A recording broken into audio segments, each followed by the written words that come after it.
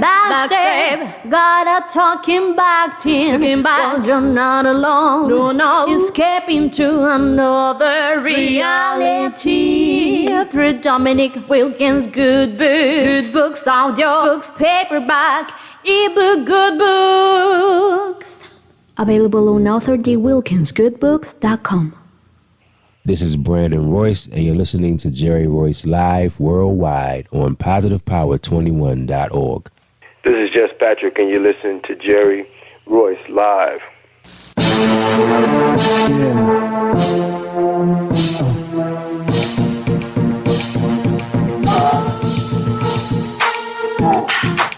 I wanna see you sweat. I gotta see you sweat. I wanna see you sweat. I gotta see you sweat. I like what you got. Oh, it's turning me on. You've got me so excited, girl, I can't deny it. I know you're looking fresh, but I'm trying to see you sweat. So don't be up in it, acting like you can't dance. What you trying to do? You trying to make me fall for you. You're moving your body like a carousel.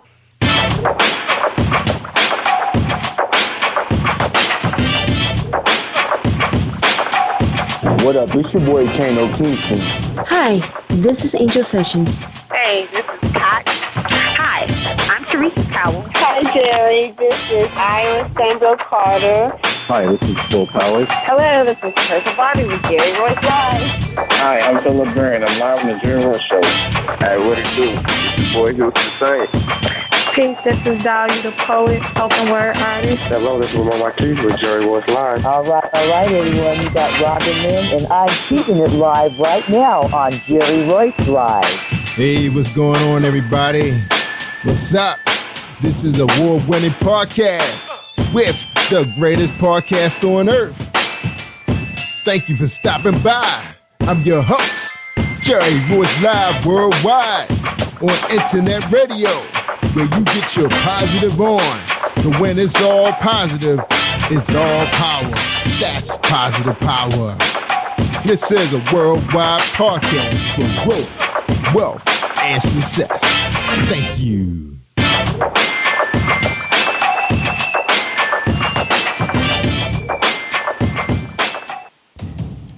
Think you know how drugs get in those little brown bottles? Think again. Set in the green hills of western New Jersey, inside the gilded halls of power of a U.S. pharmaceutical company where decisions are worth billions of dollars and human lives worth less.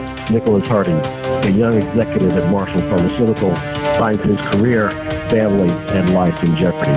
The Farmhouse, a suspense thriller novel by Bill Powers, published by Donna Inc. Publications, available at Amazon.com or DonnaInc.org. Go to Bill's webpage at www.authorBillPowers.com. Are you looking for the next great read? A book filled with love, passion, betrayal, and intrigue.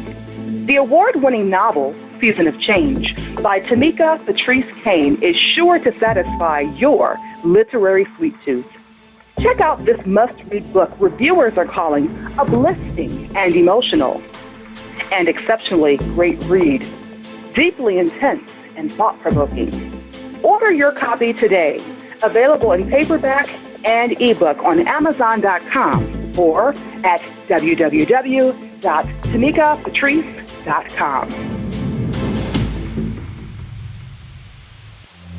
Are you an author looking for promotional services or a reader looking for a great read at low prices? In this competitive world of books, Writing Royalty Promotions is dedicated to bringing authors and readers together to build a greater respect for literature through our various promotional services and online bookstore.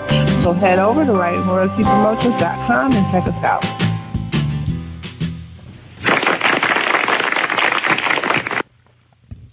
Thank you, everybody, for joining us, and welcome to PositivePower21.org. I am Jerry Royce Live, and you're listening to episode 311. And tonight on the show, we have Jess Patrick.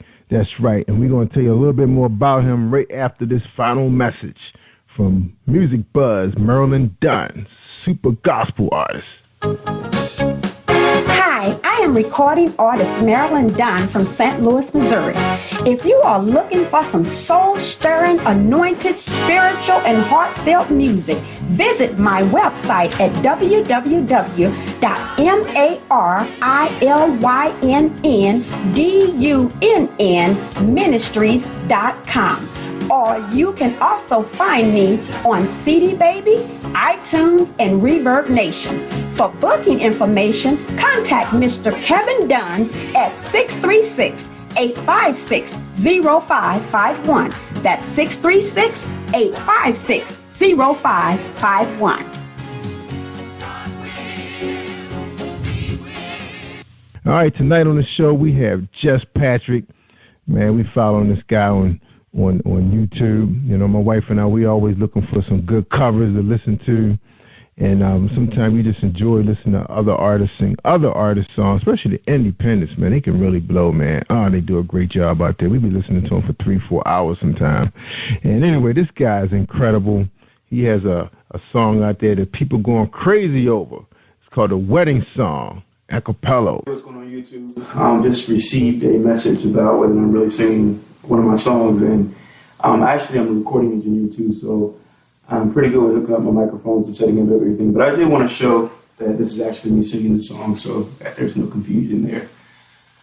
I look into your eyes as you walk down the aisle. My heart skips a beat. I never thought this day would ever come for me, but you came along, you complete me, fulfill me, satisfy all my needs. You show me a greater love, and I'm ready to commit to you. So in front of my friends and all my family, I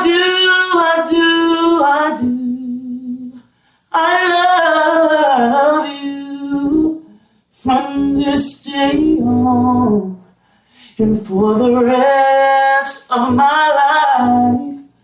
I'll be right by your side. But Just Patrick, he's from the Carolinas. I can't remember whether it's North or South Carolina, but he's from the Carolinas. His genre is R&B recording, and he knows all about mainstream. That's right. He's going to tell us a story. He's a recording and performing artist. He actually has CDs that's available right now on Apple iTunes, still for sale, so you go right out to his YouTube channel, and that's Just Patrick, J-U-S Patrick, all right, and get a chance to check him out. All right, ladies and gentlemen, I bring you Just Patrick. How you doing, Patrick? What's up, man? Hey, nothing much, Jerry. How's everything going with you? Man, awesome, man. We're just waiting for a snowstorm to come through, man, so we can have 2 days off, man, so I can play around. I hear that, man. Congratulations on all the episodes you guys have had. That's beautiful. Yeah, man. We rolling, man. 311, bruh. 311. 311. That's a great accomplishment, man. I feel honored to even be on one of those episodes right now. That's amazing. Yeah, man. I give God all the praise, man. I don't know how I did it, man. You know, pushing 7 to 8 shows a week, 4 days a week, man. Brother grinding, man. Wow. Yeah, but man, you're the real success, man. I didn't get a chance to tell you about all your accolades, but I mean, this dude has a lot of subscribers. I always thought that's pretty amazing when people can get someone to subscribe to their YouTube channel. YouTube is not always an everyday thing for you. You know, it's like Facebook and Twitter. It's like every day. Well, you know, maybe a couple of days a week you want to watch a video, listen to a song, or watch somebody act up, but not like you do, you know, your communities. So that was one of the reasons why I wanted to talk to you, is because I want to know what is the secret to YouTube. Because Oprah will bring you on if you hit 1 million. She'll have you on her couch, you know. Hopefully. So anyway, man, That's right. You got to hit 1 million. But anyway, man, before we get started and talking about the YouTube and the social media, we want everybody to get a chance to get to know you because I told you my family is all over Maryland, all over D.C., and they like to know who I'm talking to. So, Patrick, your first question is, who is Just Patrick? Well, let's see, Just Patrick. That's a very loaded question, but I'm going to try to answer it the best I can, as best I can. I would say I'm a songwriter, I'm a singer, I'm a producer, and I'm an artist. And I think if I were going to choose one of those to characterize me in full, I would say I'm an artist first. Being that, a lot of times people misconstrue what artist means and the word artistry. And for me, music is my outlet for artistry. And when I say an artist, it's actually my methodology of actually allowing myself to actually express everything that's going on inside of my mind, everything that's going on inside of my head, the things that I'm trying to release, and things that I want to try to touch the world, tap into the world with a little bit. So music is just that outlet for me. So that's why I would say over all of those things, just being an artist, I think all the other things compile to form that one word. So that's what I would say, Just Patrick is an artist. If you want to else with that right there, yeah.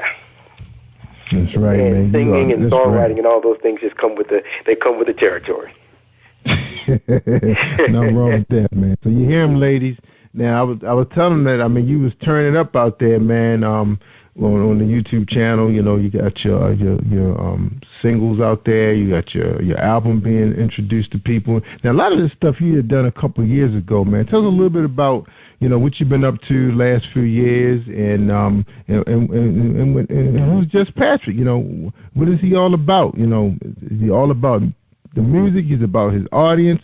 Because being away for 2 years or however long you've been away from us, I know the people miss you, man. Your fans miss you, and maybe that's why they're all over YouTube, man. We want more of you.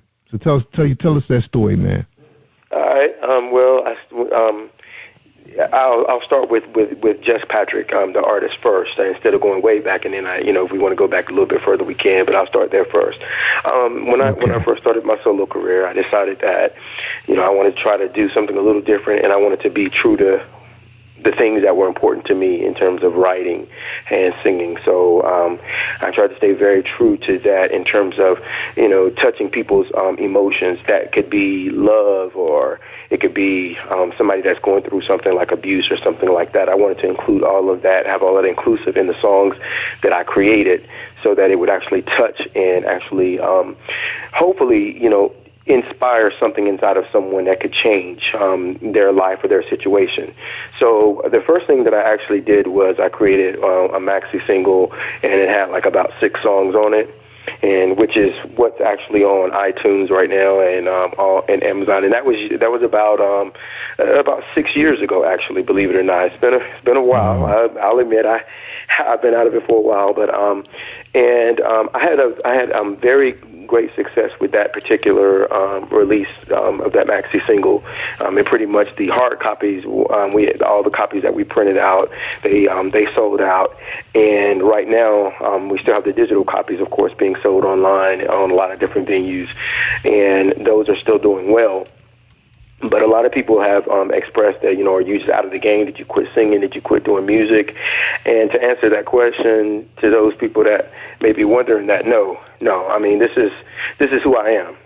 So I don't even think it's an option or a choice for me to ever stop doing this. I think that, when I'm 65, 75, 85, if I am fortunate enough to live that long, I'll still be trying to hit some keys on the piano if my fingers still work. Hopefully arthritis won't kick in too much. And you'll be able to do that. That's right. But and I'll still be trying to sing and create music, because that's just, like I said, I think it's ingrained in the person that I am.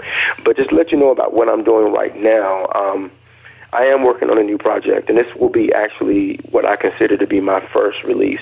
So I'm actually kind of excited. I'm very grateful that the opportunity is still here for me. I'm also grateful that the passion still exists, because in music industry, with it being as difficult and hard of an industry as it is, I know that there's a lot of horror stories with people that have been in this industry and have just kind of given up just because of not so much the fact that they're very talented or not so much of what they're able to do, their own abilities, but because the industry a lot of times actually has so many just downsides to it that it ends up being a situation where it seems more convenient for people just to give up.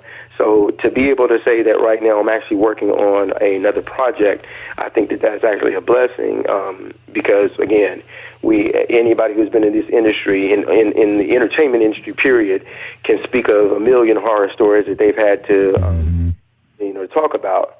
So, but yeah, this project that I'm doing right now, I feel like it's going to be something that no one else has ever done, which is something that I like to do. I like to be a little bit different than everybody else, and I'm very, very, very excited. It will be done this year, and I'm hoping that it's received well by by the masses, and when I say masses, I mean those people who have been there and following me and listening to me, and just people that enjoy what I quote unquote, I guess the experience of the music that I'm presenting them with.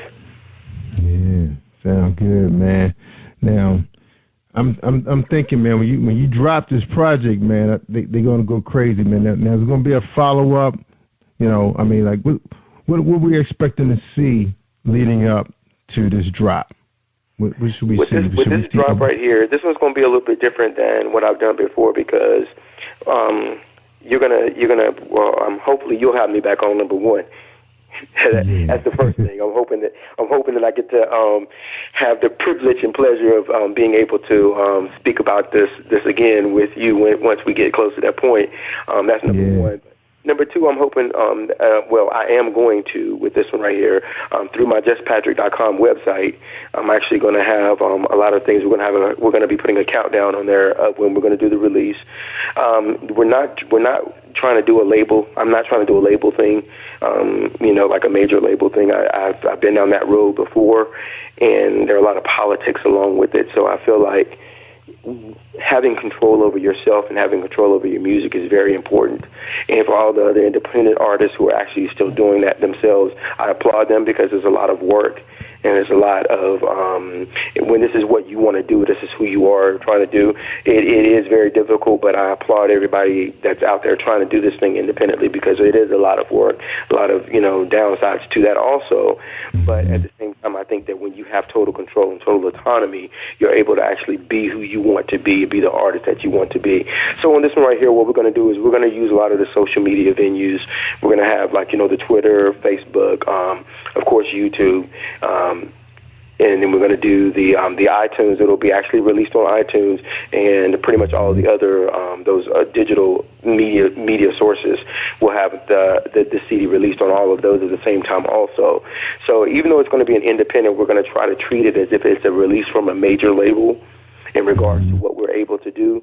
And hit as many venues as we can, and hopefully, get on a couple of radio stations and do a few other things like that, so that as many people who are interested in hearing this music can actually have the ability to easily access it and get to it, and and moving like that. And what the main thing of it is, what I'm hoping is that this also opens up the doors for some other artists that are really thinking about this independent route and realizing that, right now that this is a great time for them to really push themselves a little bit more so than they have been in the past, and making sure that, I can still do this without having to actually go to some of these big labels or some other things, and learn the business a little bit for themselves, because I think that's always important when you get into anything, is knowing what you're getting yourself into. And so I'm hoping that this actually opens up the door for some of those people that are trying to do that also. Oh yeah, man, they watching, man. They want to watch your blueprint to make this thing happen. Now, Pat, you've been gone for 6 years. Now, when I was out there on YouTube, I said, man, where does Cat come from? Because I think you approached us, and I said, man, this guy's big time. I saw all these views on all your videos and your album cover. I didn't know that, you were on a break for a while. And I said, wow, 2 years. I'm seeing 2 years, 3 years. Then I said a year ago, I said, okay, maybe he was with one of those boy groups and he decided to just take a break because he made so much money. You want to take some time off. Well, actually, I'll go to the history and tell you a little bit about, how everything started, if that's all right. Okay. Yeah. Then we'll take a break at 9:30. So we're gonna take a break at 9:30, and we're gonna come right back to you. Okay. All right.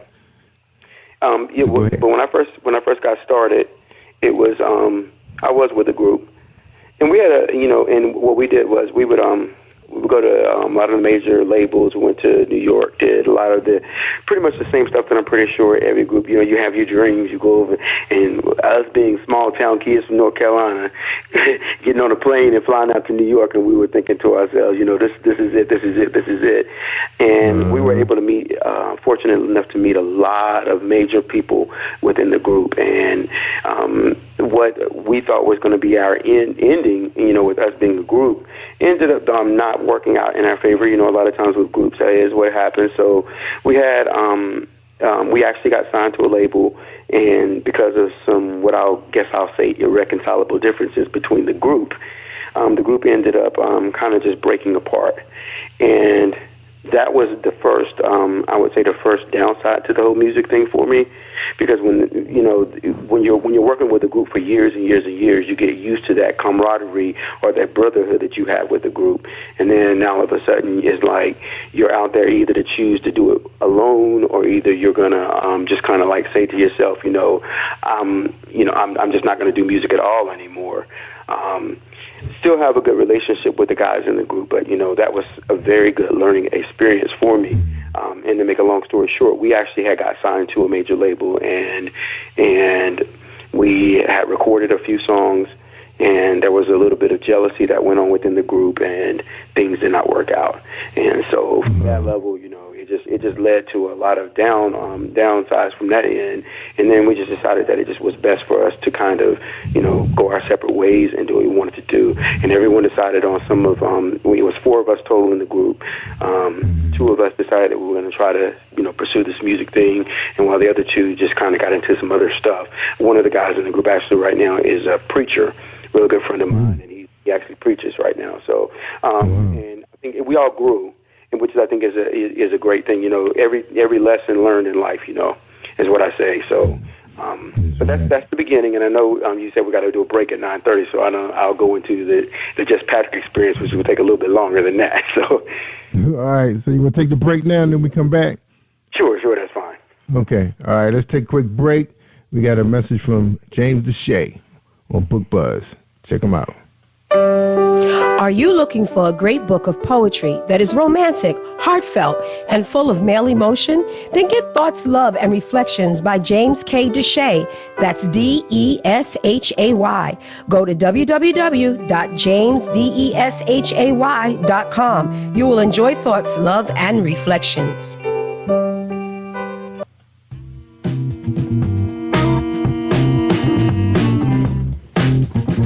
Are you an avid reader of urban fiction, looking for drama, suspense, and more?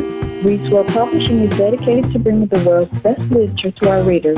Urban fiction, erotica, sci-fi, mainstream fiction, and children's literature are just some of the genres produced by our diversified family of authors. You can reach us on Facebook, Twitter, Instagram, and at our website, www.royce-publishing.com.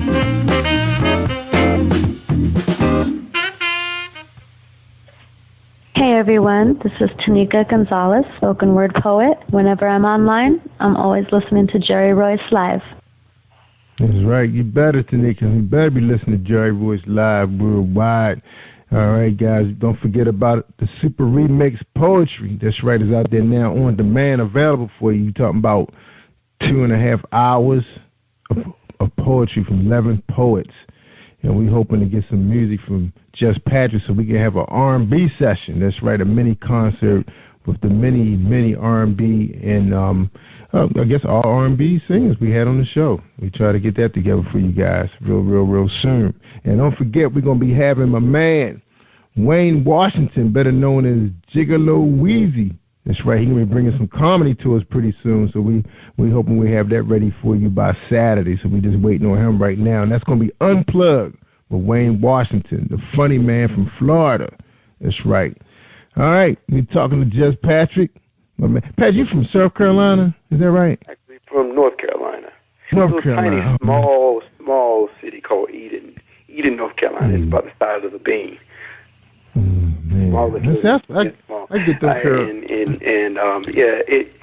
Very country setting, but you learn from that. You grow in that type of thing. So it's a beautiful place to grow up in. Yeah, it sounds like now a place like that, small town. You hear all the time the big models, the big R&B gospel stars coming out these small towns. You got an indie guy there now. I just met last month that's really kicking it really big as an independent. He's from Mississippi. Now living out in California, working with a producer. As an indie. Why is it that you guys are so successful, man? Tell us a little bit about that passion, man. Where you get it from a small town? Well, honestly, I think we get it from the church. A lot of times these southern, how South is about the church, man. You don't play about the church. You in church. When you come out the womb, you get carried to the church, and I think that's where a lot of it comes from is the church. To be honest with you, and another thing that I think the reason why a lot of them, a lot of us Southerners, or I would say small town in general, while we're able to get involved in this music thing, and is because the difference between a city like, say, New York, where there's so many opportunities at every corner. When you're in a small city like Eden or High Point, which is where Fantasia was from, which is not too far from Eden, places like that, you're talking about we don't really have anything else going on. So we get into music and we get into our art form and we really study it, and that becomes what we do. And so it's a passion for us, and we really, really push as hard as we can to try to get to the next level when it comes to that. We kind of live, eat, breathe, sleep it in our own little world, We don't have the equipment. We don't have a lot of the stuff that exists in these larger cities. So we have to make distraction. What we have. And you got to create your own thing. You got to make your own pathway. And so I think that's why a lot of times it's just a different type of passion, because I don't want to take away the passion from someone that may be from one of the larger cities either. It's just a different kind of passion that we have coming from smaller towns, because you just don't have those avenues. And there is you can't go to a record label because they don't exist. You can't go to an A&R rep and say, hey, I sing, because, again, that doesn't exist. So the only way that you can do that is to get in a plane and fly somewhere and hope that you can go knock on the doors of these labels and that they'll hear you. Well, fortunately now, one of the things that I think has really opened up the door is the whole social media and the internet. And I think that that's allowed some of these smaller towns to become just like the larger ones, because now people can post their videos and they can get responses immediately from anybody in the world, or coming on to a venue like yours and actually being able to talk about what you're doing and you being able to actually display that out to the world. So that has really opened up the door for artists. But yeah, that's why I think the small town thing has been so successful for a lot of artists. Yeah, that's amazing, because one of the things, I grew up in Baltimore. But my family is from the south, southern Maryland. Well, they call it Eastern Shore of Maryland, but it's south, like you're heading to Virginia. We have a lot of distractions in the city, man. We have a lot of talent, but because the guys get caught up, and I'm not saying guys don't get caught up in drugs in the South, because, that does happen too, because I know where I'm from, my father from, that they call that Rock City, man. But, crack was like, they were growing that bad boy, in the backyard. So I just think the big cities like New York, if the guys, trying to, it's expensive to live those places too. So just like you're thinking about earning money, the quickest way you can earn money is what you're going to do, and then most of the time you're heading down the wrong track. Now, how about the fact that you guys got a lot of focus and a lot of time to really perfect your craft? Because I know my uncle, living down in the country, he was a really good drummer. He could play almost every instrument, the guitar, bass, and he rap and sing, and he was a DJ, and he was really good in basketball, football, and baseball. He should have been a professional baseball player. And because he had so much time to, devote to his craft with his friends, he just was really, when he came to the city, he dominated, but drugs got him. That makes a lot of sense. Even when I look at, like, for me, for example, as a songwriter, when I started writing songs, a lot of people are amazed at how many songs I've actually written. You know, I actually have over 7,000 songs right now. Wow. That I've written. And the reason why is because I've been writing all the time. And when growing up in a small town, you get to go outside in a little country and nothing else is going on. I remember, you play a little basketball, when the street light come on, you better be in the house, is what your mom would always tell you. That's what we grew up with that. And then once that's the case, you're in your room, and only thing left to do, there's nothing else going on. So, whatever your passion is, a lot of times what you spend time doing. For me, that passion was writing. And so what I would do is I would write poetry, I would write music, and I would just, I would constantly do that. And so I built up this whole repertoire of music that I have now, and it's been something that it comes to me second nature now. It's actually very easy. But I think the reason why it's so easy is because of how hard it was, at the beginning.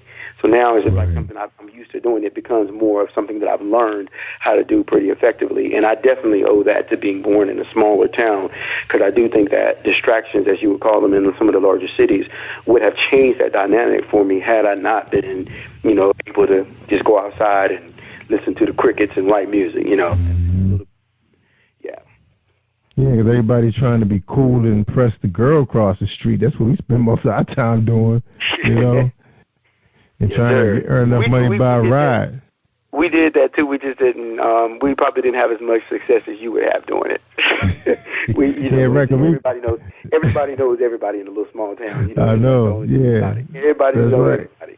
So whatever you do, everybody knows what you're doing. So that's another thing too. Is like anything you do. If you have a pimple on your face, everybody in the whole town knows that you had a pimple on yesterday. Yeah. So that's a little bit of the difference, Yeah, that's right, man. I count that most of the girls in town are your cousins, man. So your choices are limited. Yeah, I remember that too. My dad said, well, make sure you give me some names before you start asking people out, because they may be your cousin. I was like, oh, well, I'm going back to Baltimore then. Yeah, I'll go back to Baltimore. I was getting frustrated down. Fine women got the same last name. I said, after a while, they have to be a fifth and a sixth. That don't count. Yes, it does. Oh, man. Anyway, dude. So, now look, man, let's talk a little bit about social media a little bit, the good and the bad. Now, one of the things you hit on was independents have a real opportunity now that they really don't really need mainstream as much. Like, what are they going to do for you now that anybody, like especially the big boys like iTunes and Amazon, can carry, you don't have to go through any of those guys to get permission to be distributed. You go straight to them, upload your stuff. They're not going to ask you 1,000 questions. I guess they just want enough information that they know how to pay you. They're not going to ask you, are you a member of this and a member of that? They're just going to pay you. All right, so that kind of changed the dynamics of the game in your favor. Tell us how social media can help you now that all you now you need to do is define the audience. Tell us a little bit about that, about your trade secret with that. Well, I mean, my trade secret is just making sure you're doing good music or making sure you're doing good poetry. Whatever it is that you're doing, make sure that it's good, and then you post it online, and what you do is you're creating a platform for yourself just by making it good. I think that a lot of times people think that, look, when you say the good and the bad, one of the bad sides of social media is the fact that a lot of people think that you can just put something on there and it's going to be this thing called instant fame, and that's not true. And there have been some cases where people had that, but, that's not the case most of the time. The reality of it is that people are looking for good music, and the radio is inundated with a whole bunch of junk right now. And and that's not what everybody is looking for. If you think about, back in the day when everybody used to listen to music, there were experiences. You remember moments of that music. You remember where you were at when the song came on. You remember, how you would call into the radio stations and you would request it just to hear it again because it touched on something inside of you that you may have went through or that you have been, that happened in your life, and you're like, man, this such and such is singing directly to me. That's all about my life right there. Well, unfortunately, right now, because music is changing the dynamic, and everybody's all about, how much money I have. Everybody wants to talk about how many cars they have, how many women they can run through, versus really just being realistic with what life is about and talking about other things. And I think that a world is still searching for that. It's just what the radio has given us is this, so that's all we're presented with. So I think now what the benefit of social media is, if you're doing good music, good people will follow good music. If you're doing good poetry, good people will follow good poetry. You know, if you're a great artist, great people will follow great art. So the thing of it is that I think that that's the only winning formula, is just to make sure that you spend time, make sure that you put a little bit of effort into it, and don't just put anything out there that you know is not great.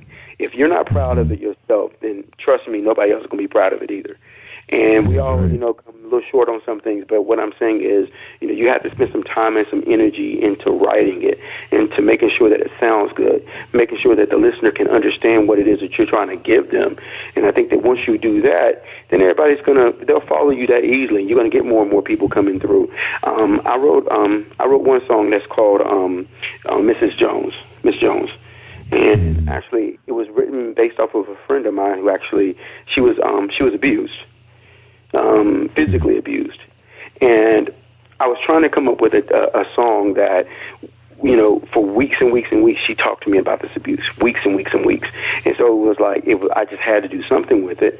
And what I ended up writing was I wanted to make sure that it was going to be a song that, you know, had that feel to it where anybody could hear it.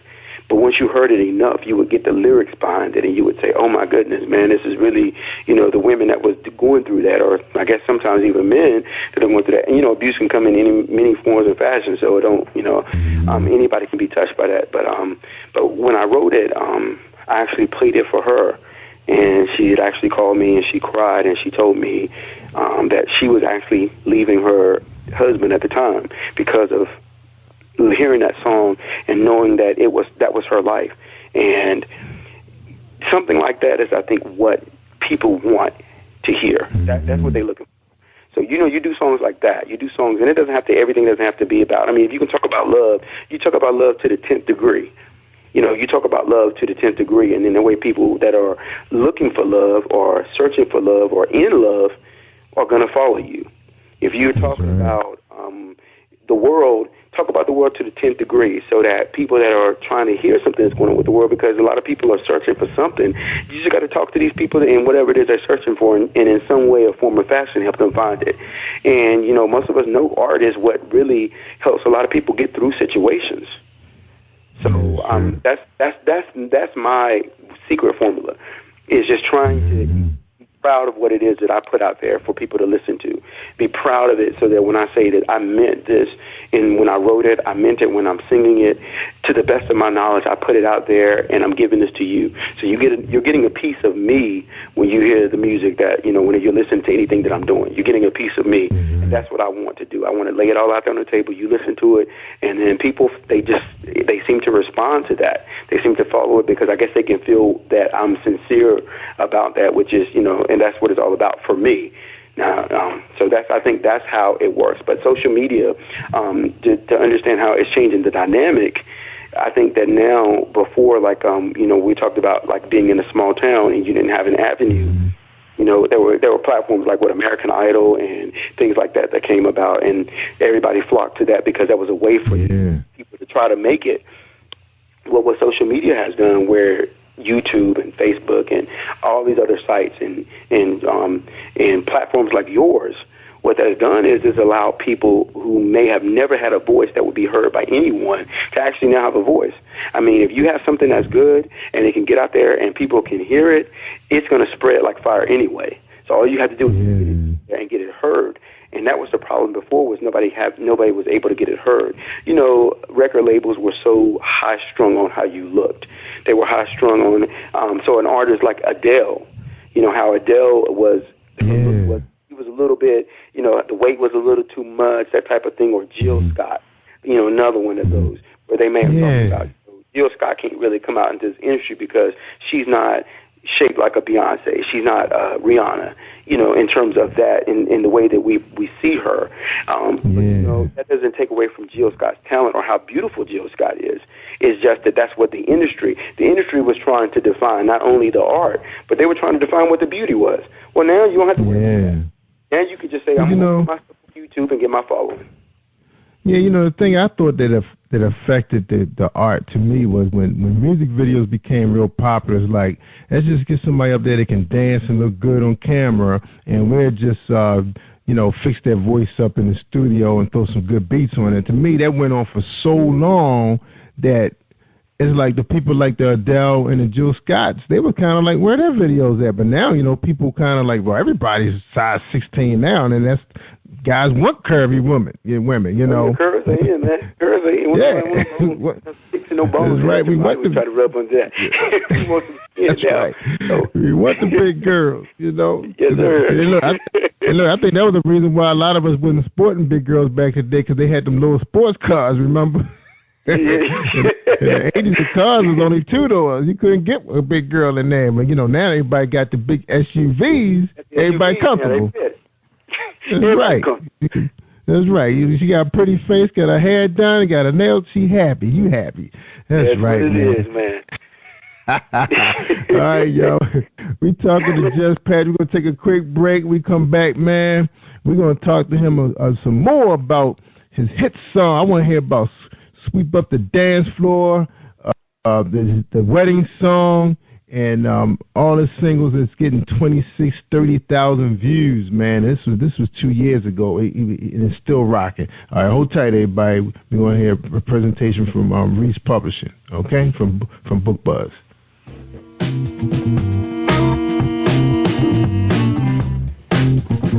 Are you an avid reader of urban fiction, looking for drama, suspense, and more? Royce-Thurs Publishing is dedicated to bringing the world's best literature to our readers. Urban fiction, erotica, sci-fi, mainstream fiction, and children's literature are just some of the genres produced by our diversified family of authors. You can reach us on Facebook, Twitter, Instagram, and at our website, www.royce-publishing.com.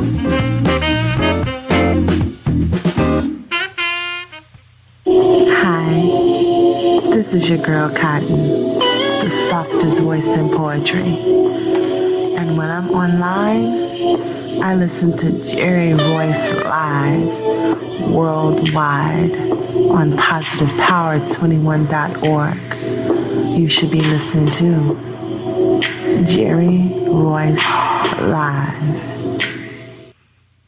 Yeah, Cotton. We got to get Cotton back on here, too. She can read some poetry, I tell you. Unplug. Cotton. That's right. All right, we're talking to Just Patrick. Man, you got to check out his YouTube channel, family. Sweep Up the Dance Floor. He posted 2 years ago, 26,000 views. He got a whole bunch of stuff out there, Now, Pat, tell us a little bit about, the moment, man. Sometimes you just feel like just turn on the camera, just sit there and sing, man, to your people, man, and get 1,900 views just like that. 26,000, 15,000, 7,000, 24. Who's these people, man? 47. Who are they, man? Well, I tell you, man, honestly, I think the first thing was when I first started just, I just wanted to go out there and put a couple of songs on YouTube, and it's been years ago, like I said. So, and what's amazing is the fact that, I have my YouTube, for example, directly linked to my email on my phone, and every single day I get about 300 or 400 emails from people that are asking me to sing at their wedding, to come sing, a song or do something for it, some type of thing like that. And to me, it's amazing that, I haven't actually even posted a video in so long, but it's like these people are still following me. And there are some people that are requesting, where are you at, Just Pat? Where you at? We're looking for you. We need you to come back and do your music. You're a great artist. Where you at? Where you been at? That type of thing. And it's funny that for me, who's never released a full CD, to have somewhat of a smaller following than I know there are some people with huge, crazy followings, but to have a following of dedicated people who are actually looking to try to find out what I'm doing, to try to find out when I'm coming out with some new music, or to try to even still get me to come sing some of the songs that I've already, that I've done years ago. They still love me, today. And I think that's, there's nothing short of amazing, and it is actually what keeps me motivated in this thing is because, to know that some people are touched, and I get these people are, it's pretty much pouring out their hearts via email to tell me how one of my songs has actually touched them. I wrote a song called Victim, which is, it's about being victimized in this world. We have, being victimized as being a black man, being victimized as being, someone who has been through war, being victimized as someone who's been in jail, and not being able to get out and find a job. It's just whatever your victimization is, that song pretty much covers it or addresses it. And I've had so many people that have come to me about that particular song to tell me that it really touched their life, and they listen to that, they think about themselves and how they're trying to get out of their own victimization. So I think that's what keeps me going and what keeps me moving. But where the people come from, I think the people just come from, I'll get like one or two people that'll listen to my song, and then they'll tell their friends about it. And then their friends will tell friends, and then friends of friends of friends and friends, and it keeps going on like that. And then, like I think at the wedding song, for example, had over, which I had 2 YouTube channels. Now, on one of my channels, the wedding song had over 250,000 views in 1 year, which was, which was pretty good for just a, small town little boy to be putting the song on the YouTube channel, So, and then on the other one, it had over, I think 180,000 views. So that, to me, that's like pretty amazing, just to know that can be that many people are interested, and to believe all the emails that come through my box, and these people are paying. I want to pay you to come sing at my wedding. I want to pay you to come do. Man, it's amazing to me. So. But yeah, that's how it all, how all that came about. I think with the fans and everything like that, it's just through massively people continually telling their friends about it, and then their friends telling their friends about it. I even have people from a lot of different countries right now that are following me, like in Japan and Africa, which is another big one. A lot of people from Africa will call me and tell me they're listening to my stuff and how it's inspiring them, and they're waiting for my new stuff to come out, and et cetera, et cetera. So it's a beautiful thing. That's right, man. Can't keep us waiting too long, man. Now, sir, I'm about to come up with something new. It's going to be real nice, too. I told you it's going to be something that's never been done before. So I'm thinking of something along the lines of, like Stevie Wonder songs in the Key of Life type of thing. Yeah. Because I'm going to tell you, man, I follow quite a few artists that, that's out of, the mainstream limelight. And they kind of like post stuff to YouTube, like some of their old stuff, and they have a small following. But I don't see, the 100,000, 200,000 views, and the people still engaging them. You have a few people say, we just want to know what you up to, And I had one of them, a couple of them was on my show years ago when I was doing podcasts, and they were trying to make a comeback. But that was before iTunes and Amazon, because it wasn't what it is today in 06 and 07. Right now, they are monstrous, distribution.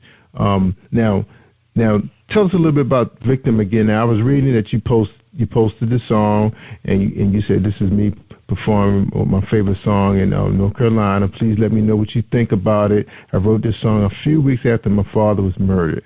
All right, what were you going through then, when you wrote that song? Well, I mean, of course, having your father get murdered is puts you in that victimized state of mind immediately. Myself and my brothers and sisters and my mom, we all went through a whole bunch with that situation. And so when that happened, I was actually in college, and you go through this little state of depression because, It's a lot easier dealing with death when you know death is on its way. And I say that not to, minimize it, because I think it is what it is when you love somebody. It's just hard either way it is. But when I say that, if you have someone dying of cancer and they tell you that this person has 6 months to live, then there's 6 months that you have of coping with the fact that there's a chance that this person might not be here in 6 months. Or, someone who's at a certain age in your life right now, you're thinking to yourself, then they're going through a lot of health issues, that there's a chance and possibility. You kind of receive that because it's been oncoming for a while. Well, when someone's murdered, there is no warning. I mean, and even though we know it's not up to us anyway, but and unexpectedly, when someone is murdered, especially when it's someone as close as your father or someone like that, it changes the dynamic of who you are as a person, which is pretty much what happened to me. And I remember I said at the piano that, because you have to try to be strong for your family and try to be strong for everybody else. And, you still have to go on because life doesn't stop. And that's one thing that's sad about it all is, after the funeral services and after everybody gives all their condolences, that next week, once again, you're just there by yourself. That's what always happens with death, and a lot of people don't realize it's not the week of that you hear about someone dying. It's the months after that are probably the hardest because that's when everybody's gone now. No one's calling to check on you like they were, the day of. Right. So I remember I was going through my one little moment, and I sat at the piano, and I started thinking about how, someone took my dad's life prematurely, and how many other people lives have been taken prematurely, and it was a whole little thing that was going through my mind. It was like, thinking about how many, the statistics that talk about how many black men are in prison, and we make a small portion of the population, yet we are the majority population in prison right now, incarcerated. So that didn't make sense to me to think that, of things like that, and how that is a form of being a victim. How women and abuse and it all just was coming through my head at that same time.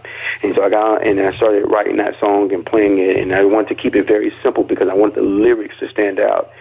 And it just goes into being a victim of hate, a victim of crime, a victim of self-sacrifice, being that, sometimes it's not about the world victimizing you, but you victimizing yourself. Because sometimes you go through these things like you're on drugs, then you're victimizing yourself. Or if you're in a situation where, you're doing something that's harmful to you, be it sex, be it whatever, that you're not protecting yourself, then you're actually sacrificing you as a person. And so that's what that song is about. And for me, that's why it's probably one of my favorite songs, is because it spoke to me in a moment when I needed it to speak to me. And I know that wasn't words that were coming from me. And that's the thing, and that goes back to what I was saying. I try to write and sing songs, like even when I did the wedding song, the wedding song was written about just a good friend of mine asked me to write a song for his wedding. When he asked me, he said, "Can you sing Ribbon in the Sky, Stevie Wonder's Ribbon in the Sky?" And I said, "Of course." Then he was like, "You know what, I don't want you to do that because I know you can sing Ribbon in the Sky. I want you to take and I want you to write something that's specific to me and my wife, my future wife. Wow. I want you to write something. That's what I want you to do. I don't want Stevie Wonder's version of what he sees love as. I want you to talk about what you see when you see me and my fiance and the love that we have for each other."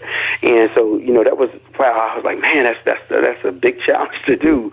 But I was like, I can do it. I can do it. And that's when I came up with, the whole thing. And I just thought about that day and her walking down the aisle, which is how the song actually starts off. I look into your eyes as you walk down the aisle, and I got into all of that. And that's what I thought about. I was like, let me just put myself in his eyes and try to see what he sees in his future wife right there on that day. And it was so funny at the wedding, man. I sung that song, and she came over and she gave me a little light slap. It was like a little joking slap. His fiance.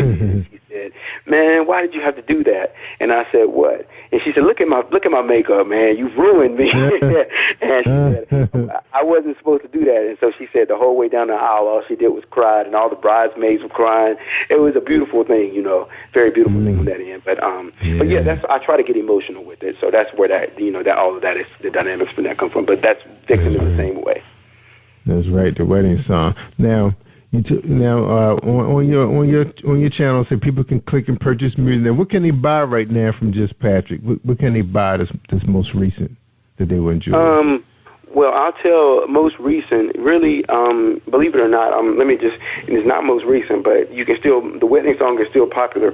To give you a little heads up, man, on our local radio station, they have a little.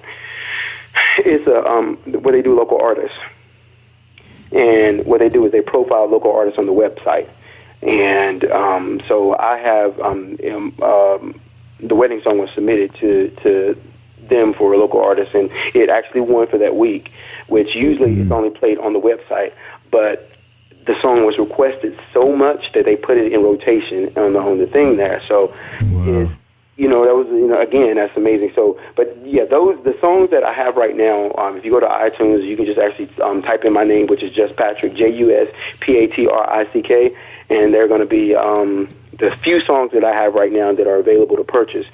But if everyone can give me just a few months, I'm about to come up with something that is you're gonna have enough Just Patrick music to last you a lifetime, and put it like that. Yeah, what I'm about to do. Right. And I've done most of it. I have just a few more left to record, but it's going to be enough Just Patrick music to last a lifetime.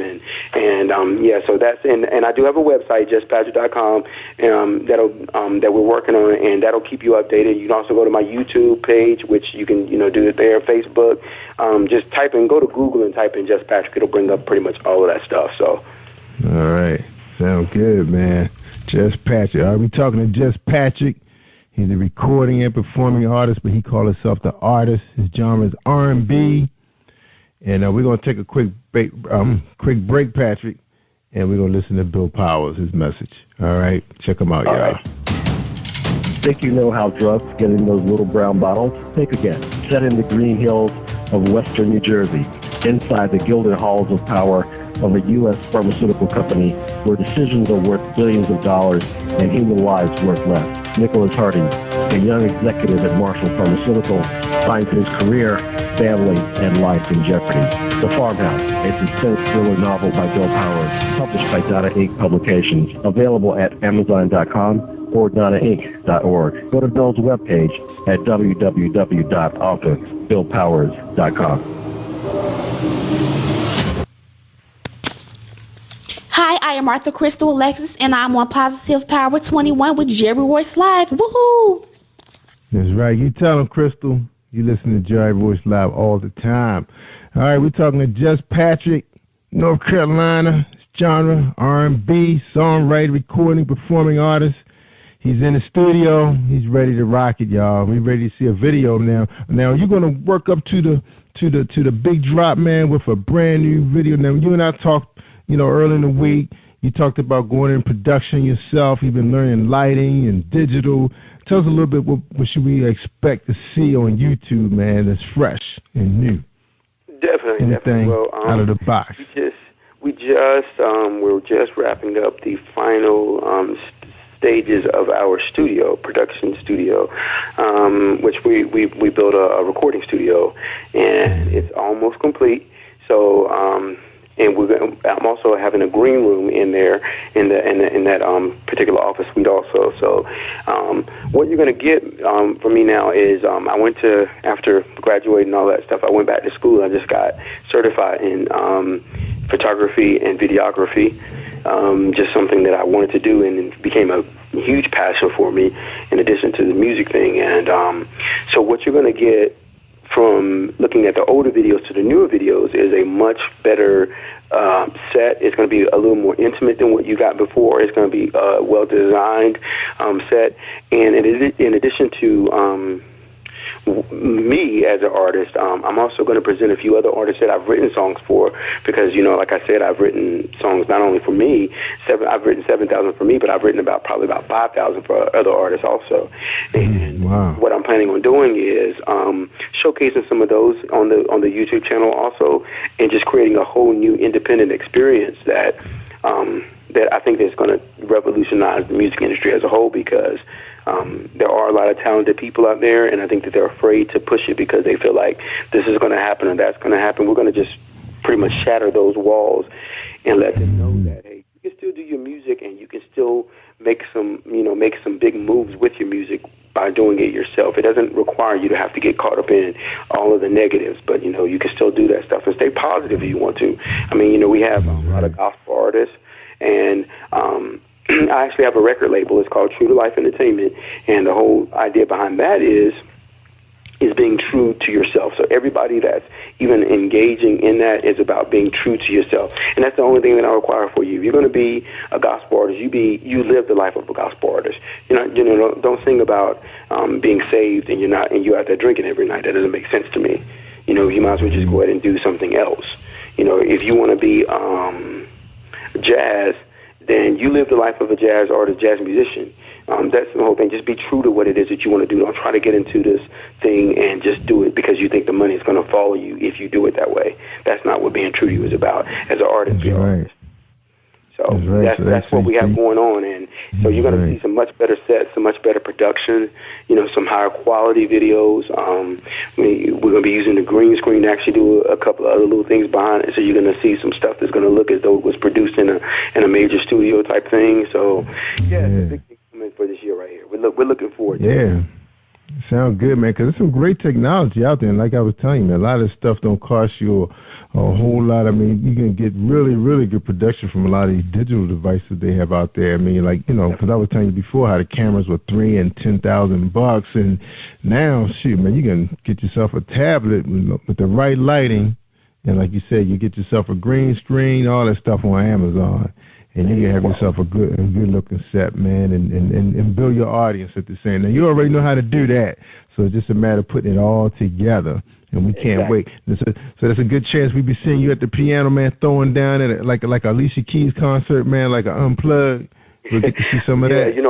I've decided I'm going to do that because I've been pretty much studying the piano for a while, and since I was recording last on there with you guys, I saw, like I said, it's so old.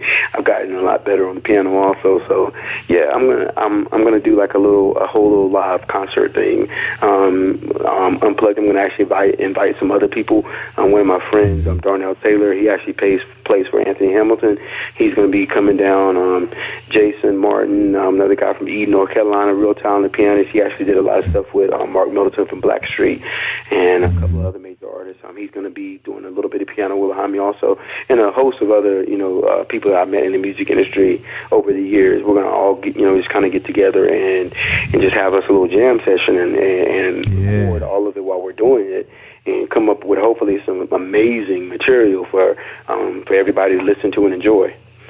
That's right, man. So you can get those 6,000-7,000 downloads a minute. You got it. Because, so in other words, man, you living exactly, you're about to live exactly what Prince been preaching for years. I remember I was working at Best Buy.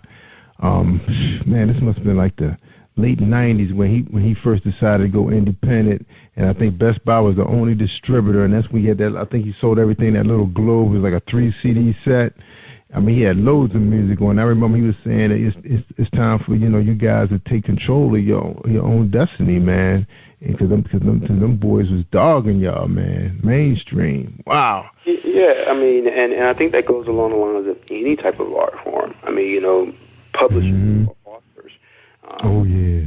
Artists in terms of actual painters, and whatever. It's like I think that the best thing that you can do for yourself is to actually say to yourself, this is what I love to do. This is a gift that I believe I received from God. God gives you all these gifts. So if it's a gift that I got from God, then it's my duty to protect it.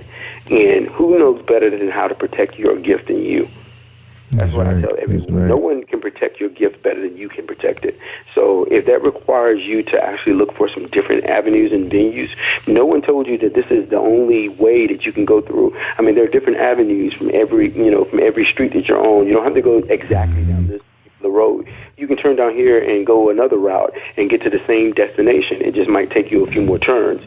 Well, what I try to say is that, I'm willing to do that, and I know there are a lot of other people who are willing to go down that different road. Not everybody's got to go down Interstate 40, to get to, or go 95 to get to New York. There's other ways. So it's like sometimes you got to take these other pathways and look at the different opportunities, but at the same time, what you're doing is you're protecting you. You're protecting what it is that's given as a gift. And I do wholeheartedly believe that it's best for us as artists because financially, selling. You look at people like TLC, for example. The situation when they sold Crazy Sexy Cool sold, I think, like 13 million copies, and they were broke. They came out with nothing. Yeah, man. Or something, a Suburban or something crazy, and that's it. After all the millions of dollars that was made, so but they said they said $700 million or something like that, crazy number like that. And I used to see them shopping in Marshalls, man, TJ Maxx for their outfits. Oh yeah, because they really had nothing. And you're talking about somebody. The money that was generated, it didn't go to them. It went to everybody but them. And so that's when like what Prince is doing is taking care of, or like I said, protecting what it is that he spent time and energy into doing, and that's his art form, his craft, and his gift. So I wholeheartedly believe, man, we in a whole nother. It's the corridor is opened up. It's just depending on now what we're going to do or how we're going to take advantage of it. And either we there now. Route, or you can say, I'm going to do this thing, and because it's open for me, I'm going to do it to the best of my ability, and I'm going to protect it. That's right, man. And I know one of the things you and I was talking about too, when we was talking the weekend, was about the fact that some of these numbers dictate if an artist should be on the road touring. Man, like we were talking about Stevie. Man, Stevie put the call out. He coming to Washington, coming to Baltimore, New York. People gonna be Mary J. Come on a local radio like Tom Joyner and say she gonna be at the first Mariner. I think they call it Royal Farm Marina. Man, people gonna buy the tickets right from their smartphone while they at work. It don't take a whole bunch of promotion to tell your existing audience where you gonna be. That's what trips me out. It does not. Yeah, that's I'm just tripping out on that whole thing. It's fair, man. It gotta be fair. Yeah, and it's funny that all the major artists right now are just really having a hard time. Most of them, not going to say all of them. There, is a very small handful that's actually reaping benefits, but the majority of them are, unfortunately, have succumbed to piracy, and because they have to pay the label so much, it's become a thing where going on the road is not even a choice anymore. If this is what you want to do, this is like it's a necessity for you to survive now in this industry. So that's another thing that's changed versus before. You could put a CD out there and people would wait. There was no copying it, no putting it on these little websites and everybody downloading it. Everybody's got a CD burner at home, or everybody has. Yeah, that was crazy. Take their computer and transfer it over to the next person's. None of that stuff existed. You just had to wait until it came over there and go to a store like a Best Buy or one of the bookstores and purchase it. Whereas now, that's not the case anymore. You can sit from home and download pretty much everything you want. Just, it's unfortunate, but it's the truth. And so that dynamic has changed, and not only is it just for independent artists, but major artists are dealing with a whole bunch also. So the industry is just is a whole new industry. And if you don't change with it, then you're going to end up being sucked up with it and eaten alive by it. So, my thing of it is just make that change and protect what it is that you're doing. And that's what I plan on doing. I plan on, and it's not about the money. It's about, I feel like the gift that I've been given is to touch a lot of people. And that's what that gift is for. And for me, what's most important is that I have to make sure that people are able to get to it and receive it. And I think that as the years have passed, and you ask like why have I been away for so long, it's like I got caught up in the industry also. I think like everybody else did, I got caught up in it, got hurt by the industry. As a soloist, I got a major label. I was actually signed to Def Jam, and after that experience, which was a great experience, I met a lot of people. I actually was in the studio with Mary J. Blige. I did some stuff with Case. And so I, really, really good experience. I met a lot of artists, a lot of major people in the industry. But it also showed me that there's nothing that is going on within this label that I can't do for myself. That's right. That's the benefit of what I learned from all of that. That's right. But Peg, let me tell you, my experience, being a consumer, and I know a lot of times you guys being artists, you don't really know how we really feel because nobody asks us. But I'm going to tell you, man, I think I told you when we talked before that, I felt like ripped off. You're talking about most of your audience are working jobs that they're not even really being paid what they're worth, and then you have to go out and spend $25 for a CD, and there's only 2 songs that you really like.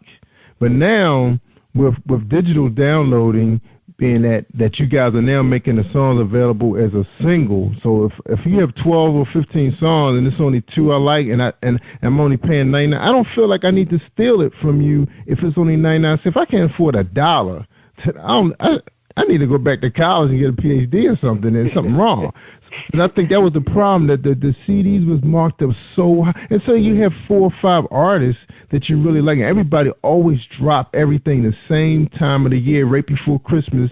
They dropping stuff. How you can afford $25 per per CD for 5 artists, and we don't make that kind of money. You know, so I think that's when you got into people, and then guys want mixtapes. You got all these DJs making mixtapes. They take their favorite hook off your song that you like and mix with your other favorites. You say, well, I'm going to go ahead and buy a $5 mixtape because they got like 20 of my favorite artists, and I'm going to go ahead and spend $25 for a CD. There's only 2 songs I like. So that was the thing about it, too. The industry was killing the consumer, man, pocket. That's why they were stealing the stuff. When Microsoft and all these PCs made it so that we can copy your music from a friend, just like that, they were going to do it, man, because we couldn't afford it. It wasn't that we wanted to steal it. We just couldn't afford to support y'all. And then buy the tickets. Man.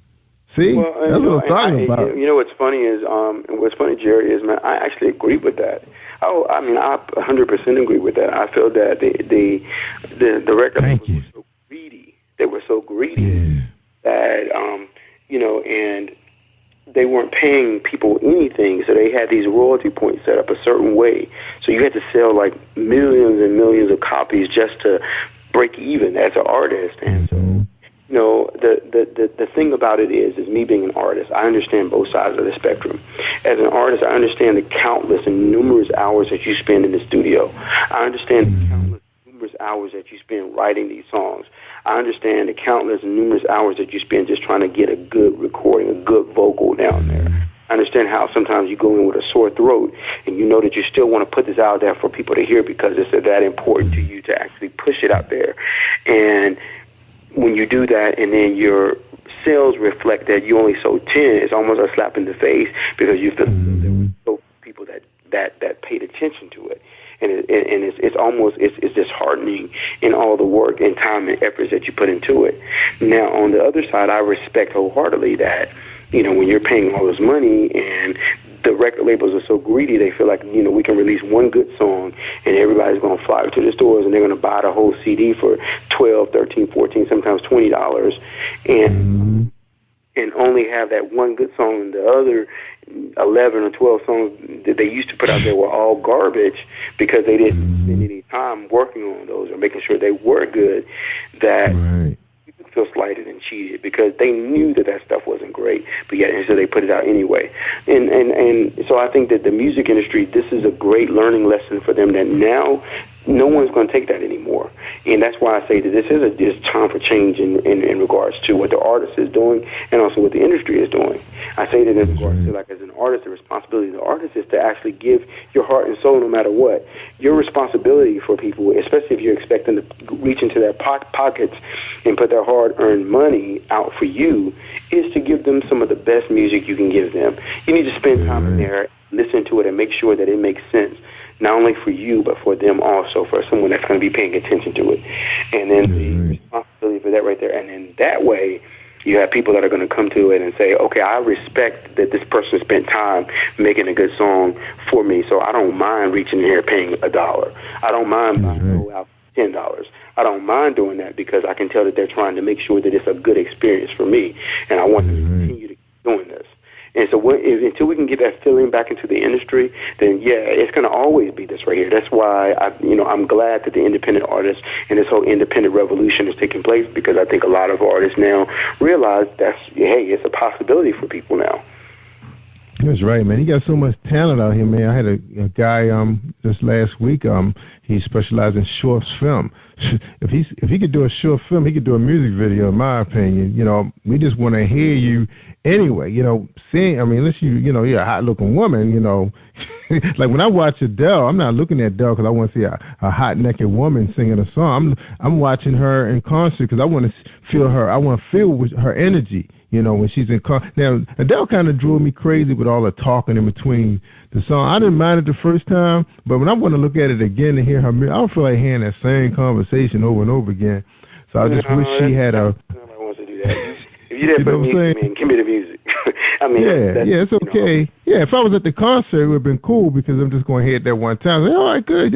That's why you wrote that song and you went through that. Oh, awesome. But on DVD, they should have edited that out. And I probably do it myself. And again, we talk about that's the responsibility of the artist, man. I think that if you're going to do that, have that on a separate channel, a separate track. You have all the songs playing 1, 2, 3, 4, 5, 6, 7, 8, 9, 10, and if you want to do a little soliloquy or monologue after that, make that a part the end of the disc. When they do the credit, make that your credit. Yeah. Because most people don't want to hear it. And the ones that do want to hear it, they can just go to that part of it and they can listen to it. It's a selection, just like everything else is. But I agree with you there, man. It's about the music. So if you're going to be a musician, be about the music. If I want to, in poetry, it's about the poetry. You don't want to hear a poet. I don't think anybody want to go to a poetry reading and hear the poet singing. It's because that's not what you really came for. You came for to hear some spoken word, and then you got somebody that's a poet that's singing and they really don't sing. I don't think that's going to go over too well. And it's the same thing. I'm going to play this guitar real quick. Yeah, he's like, let me play this guitar real quick. Like, I didn't know you played the guitar. Or a comedian. You don't hear a comedian talking about politics. That doesn't make sense. Yeah, unless you know that's his thing and that's part of the show. But if he just going to spring on you, his opinion of what's going on in the White House, you're like, wait a minute, dude, I'm not voting today. I want to hear you do your thing. Yeah. And when I'm talking about politics, I'm saying they talking about not politics on a comedic level, but I mean, for 30 minutes they talking about why you should vote for A, B, C, or D. I mean, that's not what people pay their money for. They pay their money, to come there and laugh and have a good time. So same thing with music. People want to hear you sing. They want to hear your music. They want to hear your voice. They want to hear you, do that for what they came for. So I totally agree with that. Amen. We talking to Just Patrick, man. I gave you a lot of time today, bro. I hope you repay me by dropping us a few tracks so we can put you on Unplug on Saturday night so people can hear the sounds of Just Patrick. Consider it done, man. I'm gonna go get you. I'm actually gonna get you some tracks. Actually tomorrow I'll have those sent over to you and I'll get all that stuff done, man. Definitely. Yeah, man. So we can build you up, man, because we got a couple people that that's releasing some tracks, and we want to kind of mix it all together, let people get to sit back and enjoy themselves and listen to my radio cast on the weekends. Especially the people that's overseas. They don't have an opportunity to listen to their local radio station, but they depend on internet radio to bring it to them.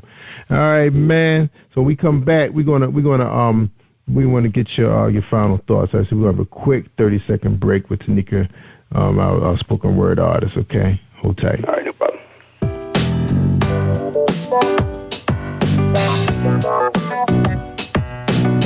Hey everyone, this is Tanika Gonzalez, spoken word poet. Whenever I'm online, I'm always listening to Jerry Royce Live. You can find Jerry on www.spreaker.com. Positive Power 21.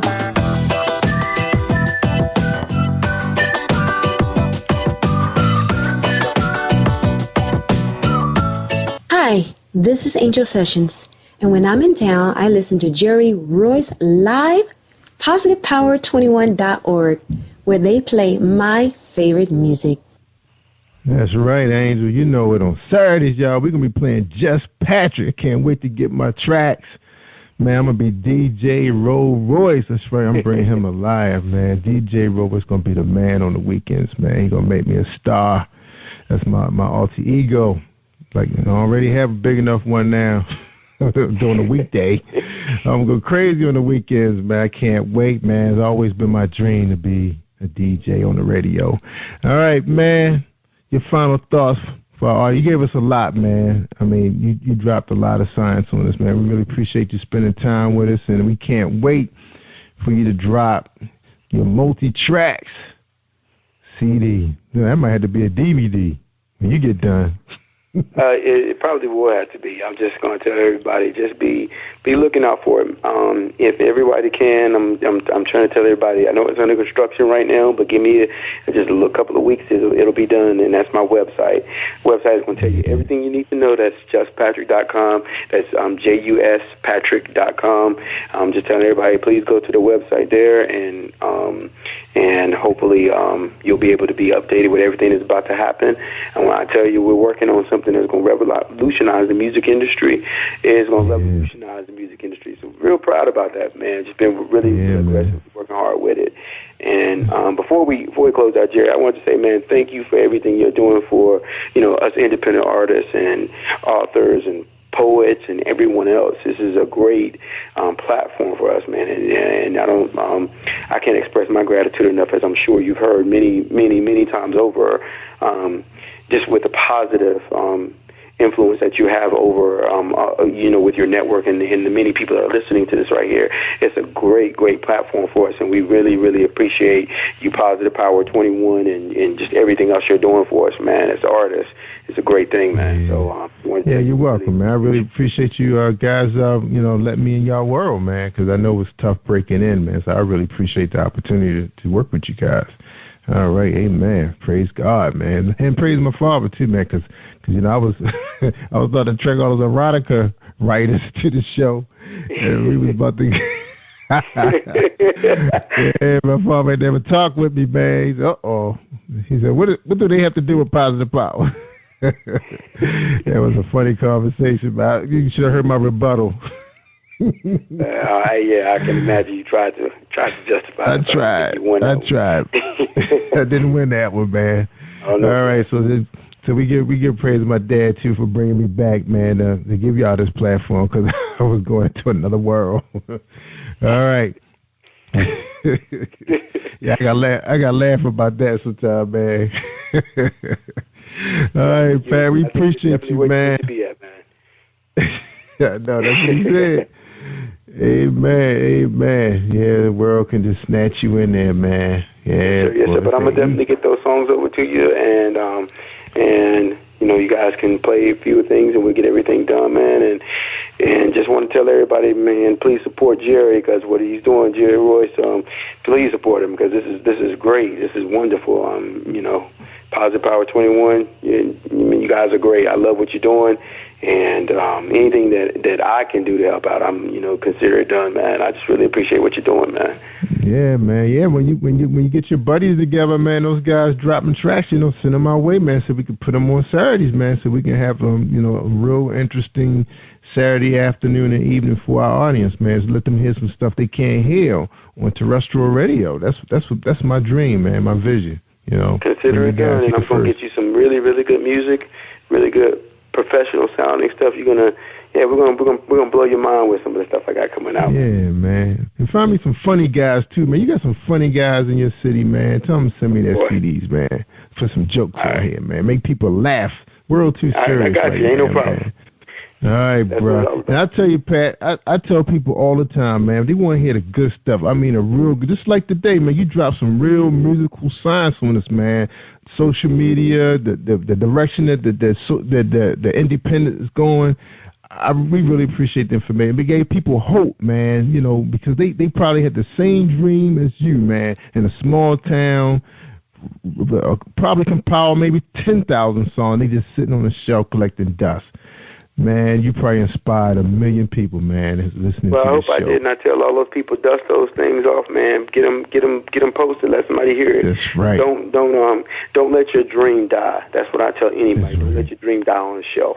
God didn't give it to you for you to put it on the shelf and leave it there. He gave it to you so that the world can hear it. So dust all of that stuff off and put them out there and let people hear them. That's right. So, you know what I heard, man? I heard if you don't use your talent, he'll take it away and give it to somebody else. Take it away from you. Look it in you. Yeah, he will remove it from you. That's right, real quick. All right. Yes, sir. We out of here, y'all. We appreciate y'all listening to Jerry Royce Live, PositivePower21.org, and Spreaker.com/PositivePower21. I'm Jerry Royce Live, and that's just Patrick. We worldwide. Thank you for tuning in to Jerry Royce Live on Positive Power. All right, brother. Thanks, man. And Spreaker.com/PositivePower21. This is a Voice Enterprise. Hold tight a second. And don't forget about replay on Facebook.com/Jerry Royce Live.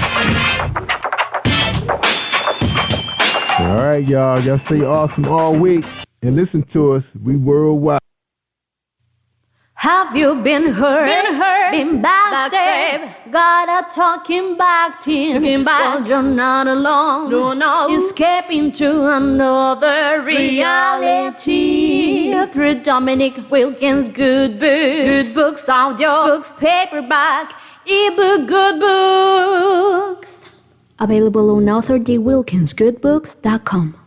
This is Brandon Royce, and you're listening to Jerry Royce Live worldwide on PositivePower21.org.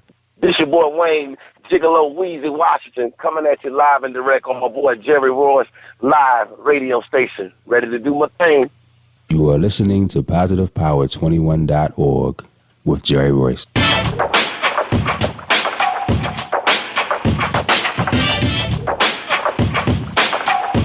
What up? It's your boy Kano Kingston. Hi, this is Angel Sessions. Hey, this is Pat. Hi, I'm Teresa Cowell. Hi, Jerry. This is Ira Sandro Carter. Hi, this is Phil Powers. Hello, this is Teresa Bobby with Jerry Royce Live. Hi, I'm Philip Byrne. I'm live on the Jerry Royce Show. Hey, what it do? It's your boy Houston Saint. Peace, this is Dahlia the poet, spoken word artist. Hello, this is Lamar Marquise with Jerry Royce Live. All right, everyone. You got Robin Lynn, and I'm keeping it live right now on Jerry Royce Live. Hey, what's going on, everybody? What's up? This is award-winning podcast with the greatest podcast on earth. Thank you for stopping by. I'm your host, Jerry Royce Live Worldwide on internet radio, where you get your positive on. So when it's all positive, it's all power. That's positive power. This is a worldwide podcast for growth, wealth, and success. Thank you.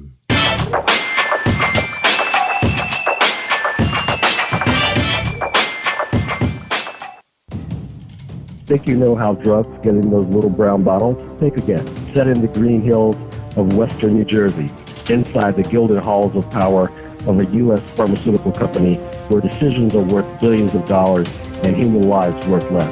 Nicholas Hardy, a young executive at Marshall Pharmaceutical, finds his career, family, and life in jeopardy. The Farmhouse, a suspense thriller novel by Bill Powers, published by Donna Inc. Publications, available at Amazon.com or DonnaInc.org. Go to Bill's webpage at www.authorBillPowers.com. Are you looking for the next great read? A book filled with love, passion, betrayal, and intrigue. The award-winning novel, Season of Change, by Tamika Patrice Kane, is sure to satisfy your literary sweet tooth. Check out this must-read book reviewers are calling uplifting and emotional, and exceptionally great read, deeply intense and thought-provoking. Order your copy today, available in paperback and ebook on Amazon.com or at www.tamikapatrice.com. Are you an author looking for promotional services or a reader looking for a great read at low prices? In this competitive world of books, Fighting Royalty Promotions is dedicated to bringing authors and readers together to build a greater respect for literature through our various promotional services and online bookstore. So head over to WriteRoyaltyPromotions.com and check us out.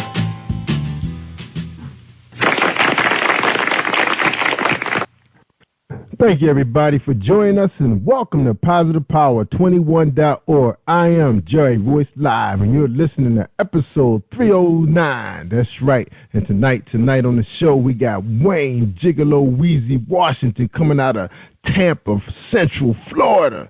That's right. He's here to talk about his big-time career in the comedy game, 15 years pending. And he's also a community activist. When we get back, we'll tell you a little bit more about him after today's sponsor, James Deshay, the Romance Man. That's right. He wrote a book of love poems for some of you guys who are stuck. You just don't know what to say. This book is especially for you. Check it out. Are you looking for a great book of poetry that is romantic, heartfelt, and full of male emotion? Then get Thoughts, Love, and Reflections by James K. Deshay. That's D-E-S-H-A-Y. Go to www.jamesdeshay.com. You will enjoy Thoughts, Love, and Reflections. All right, don't forget about it. James Deshay, DESHAY.com. All right, tonight, y'all, we got Wayne Gigolo Weezy Washington on the show. He's been in the game for 15 years, community activist. Sometimes he's out there hosting events for people who have lost loved ones that were murdered in the street. He gathers them all together That's right, because everyone needs to be sent off correctly. That's right, especially the homies. He does toy drives, and he doesn't wait till Christmas. He does straight talk sessions, bring it real. Ladies and gentlemen, I bring to you Gigolo Weezy Washington. Welcome to the show, Wayne. How you feeling tonight? Oh, man, I'm feeling blessed. How you doing, brother? How y'all doing out there? We good, man. We good, man. We went through an ice storm today, man. Got some snow coming through. Wednesday night might be off on Thursday. I need the time off, man. But it's what it is. What it is, man. Welcome to. Be glad to have you, though, man. On Jerry Royce Live, man. Worldwide, man. All right. So you ready for your first question, bruh? Yes, sir. All right. Your first question is, who is Gigolo Weezy Washington? Oh man, who is Gigolo Weezy Washington? A man of wisdom, a man of that loves people, a man that'll give you the shirt off his back, and a man that definitely keeps God first, and a man that never forgot where he came from. Yeah. That's deep, man. That's deep. I mean, you're a man of few words, but that was deep, bro. Deep. You know why I say that? I had a guy who was on here one time. He went 15 minutes. Trying to explain himself. Yeah, but he told a good story. But you told a good story in 15 seconds, though. So that was good. Proud of you, man. Proud to have you on this show, man. Now, Gigolo, Wayne Weezy Washington, how did you get the name Gigolo Weezy, man? I know the ladies want to know that first of all, because they hit me up now. What's up? Well, I know it's a stripper slash rapper name, but Gigolo came back. I used to dance back in the high school days, and they used to call me Gigolo Wayne, and back in the high school days. But then I just kept that Gigolo and put it with Wayne Weezy and swapped it up as a comedy stage name. I was opening up for Benji Brown down in Miami, and by my name being Wayne and Lil Wayne the rapper name being Wayne, they was like, people started calling me Weezy, so I just adapted that in the early 2000s, and we just came up with the Gigolo Weezy. And I want to say something too, Mr. Joy, to let everybody know that the name, I know it sounds crazy, but don't let the name confuse nobody, because people think I'm a pimp or something like that, but no, it's nothing like that. But that makes it all funny, man, when you get on stage, man. People are expecting a pimp to walk on stage with a big hat. Back in the day, everybody had their little entourage. You had to have a pimp with the big hat and the big stick and the Cadillac. So that's what they're expecting to see when you pull up, right? Oh, man. Big Cadillac. Or Eldorado. So you still got the Eldorado, man? Are you driving one of those? Man, actually, brother, I got the 2006 Chevy Trailblazer, and I got the 1990 Boys in the Hood Honda Accord, man. I'm a single dad out here, bro, so, we... And also, by the way, I want to let you and your fans know, man, that the weather is great down here in Florida. Yeah, we know, man. Like I was telling you earlier, my family, we cover Maryland and D.C., in large numbers, man. So we cold, man. We can't wait till the spring, man. I'm telling you, boy, we tired of this stuff. It's funny because January was pretty easy. We had a great Christmas, man. The weather was beautiful, man. And February started looking kind of like, I don't think it's going to be that kind to us. And we were right, man. We getting hit hard, man. We was talking about them people up in Boston, teasing them because they won the Super Bowl. We felt they didn't deserve it. So Mr. Winter slammed them. Yeah. Yeah, I guess it's our turn for letting the cat out of the bag. Because I think it was the Ravens that ratted them out. Oh, no. All right. Yeah, man. So look, man. Now, you're a big time activist, man. So that's what we're here to talk about. We're gonna get into your comedy game. At 9:30, we want to know why you're so funny and why people should come check you out, because I know you got something planned for the spring, Easter coming. We know you got some shows lined up. Now, tell us, man, why you take on that role, man, the community activist? That's hard shoes to fill, man. It's two reasons. For one, somebody has to do it, and two, that's what we're missing in our communities. Coming up from the 90s, I remember back in those days, when we had rappers back then that talked about things that mattered, you know, like a Tupac or something. Now we don't have that. We don't have nobody inspiring our young kids and anybody from the community. So with me living in the community, even though I moved out of it, I still want to always go back and let the youngsters know that they don't have to resort into selling drugs, killing each other, or doing all of this stuff that people glorify, whether it's the social media, the rappers, or all this negative stuff that they're seeing portrayed on TV and stuff every day. Yeah. Now, back in the day, man, most of the guys are, you know, they run the streets, you know, hustle, play cards, dice, little drugs, just to make enough money to get their turntables or whatever they need, the new sneakers to get on the court or get a new helmet to make the big leagues. Nowadays, man, what are guys doing now, man? You know, are they just dying in the game? You know, what's the deal? They don't have no talent? What happened? Well, everybody's caught up in the image. You know, it's no more empathy, and everybody wants to be cool. And when it just amazes me when I see guys my age, because I'll be 37 this year. And, you know, these guys have kids just like me. You know, I have an older son, and I'm a single father of a daughter that I have. And, you know, and when is it time to grow up? And that's what I want to show the community, that you can still be cool and handle your responsibilities without all that buffoonery and foolishness. Yeah. But, I mean, but where's the pressure coming from for these guys, man? I mean, where's the pressure coming from? You know? The pressure comes from no self-identity. Everybody wants to, you know, long as, and it's a mental, to me, I think it's a mental thing. Long as it's being accepted, you know, everybody's scared to be them. And what I mean by that is they thinking being them is copying something that they see, whether it's going out to buy. I'm going to use the Jordans for an example. Everybody want to rush out there and buy Jordans. But I'm the type of dude that I go buy me some Walmart shoes and keep that change in my pocket and do something for my kids before I just go buy for some $400 shoes when I know my lights, my bills and stuff got to be paid. And, you know, and even we just got too many followers. And getting back on the community activist thing, I see, I always tell people somebody had to step in to get us to where we are today. And if our age group don't step up, us, if we don't step up, who's going to do it? Yeah, that's right. Yeah.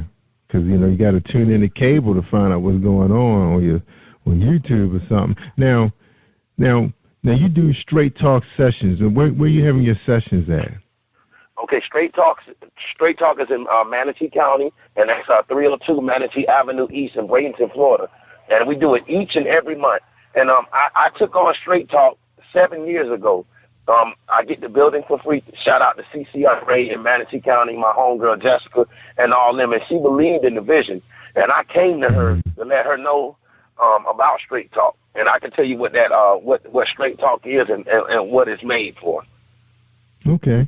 Yeah, what is Straight Talk? What is it made for? Okay, Straight Talk is where we bring unity in the community. It don't matter who you are, you know, whether you black, white, Hispanic, gay, straight, in the streets, got an education. We don't care. We are all God's children. And we bring people in each and every month to share their trials and tribulations and to tell their life story to help encourage young people and young adults to let them know to do better than them. Brother Jerry, we done had people selling dope. We done had people with HIV come in and talk. And I think a Straight Talk need to be in every community in the hood, man. It'll change a lot of things. Yeah. Now why you choose, like, you know, a venue in the face, you know, not social media? Are you taping these sessions for social media? Yeah, actually, yes, I do take the sessions, and I take them off my iPhone. And what I'm doing is I throw like clips up there. And if you go into my Facebook page, Wayne Gigolo Weezy Washington, and scroll down my videos, you will see some of the realest, hardcore videos. No scripts or nothing. People just speaking their mind and their heart. And man, it really, oh gosh, it'll do something to you. Wow. So how hard is it, man? I mean, how long do the sessions go, man? How long you guys in there? Actually, we do the meetings for 3 hours. We come in at 6 to 9. I host the meetings. I provide food. try to throw information out there with jobs and other things. The building provides computer classes and everything. And this is stuff I want to, and I try to let the community know that, that it's cool to vote. It's cool to know who's your politicians in your community. And this is stuff that our community don't even know. Wow. They can tell you who the favorite rapper is and stuff. So how you promote it and find your guests? Actually, I promote it off Facebook, or I make flyers, and I send text messages out, and then the speakers also promote it as well. Wow. So how about your crowd capacity? What's the average amount of people you see coming into this monthly venue? The average amount of people we get is 50 people. 50 people a month, which is a blessing. I used to complain about it, Jerry, because I'm like, man, if they did a concert here, people would pay, and to see something like a concert, but then here come a meeting. This is a meeting for free to help educate you, and the community is not even jumping on it. But God just told me to just whoever comes, just deal with whatever you got and make the best of it. Yeah. So, and it's growing. All right. So, okay, let's talk about your strategic plan. So what's next? Where are you looking to take this right now? Are you going to take it another level? Because you got your, it's probably the same 50 every month, right? Is that right? The same 50? Yes, sir. Yes, sir. And most of them probably say they know they're going to get a good meal, they're going to hear some good talk, get a chance to voice their opinion, probably working people. What's your plan for this? Where you like to see it go? I would like to see Straight Talk go to another level. I would love to see it go to each and every city in the United States. I know that's a big dream and a big vision, but I believe that God can make things happen. And I really believe that Straight Talk can really come into any community and change the mindset of what's going on. That's true. Because all people want to do is hear somebody know that they're on the same, that they've been through that and been in the same situations they have. And it really, stuff like that, so simple, can really change things, man. That's right, man. That is so true. And I'm hope I can be able to grab one of your videos, man, and put it in my video library. Actually, supposed to be stepping it up a bit. Now we decide we're gonna start promoting our website a little more since we realize what else it could do. Now, Wayne, I got 15,000 people coming out to the site, man. If I put your video out there, man, what they going to see, man? What's going to shock them? Oh, man, they're going to see raw and uncut. They're going to see real life. They're going to see people that's speaking from the heart. They're going to see something that we got away from in this country, and that's just everyday problems that we're having.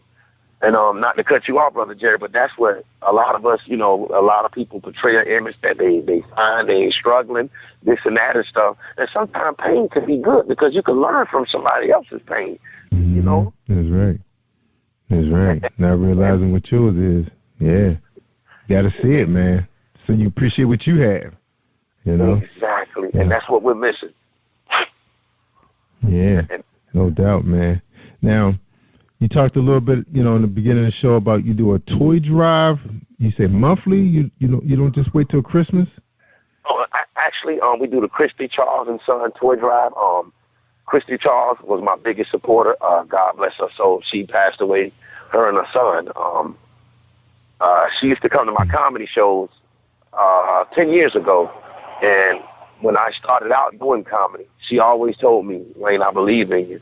And she would bring 60 people to a black club. It was a raggedy club in Sarasota, but she would jam-pack it up with white and Hispanic and everything, and that's how I started getting my diversity crowd.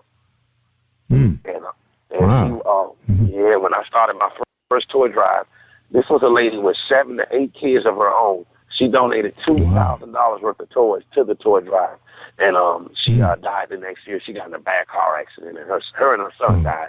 So I wanted to keep her memory alive. Yes, sir. Wow, man. Lady doing good, man. Taking. Oh, man. All right. Now, you mentioned something called Lost Loved Ones.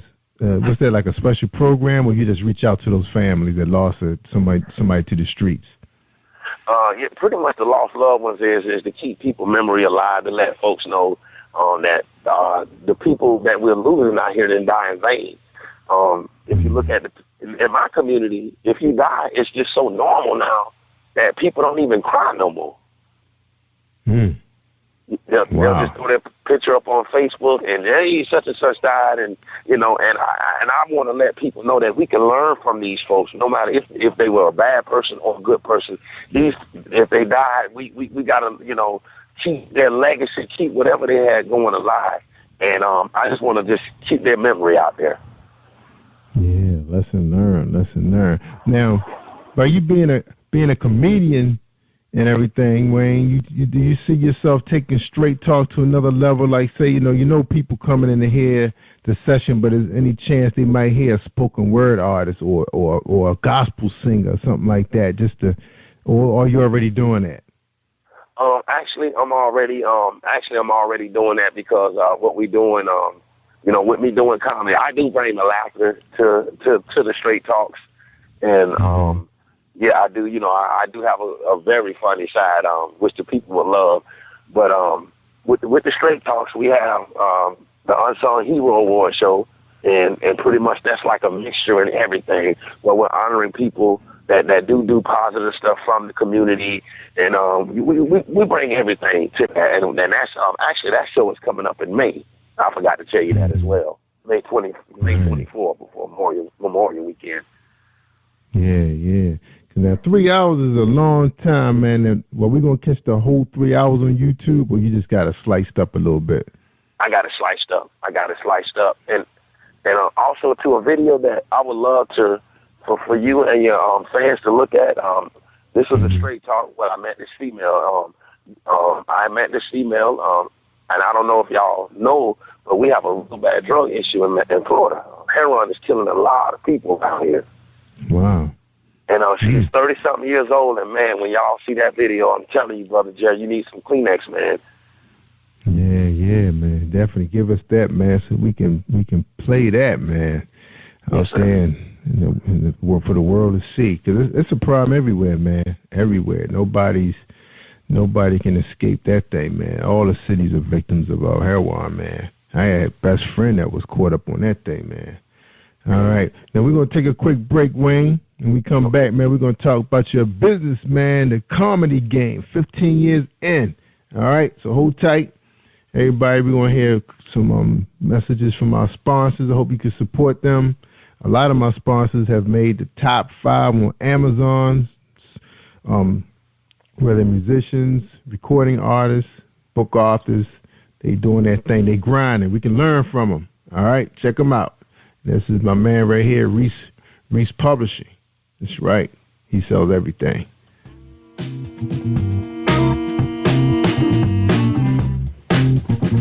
Are you an avid reader of urban fiction, looking for drama, suspense, and more? Royce-Thurs Publishing is dedicated to bringing the world's best literature to our readers. Urban fiction, erotica, sci-fi, mainstream fiction, and children's literature are just some of the genres produced by our diversified family of authors. You can reach us on Facebook, Twitter, Instagram, and at our website, www.royce-thurs-publishing.com.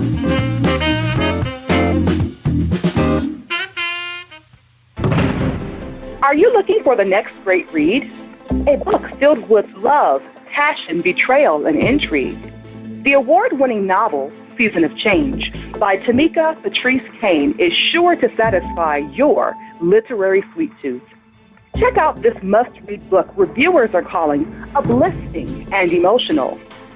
And exceptionally great read, deeply intense and thought-provoking. Order your copy today. Available in paperback and ebook on Amazon.com or at www.tamikapatrice.com.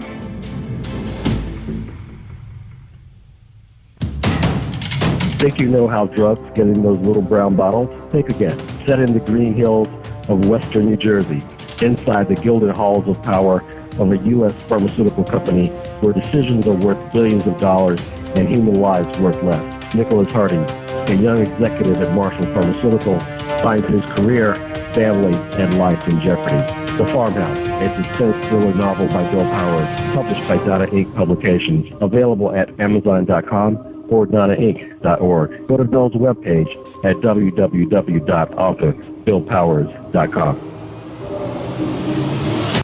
Hi, this is your girl Cotton, the softest voice in poetry.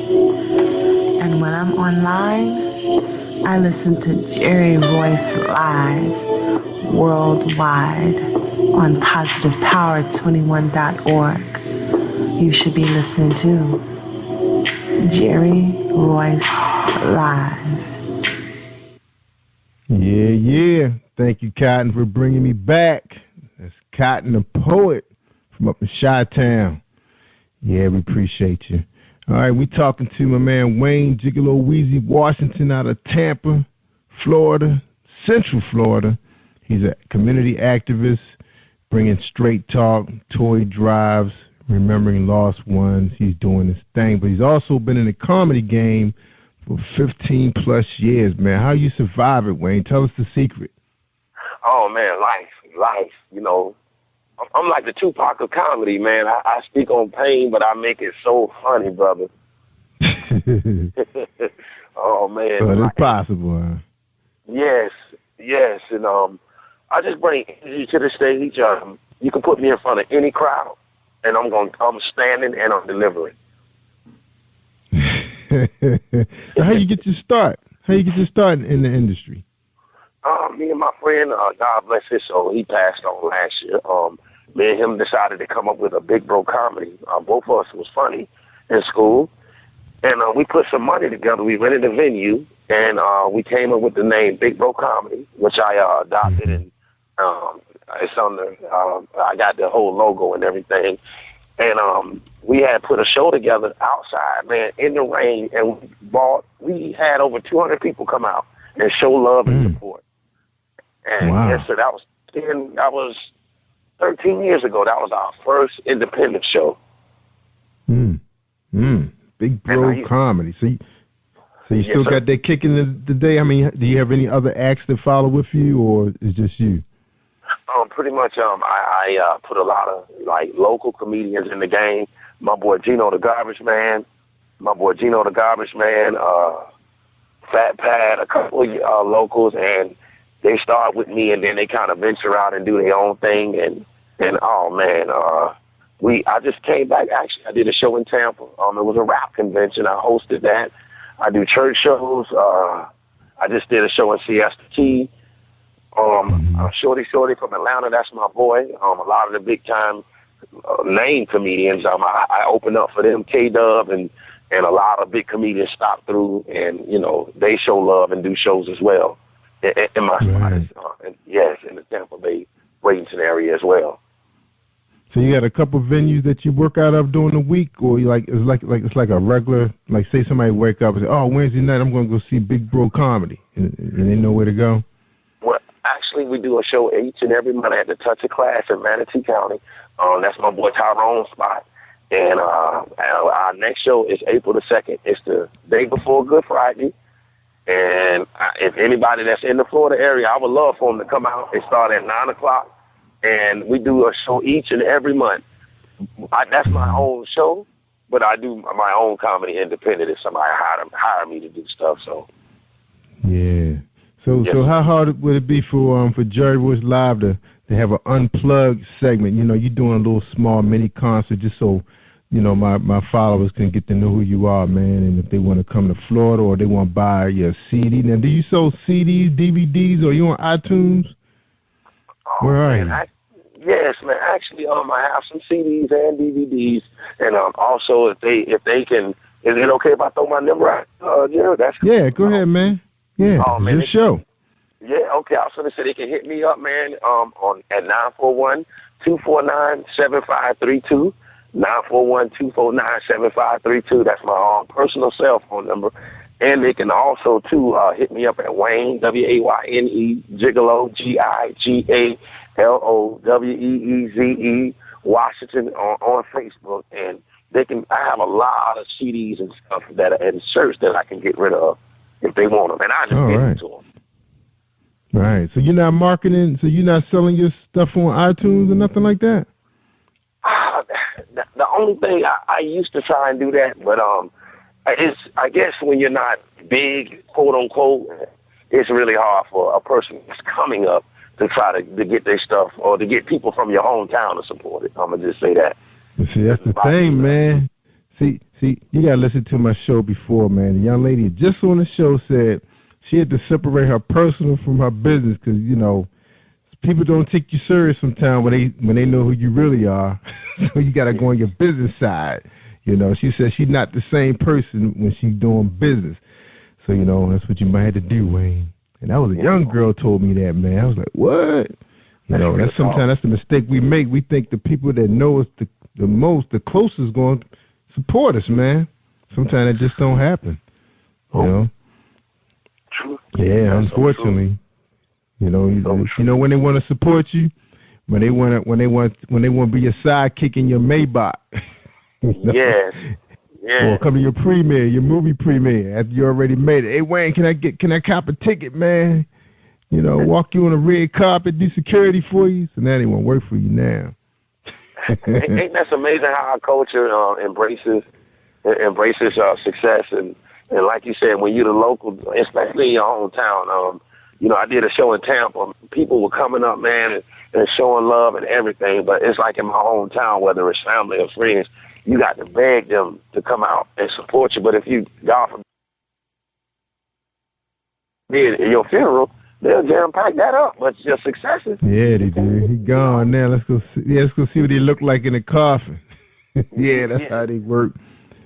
I know, man. But I can say, man, my family is a big supporter, man. Once they get hold of it, they know who you are, you know, they definitely support you. For one, you know, I didn't hang around there. I didn't grow up in that part of Maryland. I grew up in the city, you know, in Baltimore. So when you go home, they kind of look at you like, oh, they made it, you know. So they you know, they ride your curtail a little bit.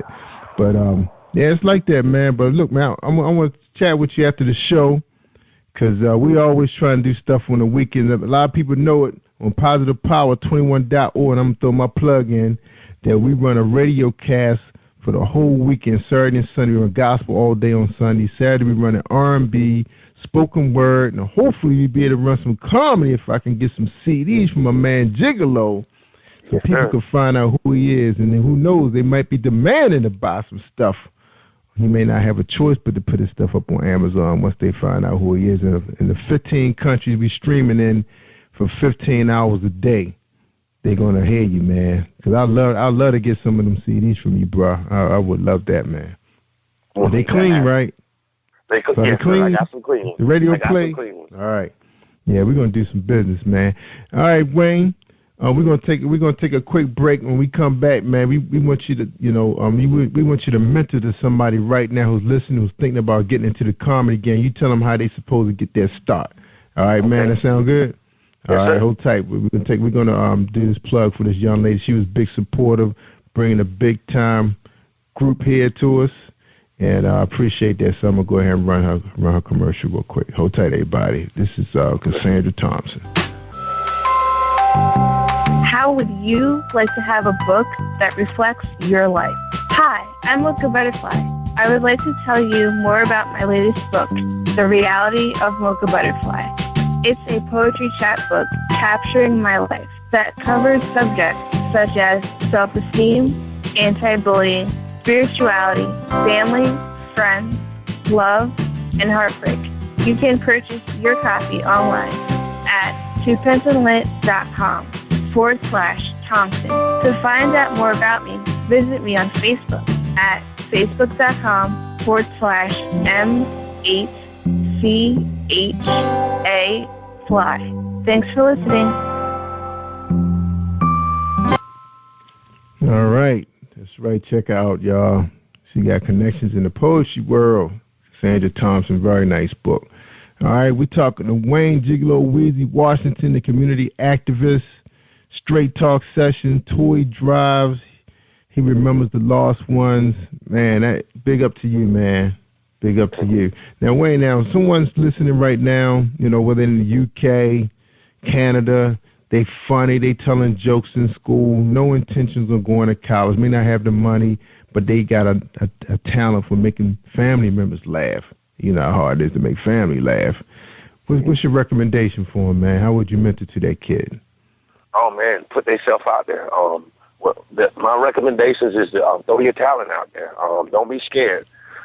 They say the most talented people are in the graves or in the jail, and a lot of people that have this kind of talent, they're scared to throw it out there. So we got plenty of social media sites, whether it's YouTube or Facebooks or anything. You can make a video of yourself. Sign up for amateur nights. Look into step out of your box and just look into other venues where you can showcase your talent and everything, and it'll work. It'll pan out. And you got to be your own motivator. You got to motivate yourself. And without God, because I can honestly tell you, when I started doing comedy, it's about, oh man, you funny, but you shouldn't do that, man. You should rap or do this or do what everybody else doing. But man, when my mind is set on something, I go out of the box and I'm going to make it happen. Mm-hmm. And I say that to all the young brothers and sisters, man. Anything that God lay on your heart that's positive, you only live one life. Go out and make it happen, regardless of who with you, because people going to discourage you. But you got to have faith. You only live once, so please don't hide that talent. Show the world. That's right. So, man, we're going to applaud you, man, for doing the things you're doing in the community, man, because we need more people like you, man, make this a better world. So I dedicate this song to you. This is the rap duo that we had an opportunity to interview in the show. I just love this song, and I'm going to just play a few seconds of it. This is dedicated to you, man. I want to honor you while you're alive, okay? So I appreciate it. His song Champion. All right, here we go.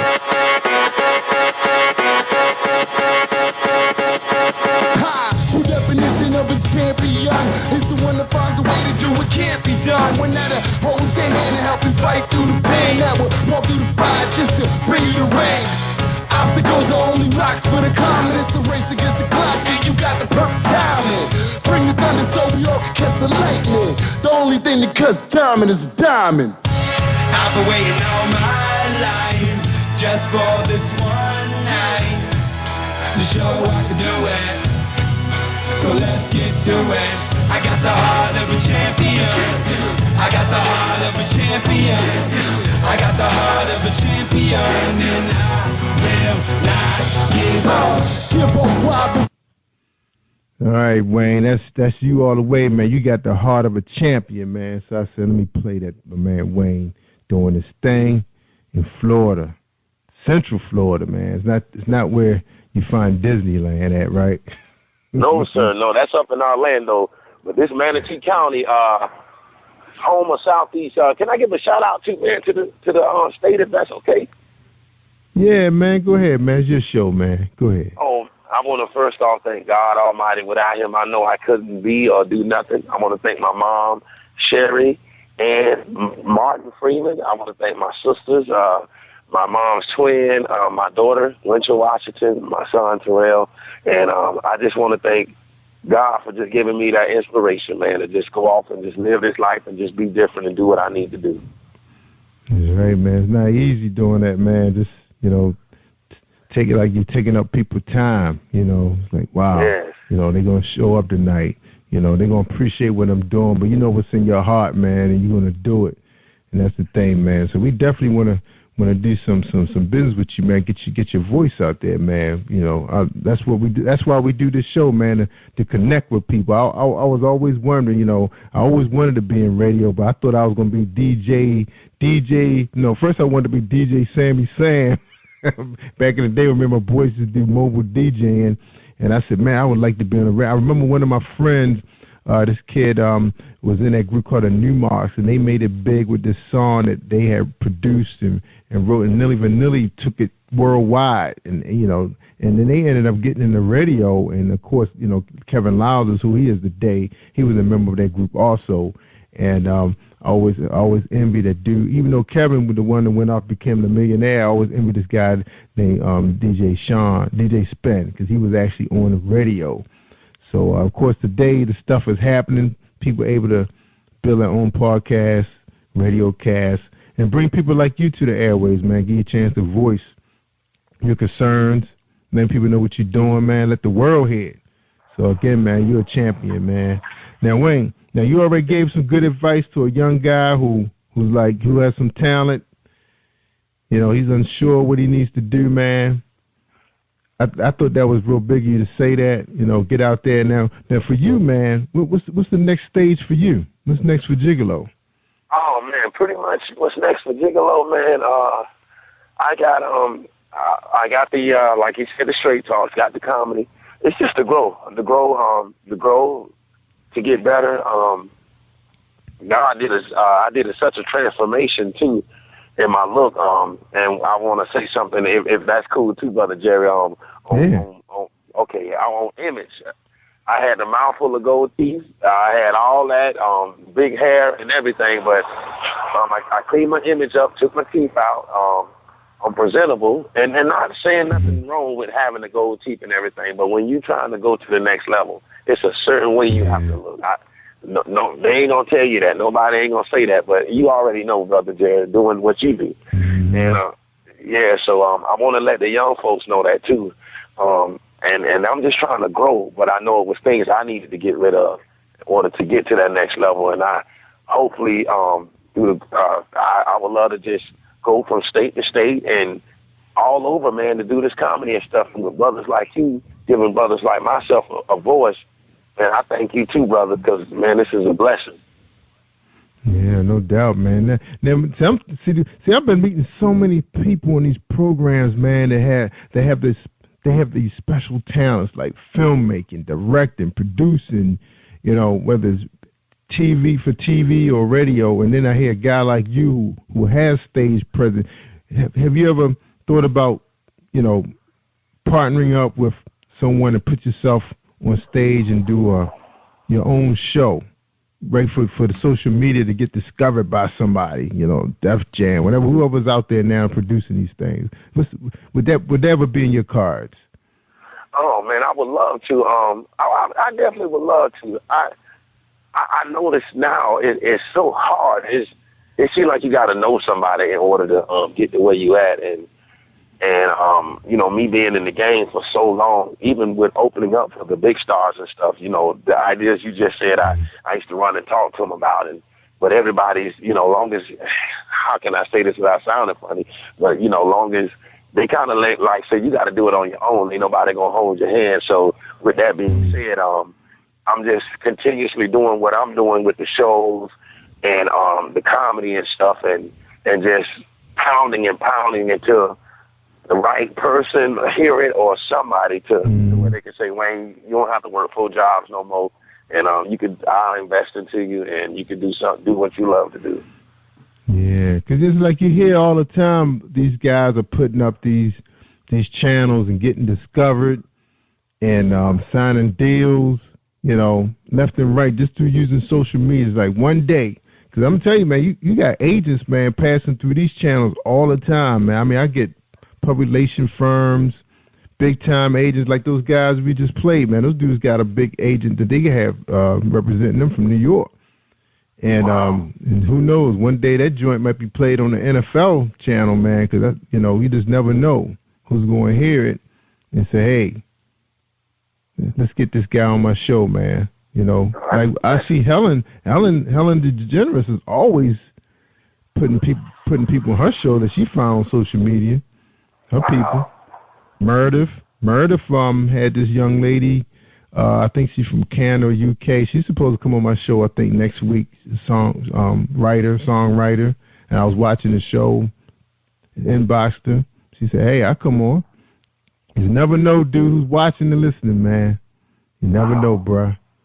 Yeah, it's like that. You just got to grind, man.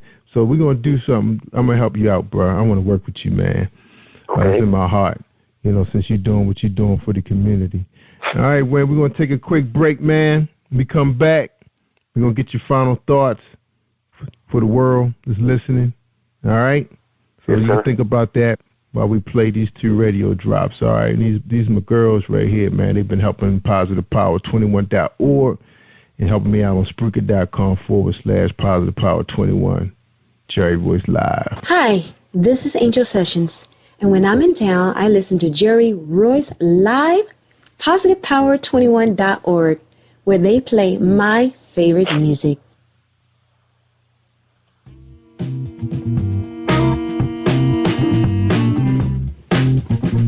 Are you an avid reader of urban fiction, looking for drama, suspense, and more? Royce-Thurs Publishing is dedicated to bringing the world's best literature to our readers. Urban fiction, erotica, sci-fi, mainstream fiction, and children's literature are just some of the genres produced by our diversified family of authors. You can reach us on Facebook, Twitter, Instagram, and at our website, www.royce-publishing.com.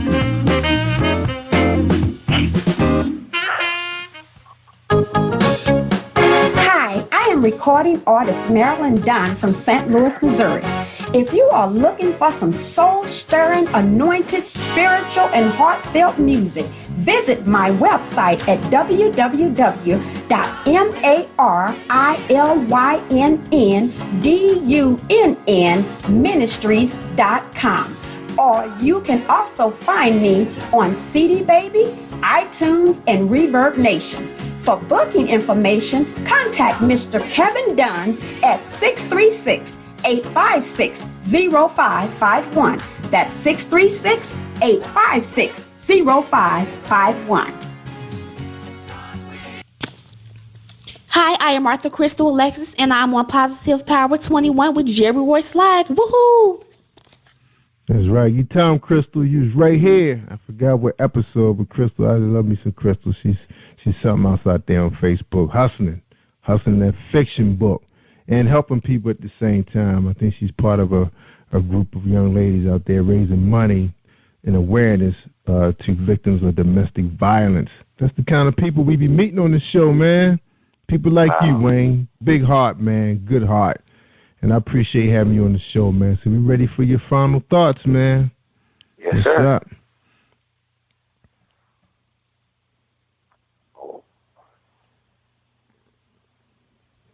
You had to get a prayer in, Wayne. Oh, okay. I'm ready. Okay, I'm ready to do my thing. Yeah, wait for you. My bad, man. Okay. All right. I just want to thank everybody, man. I really want to say from the bottom of my heart, y'all, thank you again. Thank you, Brother Jared, for giving me the chance. To all the young people out there, man, don't let your surroundings, your environment, whether it's good or positive, try to bring you down, man. Just look to the skies. Stay positive, man. Please keep your head up. Keep your head up. Keep your head up. Always just look to the skies and just thank God for each and every day. Because when you wake up, life is a gift. You could be dead. So with that being said, stay positive. Keep God first. Love somebody around you. Let's let selfishness go and help somebody that's around you. If you can do that, God bless you. Thank you. If you need to laugh, you can hit me up at 941-249-7532. If you need motivation, you can hit that same number up. I'm here, Wayne Gigolo, Weezy, Manatee County, Sarasota. Stand up. I'm representing for us, man. And I love y'all, man. That's right. Thank y'all. Man, that's right. Cause Jesus coming soon, so you want to get your spirit right. People try and bring you down because they don't want you to go to heaven. That's the bottom line. There's only two places you can go. And the other place I don't think you is right. Heaven and hell. Pick one. So you gotta use your heart, your good spirit. God bless you with it. All right, Wayne, we appreciate that, man. It was a pleasure having you on the show, man. It was awesome, man. Awesome, man. Thank y'all. Glad we was able to make this. Yeah, glad we was able to make this happen, man. I know last time you called in a little late, so I know why, man, because you're so busy. Oh, man. Yes, sir. Yes, sir, man. Working 3 or 4 jobs, taking care of my daughter, man, and doing what I love to do at the same time. So trying to get it, brother. Yeah. I'm out here getting it. Yes, sir. That's right. Hey, before you go, man, what's your daughter's name, man? Is she in school? What she's up to? Oh, man, I have a beautiful daughter. Her name is Winter Yvonne Washington. She's WW, just like me, Wayne Washington, Winter Washington. That's what I set my legacy for, not only for God, but for you want to make your children happy. And I want to let a lot of these brothers know that, that it's cool to be a father. These children need us. And I do on my time when I do have, I'm off on Sundays, me and her spend time together. We go to church. We do all those things, man. And I can use that excuse. My dad wasn't in my life, but I did not want to turn out to be like that. So I try and be in my kids' life and let them know that I do love them. And you learn from your pain, and you just do better than what you do better. Let's stop using all these excuses. And, right. you know, and I love my daughter. Yeah, yes, man. Nothing like the love of a daughter. So is her mom still in her life? Yes, the mom is still in the life. Shout out to Jessica Washington. You know how that go, man. She's still in her life, but we just, we have a great bond, man. Her, we were real cool and everything. But my daughter, she's with me, and everything is good. Ain't no drama, ain't none of that stuff, and I wish the family unity can bond, because it seems like you can get along when you're making the baby, but when the baby here, everybody kind of, Mm-hmm. That's right. But, fly the coop. Yeah, yes, sir. That's what it is. All right, man. Why don't you hold the line, man, while we end the show? And I tell people all the time, Wayne, when they want to hear the good stuff, I mean, especially tonight, man, we had 2 excellent shows, man, 2 excellent presenters, people doing good in the world, man, because sometimes, man, I'm telling you, dude, if I just rely on this riding around in my car looking at the streets, man, I think Jesus coming the next day, man, and this end it for us, man, because people are not doing right. But when I hear guys like you and the young lady before the show and the girl yesterday doing her thing, oh, man, it's like, I see, he gonna give us another day to get it right. Another day. All right. Praise the Lord. Thank you. All right, man. Like I tell people, you want to hear the good stuff, you got to listen to PositivePower21.org and Spreaker.com/PositivePower21. I am Jerry Royce live worldwide. Check us out. We streaming all day long. Thank you, everybody, for tuning in. All right. Here we go. Let's end the show. Thank you for tuning in to Jerry Royce Live on PositivePower21.org and Spreaker.com/PositivePower21. This is a Royce Enterprises production. And don't forget about replay on Facebook.com/Jerry Royce Live.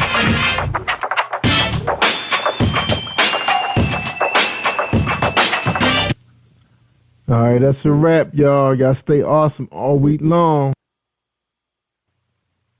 Have you been hurt? Been backstabbed? Gotta talking back to you. Cause you're not alone.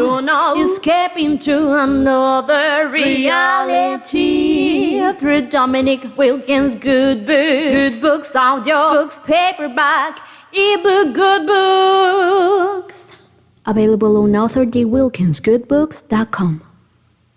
This is Brandon Royce, and you're listening to Jerry Royce Live worldwide on PositivePower21.org. Hey, this is Mayshawn, owner and fashion designer Mayshawn Denise, also the host of Mimi Being Real, and I'm on with Jerry Royce Live worldwide. You are listening to PositivePower21.org with Jerry Royce.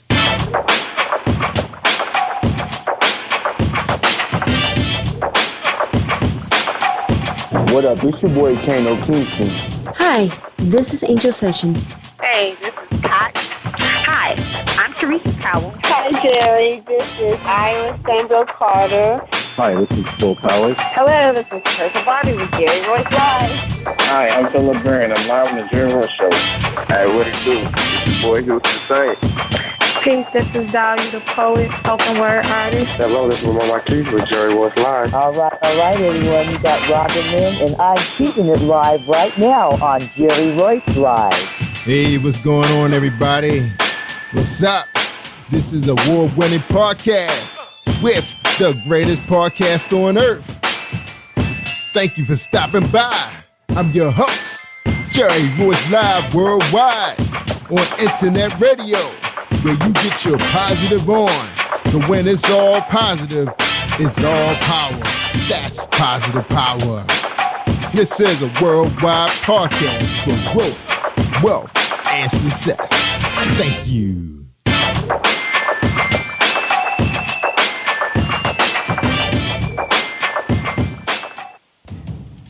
Think you know how drugs get in those little brown bottles? Think again. Set in the green hills of Western New Jersey, inside the gilded halls of power of a U.S. pharmaceutical company where decisions are worth billions of dollars and human lives worth less. Nicholas Harding, a young executive at Marshall Pharmaceutical, finds his career, family, and life in jeopardy. The Farmhouse, a suspense thriller novel by Bill Powers, published by Donna Inc. Publications, available at Amazon.com or DonnaInc.org. Go to Bill's webpage at www.authorBillPowers.com. Are you looking for the next great read? A book filled with love, passion, betrayal, and intrigue. The award-winning novel, Season of Change, by Tamika Patrice Kane, is sure to satisfy your literary sweet tooth.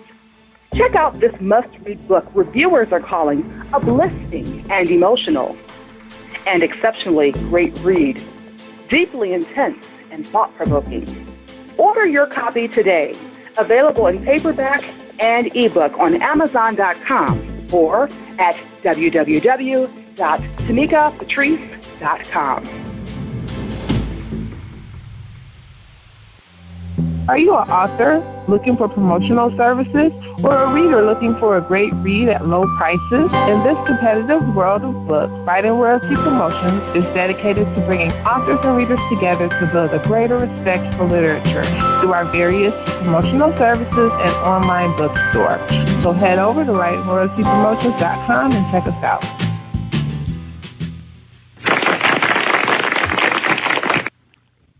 Thank you, everybody, for joining us, and welcome to Positive Power 21.org. I am Jerry Royce Live, and you're listening to episode 308 with fashion designer and host of her own show called Mimi Being Real is Mimi Holmes. And before we bring Mimi out, let's hear a word from our today's sponsor. Are you looking for a great book of poetry that is romantic, heartfelt, and full of male emotion? Then get Thoughts, Love, and Reflections by James K. Deshay. That's D-E-S-H-A-Y. Go to www.jamesdeshay.com. You will enjoy Thoughts, Love, and Reflections. All right, everybody. Thank you for tuning in to Jerry Royce Live worldwide on PositivePower21.org. And let me remind you, for those of you that's listening to the show from Facebook, you have an opportunity to go to our website anytime you like during the day at PositivePower21.org, and you can listen to all our shows streaming 24/7. That's right. They just run. That's right. Radio casting. All right. Tonight on our show, we got Mimi Holmes. Mimi, pronounced Michonne, known to her fans as Mimi, is a fashion designer, host of her own show called Mimi Being Real on YouTube. This is on weekdays on YouTube. Okay, I just said that. Michonne is from Charleston, South Carolina, and has been in the entertainment and fashion industry for over 10 years. Mimi has done shows in California, featured international magazines, and won several awards for her clothing brand, Michonne Denise, and featured on blogs as well. You can find her in magazines like Fagor Magazine, you got Gishi One Magazine, and a host of many others. And if you want to check out, you can check us out on Spreaker.com/PositivePower21. We have all the links to where you can find her. Her Facebook page is Mimi Being Real. And again, you can find her on YouTube, Mimi Being Real, on Big Time YouTube channel. All right, Mimi, welcome to the show. How you doing tonight? I'm doing good, Jerry. Thank you for having me. You're welcome. Welcome to Jerry Royce Live. All is well? All is well. All is well. Good for you. So glad to have you. Now, the first question come out of the gates, and we come out fast, Mimi. The question is, who is Mimi Holmes? So, Mimi Holmes, she's your girl next door. I'm very opinionated. I'm very creative. I believe in, just being real with everything that I do. Whether it's my clothing brand or my show, I'm all about helping others and just basically just raising people up, no matter what economic status, class, or anything like that. I'm just that, person that you always go to for advice or just to get a good laugh. So I'm an all-around about person, both career-wise and personal-wise. Good, good. All right, so how did you grow up? How you grow up? Did you grow up in Carolina or California? I went back and forth. You know, my mom was in the military, so of course I wouldn't say I was a military brat, but you know, we did, you know, go back and forth, but I mainly stayed here in the Carolinas. I love the Carolinas. You know, I have no problem when I go to California. I'm like, yes, I've lived here, but you know, home. And you know, I just want to make sure that everyone knows that, because I know when people get big, they move and they claim where they moved to versus where they lived. That's right. That's right. So you love the Carolinas. I've been meeting a lot of people from the Carolinas. All right, Charleston. So when you're in California, where can people find you? They can always find me in Moreno Valley. That's where I spent most of my childhood. But I go to Los Angeles and San Diego. But mostly I'm in San Bernardino, Moreno Valley, around that area. Now, and since you kind of going back and forth, so how, you know, what was school like for you, like high school? You know, where did you do most of your schooling? I did most of my schooling here in the Carolinas. Shout out to West Ashley High, class of 2005. That's, you know, that's my alma mater. You know, that's my brothers and sisters' alma mater. Kind of started a trend because most of my family went to Burke High School down here, and I was actually the first family member to actually break away from that and went to a whole different high school. So, you know, me and my brothers and sisters are now, you know, proud Wildcats. And, you know, that is the best high school to go to in my personal opinion. Yeah. So did you do sports? You sing, dance, cheerleading? I did drama. I definitely did cheerleading. I get that all the time. They be like, I know you did some form of cheerleading in high school, and I did. So I did cheerleading. I did, you know, drama, you know, but mostly, you know, when I'm not at school or doing those activities, I've always been home sewing, creating. You know, I even made my own prom dress my senior year at high school. Wow, good for you. So, so where did the excitement or the thrill come from? You know, for fashion. You know, what made you, you know, what drew you to that? It actually started at a young age. You know, I have my aunt and my grandmother and my mother. They always sewed. You know, it was like you either was a model or you sewed, or you did both. You know, I was fortunate to definitely get a chance to do both. I mean, modeling is cool, but, you know, sewing is where I'm at. And my mom always tells the story about how I was 5, and she bought me all these Barbie clothes, like over like 300-something Barbie clothes, because I guess I was spoiled. I didn't feel spoiled, but from those who were older than me said that I got basically everything that I wanted. And she said that when she came in the room, I was cutting up the clothes. So, of course, typical, you know, mothers, they're about to come punish you. But she said when she walked back in, she noticed that I was trying to piece the different parts together to make outfits for my dolls. And that's when she knew right then and there that's what I wanted to do. So as, you know, I grew up, you know, she taught me how to sew, she taught me how to draw, and then it just went from there. Now, is that important, you know, getting into the fashion industry, that you can sketch? Is that important? I personally think it's important. I mean, some people are not really good sketchers. I mean, they can pay people to do that, but what I pride myself on is I'm the type of designer that I want to do everything start to finish. I want to draw my dream and then make my dream. Good. Now, my daughter studied a little fashion designer. She's not much of a sketcher, but, you know, she can, you know, take a pattern and make anything, make jackets, skirts. And she was only like 12, I think 11 or 12 when she got into it. Ended up making her own clothes for a fashion show, which I thought was incredible for you know, child competing with, you know, older teenagers and women that was, you know, was showcasing their garments. You know, I thought that was really fascinating. Now, yeah, at a young age, you know, because you had to have at least 3 pieces minimum, and she had a jacket, skirt, and I think she made a pair of pants also. Yeah, she sure did. So I thought that was a blazer. Yeah, it was a blazer. It's called a blazer for women, right? Right. Is that right? Yeah, okay, she made a blazer. So we thought that was, you know, really something, real big deal. So anyway, so we kind of got a little bit of taste of that. My brother, he was in the modeling for a couple of years, so we kind of got an opportunity to see that. But it was always store-bought stuff. There was a couple shows he had done where it was local designers, so we got a chance to see what local designers can do. But that's a really interesting industry.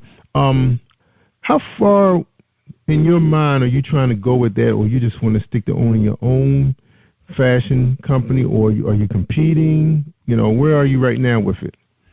Okay, so right now, of course, I do have my own business, and of course I would like for, our brand to go into major chains, but for right now, because we're such a small and independent company, what I'm currently doing this summer is called a rapper series, and I'm, having a nationwide contest, and what it is I want, rappers, singers, to send me their best work as far as their music, and I'm going to pick 5 people. So I'm going to pick a group, 2 male solo acts, 2 female solo acts, and what I'm going to do is personally design for them for the summer. I want them to talk about the experience, do some lyrics regarding the clothing line, and just make it like a 5-part series. So that way it brings attention to not only them as artists, but also to my company as a whole. And then we're going to launch our spring and summer 2015 collection. And this collection is very dear to me because this is going to be the first time that I incorporate a men's line along with my, famously known women's line. So it's very exciting. Right. We have a lot of work ahead of us. Yeah, good. And like I told you earlier, we're going to really get into the business part of you right after our break. But I wanted the audience to get a chance to get to know you, your talent, where are you right now? And that is awesome idea. So we're going to really get into that in the 8:30, after 8:30. Now, getting back to you, being a cheerleader. Now, I could tell you got that cheerleader in you because, it's like you stand up for people and you root them on, in your podcast. Why are you like that? Why you take on that challenge? I guess it started from home. My mom, shout out to my mom, she's awesome. Growing up, my mom was always a charitable person. Like, she would give you the shoes, the clothes, everything off her back. And I remember specifically one Thanksgiving, she brought a homeless guy home to have dinner with us. And then that Christmas, she brought him home as well. I think his name was Frank. Very nice guy. He just was down on his luck. He was a young guy. He had to been around 20, 21. And, he was just telling us as, me and my brothers and sisters as young children, what he had to go through and how he still maintained a positive attitude. And I just thought that was so amazing because I'm like, I have all of this and he really doesn't have anything, but yet he's able to have a positive attitude regarding that. And she, bought him a gift and made him feel part of the family. So now he's doing very well for himself last time I checked, and it's all thanks to my mom because my mom took time out for him. So I'm the same way. If I see someone trying, I'll be more than happy to help them in any way that I can because I like to see people succeed. Yeah, absolutely. Because anything can happen. Because I have a few people that's been on the show that told me I think I had 3 guests that told me they were homeless. And then they have written books. They got good jobs. They finished college. But things just happen sometimes, and you just wind up, on the street for a while until somebody, lend a helping hand. So that was real big up to your mom for that. So I know you're a real big cheerleader for your mom. Now, from seeing that, seeing that happen, how she took a chance on this guy, what's the next move for you? Well, I always, and I've said this when I was in college, at the Art Institute, my main goal is to definitely be a philanthropist. I definitely want to do that. And one of the main things that I always and still have my heart set on, I want to create this big place where it would just be a center for homeless veterans because a lot of people, and I've had many friends who've died, serving our country, and some have come back with no arms, no legs, not able to get a job, sleeping under the bridge. And I just think it's unfair that they go and they make sure that I'm safe over here, but when they come back, they don't have anything. So I definitely wanted to open up a place for homeless veterans that they can come, have a place to stay, something warm to eat. If they're suffering from, PTSD, they can get all the assistance there, help with, dependency if they are, off the wagon as far as alcohol or drugs. Put them back into civilian life and let them know that, hey, we appreciate everything that you do for us when you're away. Let us show you how much we appreciate you. All right. So what's the goal? What's the strategic plan for that? Hopefully, in about 5 years, I do want to open the Daniel C. Johnston Veterans Center. And the reason why I wanted to name it that is because my stepfather, God bless the dead, he was such a terrible person. He always reached out to others, just like my mom. And, he was taken so young, due to aneurysm. So I want to make sure to have his legacy moved on because he touched a lot of people's lives when he left. And, they told us stories about how much he helped them, how he would, bend over backwards to, help them with things that no one would help them with. So I feel like that would be a great way to honor him. And I know that was something that he would be, wanting to be a part of if he was still living today. Wow. So was he in the military? He was not, but my mom was. And so was my grandmother. So, I always think about what if that could have been them. Yeah, that's right. That's right. All right. And big ups to him. That's something how, you go to someone's memorial and all these people come out and just pull out and you're like, wow, I didn't know that. It's like you didn't know that. Right. Unless you follow that person around. They were like that since they've been on the planet, just helping people. It sounds like that's your mom, and then they instilled it. Both of them instilled that in you, and that's big. So we definitely, wish you the best with that. Now, of course, I guess your main focus is to try to get your fashion, your business off the ground, get that running. Now, how come it's so popular that designers are so big and want to help people, want to give back? Why is it so instilled in them? I think because, and I can only speak on my personal beliefs, as a designer, it's hard. It's hard. It takes a lot of patience, time, humility to try to get into shows, to put yourself out there, worry about if people are going to like your product or not. And, people take chances on you. How I got to California, if it wasn't for people seeing my stuff on Facebook, I would have never got invited to do a show in California. They saw my stuff on Facebook. Just putting yourself out there is just a lot. So, anytime I can get back to those who believed in me and my craft, I'll be more than happy to. Yeah, that made me. Now you're pretty young in the industry, just 10 years in it, in the fashion. It's pretty young, and you already can see how hard it is. What's your advice to a young person now who's in school for it? They're grinding it out. They're doing everything they're supposed to do. What would be if you were their mentor? What would you say to them? I always live by faith, consistency, and hard work. I actually got that from another YouTuber. I'm not sure if you're familiar with him. His name is Spoken Reasons. And I remember when he was talking about having faith, consistency, and hard work. If you have those things, whether the times get hard, because they are going to get hard, they're definitely going to get hard. As long as you definitely make sure that you believe in yourself and your craft, also be consistent. There will be times, there's been times where I feel like I don't feel like sketching today. I don't feel like making anything today. But that drive in me is so strong, it will not allow me to just sit still. And you have to put in work. People think that you just make one thing and all of a sudden, you blow up over time. I've done many shows, made many clothes, some that were fantastic, some were not so great. Well, to me, everyone seems to like everything I make. But, as a designer, we're picky with our own stuff. Like, there's some things that we like, I should have never made that, but some people like it. So long as you continue to work hard and you working hard towards a purpose, you'll get there. It took me a while to get here, but I got here.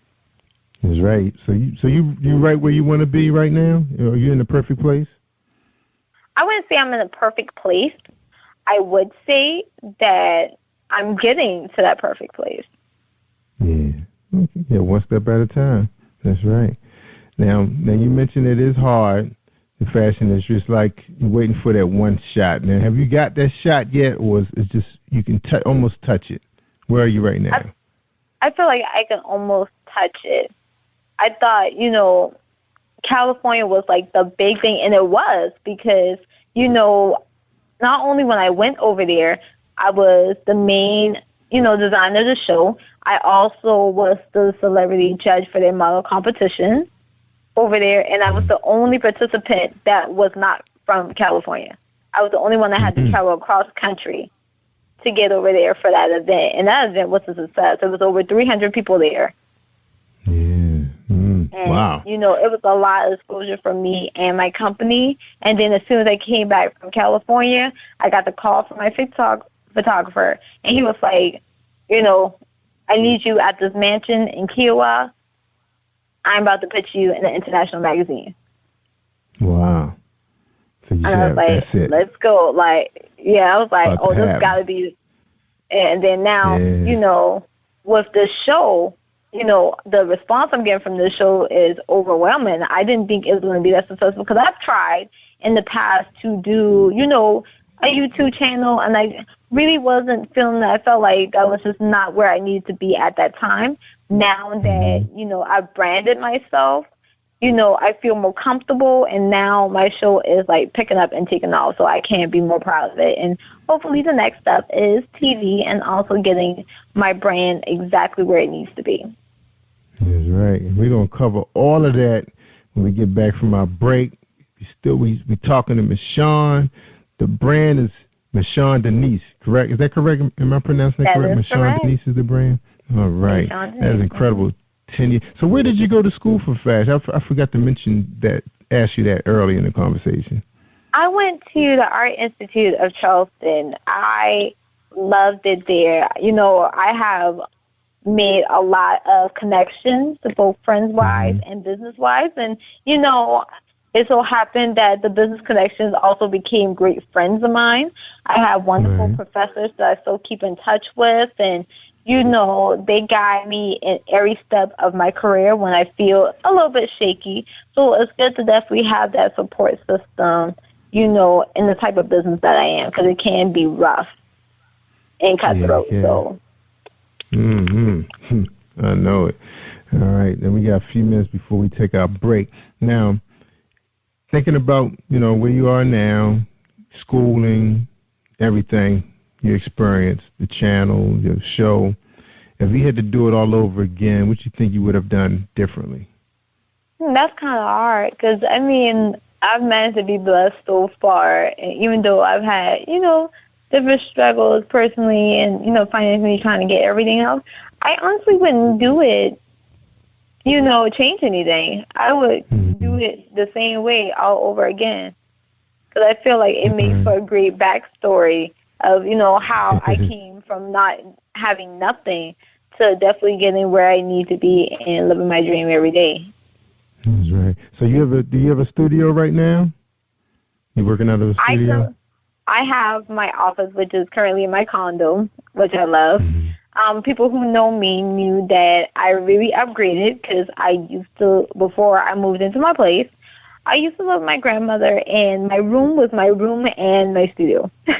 So it's not that much space. So it was definitely a struggle, trying to keep a room clean and also trying to have fabric everywhere because I had shows to do and be up 4 in the morning sewing and falling asleep at the sewing machine.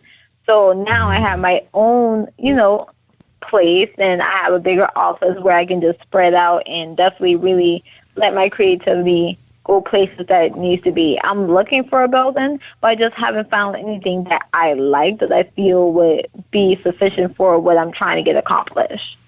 Yeah. All right. Now, do you have any employees working for you right now?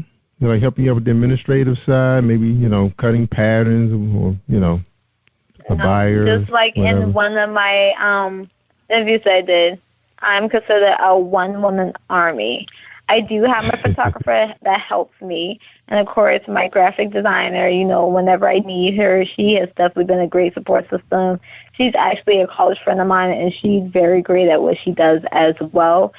So is my photographer. You know, I felt like he took a chance with me because I was in the process of looking for photographers, and I've had a lot of offers, and I looked at their portfolio and I was like, that's not what I'm looking for, and then I ran across him on social media, and I was like, can you help me with something? And ever since then, that's the only photographer I worked with because he knows exactly what I like before I even get on set. Wow. And where can we find his work and your work online? Online, because we're doing a lot of inventory because we're updating the section for men's. So I do have the Mayshawn Denise Facebook page. Also, I keep it on Mimi Being Real, so they'll be able to get everything there. Also, and I'll definitely send this information to you, our Etsy shop, so that way if they want to buy, you know, any kind of clothes or have things custom made, they can reach me there on my Etsy shop as well. So that way they can definitely experience, you know, all the great things that we have to offer here at Miss Shawn Denise. All right. We talking to Miss Shawn Denise, the brand, also known as Mimi Being Real on her YouTube channel, Charleston, South Carolina, entertainment, the fashion industry, over 10 years. We're going to take a break. When we come back, we're going to talk to Mimi about the business, what's going on out there, how is she connecting social media to her brand, and then how she gotten where she is today using that. All right, everybody, so hold tight. We're going to have a couple sponsors come our way on Book Buzz. Are you looking for the next great read? A book filled with love, passion, betrayal, and intrigue. The award-winning novel, Season of Change, by Tamika Patrice Kane, is sure to satisfy your literary sweet tooth. Check out this must-read book reviewers are calling uplifting and emotional. And exceptionally great read, deeply intense and thought-provoking. Order your copy today, available in paperback and ebook on Amazon.com or at www.tamikapatrice.com.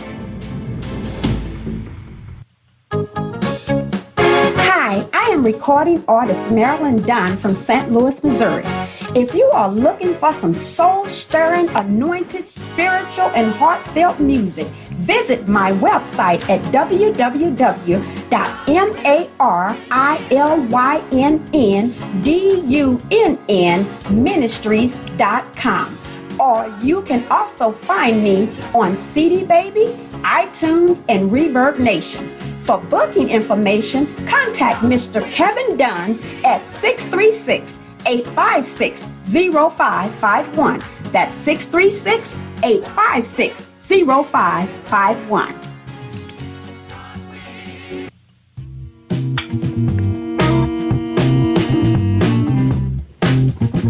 Are you an avid reader of urban fiction, looking for drama, suspense, and more? Royce-Thurs Publishing is dedicated to bringing the world's best literature to our readers.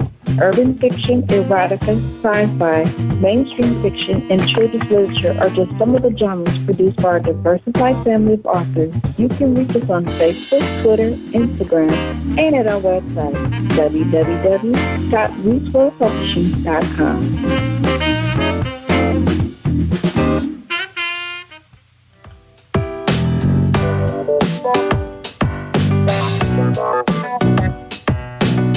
Hey everyone, this is Tanika Gonzalez, spoken word poet.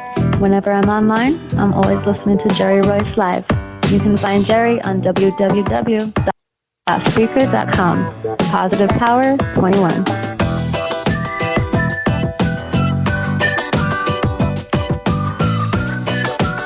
All right, thank you, Tanika. That's right, Tanika was featured on our Super Remix on Sunday night. We were bringing it as DJ Royce. That's right, on positivepower21.org.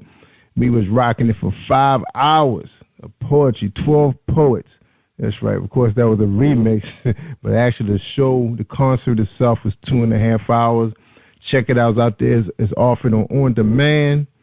It was some excellent reads, man. I was really surprised about the turnout of the people who was checking it out. That's right. Remember, we 15,000 strong on PositivePower21.org. 15 countries. Spreaker.com/PositivePower21. That's another place where you can go, and we hope you can become a follower so you make sure you get all of these great shows. We get great guests here all the time, right here on Jerry Royce Live Worldwide. Just like we got Mimi. I just love to hear young people doing positive things. Sometimes I'll be looking at Facebook, I'll say, oh, Lord, what is going on out here? Well, we got people like Mimi to help balance the scale. Tip it a little bit, right, Mimi? Absolutely. That's right, and I appreciate you sharing your story. Because there's some young people out there right now that's a little on the destructive side, but they probably got a little bit of talent back there in that tight jeans pocket. Probably say, I could sew, I could do this, I could do that. And probably just never had the nerves to even try it or had the desire because they don't have no role models. Nobody like Mimi to show them that it could be done using social media on a positive. Now, Michonne, then tell us a little bit about how you took your brand and infused it into social media and got it to work for you. Tell us a little bit about that strategic plan. Well, where I'm from, we always, and anyone who's lived in Charleston, South Carolina, and the surrounding areas, we always say Charleston's small. Everyone knows someone who knows someone who knows you. So I always, definitely share everything. I tag people in. Sometimes they untag themselves, but I tag everyone. I always try to do my research. I found a lot of models who work with me now off of Facebook just by putting up a post. I'm looking for models. Also, people who I know are in the entertainment industry.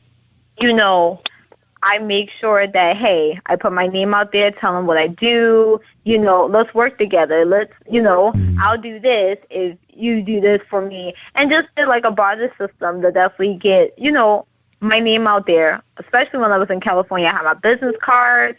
I was actually adding people on Facebook and Twitter right then and there. I was doing everything that I could to definitely make sure I got my brand out there. And the same goes for, my brothers and my sister. I have a brother who's currently serving in the U.S. Navy, but he's also an author, and he's actually on his 3rd book. So I'm very proud of him as far as that. He's awesome. Only 21 years old. Yeah, you got to get him on my show. We always interviewing authors, especially servicemen. Yeah. Right, I remember he is great. Yeah, I love having them on the show. I remember I had a serviceman like back in 06, 07. Man, we hit like 500,000 followers on Yahoo groups because of that guy. Everybody's stuck on their base, during turbulent times. All right, yeah, we love to have him on, tell his story. Now, social media has been a big success to a lot of people, but some people don't know how to really use it. What was your... I know you was out there hustling and grinding, but what really worked for you the most? If you had to really put a finger on it. What really worked for me is I had to make a separate page, because when you try to promote on your personal page, especially if most of the people know you, they may not take your business seriously, especially if you're cursing a lot or you're using derogatory language. And I'm not saying that I was that type of person, but, if you're trying to definitely conduct a business or build a brand, there's certain things that you have to not put on social media personally in order to get where you need to be. And I had to, learn that, because people will perceive you as the person first before they even take a look at your brand. That's right. That's true. That is true. So you had to separate the two. And then that's when you saw a little bit more success because of the people that were in business. So on your business page, were you dealing with people that were more in business like you, or it was just people who was interested in what you were selling or branding? I think most of the people who, follow me, on social media, they like my personality because my personality matches how I am on my show. they know that when they come to a show of mine, a runway show, they know what to expect. I'm very, different. And I always tell my friends that, especially if my friends want to help out or volunteer, homegirl Mimi is different from business Mimi. Business Mimi is a whole different person.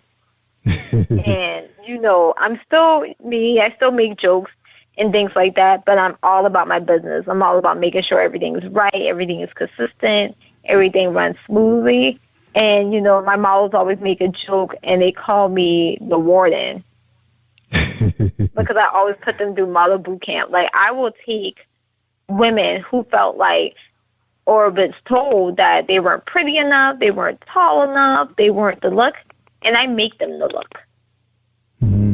I help them with their walk. I help them with their, self-esteem and things like that. And so I do give them a platform to be in the runway and let other girls know that, hey, you don't have to be a size 2.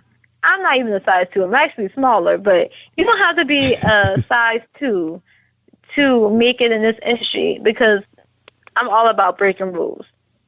Everyone is not a stick. That's right. It's a tough industry, but, everybody has their own taste, what they like. Right. Now, one thing about the fashion industry, it seems like there's so many different roads you can go in, so many different ways you can, you can develop. Like I have a friend I used to work with, I've been knowing her over 20 years. She has her own boutique. By her being 40 miles from D.C., she actually has made clothes for Toni Braxton and I think a few of her sisters.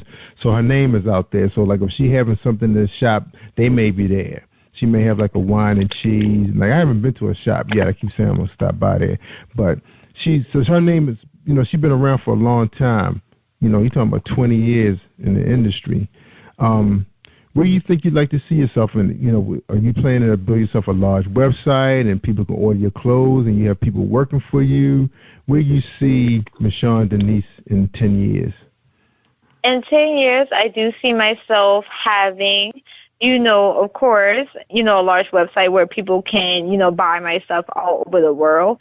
Also, I wanted to have what you call a media complex where, yes, we would have our stores where you could buy clothing, but also we will have a place where the Mimi Being Real show can actually be filmed live and be on, a cable channel, and also do other programs like have a camp for little girls. And I know me and a good friend of mine who's also a designer was thinking about this, is making a little summer camp for little girls to help build their self-esteem, especially if they come from broken homes and things like that, to let them know that they're beautiful. They do not have to look at negative places to find love because love will already be there already within themselves. All right. Yeah. Now, do they have modeling schools in Charleston? We used to have Millie Lewis, but I think that's not open anymore, and I know Barbizon comes like once in a blue moon. But as far as a modeling school, we currently don't have none at this time. Yeah. Well, I think they still rocking John Casablanca up around here in the Maryland area, and I haven't seen Barbizon. I know they do come through sometime with the big conferences or whatever. And then there was a couple of them that was coming through every year. I can't remember the name, but it was kind of like Star Search, I guess. All right. Now, you got your dreams, your strategic planning, you got your show, everything's in motion. And then you have this big idea of supporting our homeless veterans. When are you going to bring the family? Is the family going to come on board? Or is it just going to be a Mimi thing? No, my family is very hands-on. We're all about, helping one another, and we always want to see each other's dream come to fruition. So I know my family would definitely be hands-on. My grandmother, of course, my mom, my brothers and sisters when they can. I know my boyfriend would definitely be, active in that because he's like me. We're all about, helping others get to the top while we're trying to get to the top. So, I know it's probably going to be a big family thing at the end of the day. As long as it's going for something positive, I'm all for it. That's That's right. Now, have you been involved with Fashion Week like New York or DC? Because I'm not sure about the ones on the West Coast, but I know New York and DC have a pretty big Fashion Week here. I actually had a publicist of mine went to New York Fashion Week. I couldn't go because, at the time, we had death in the family, unfortunately. So, of course, family does come first. Yeah. So I wasn't able to go to New York Fashion Week. I'm looking as far as getting into Charlotte Fashion Week. That's coming up soon. And Charleston Fashion Week will actually be here actually in a couple of weeks from the 15th to the 22nd, I believe. So I'm definitely going to be in attendance of that. I did, went out for the Emerging Designers Contest. Unfortunately, for the fourth time in a row, I did not get picked, but I always tell myself when one door closes, another one always opens. So that's right. I'm definitely pushing forward as far as So you tried out for one of the reality shows? No, I think I would not be the best person for a reality show. I think at the end of the day, I'd be too boring because I really don't have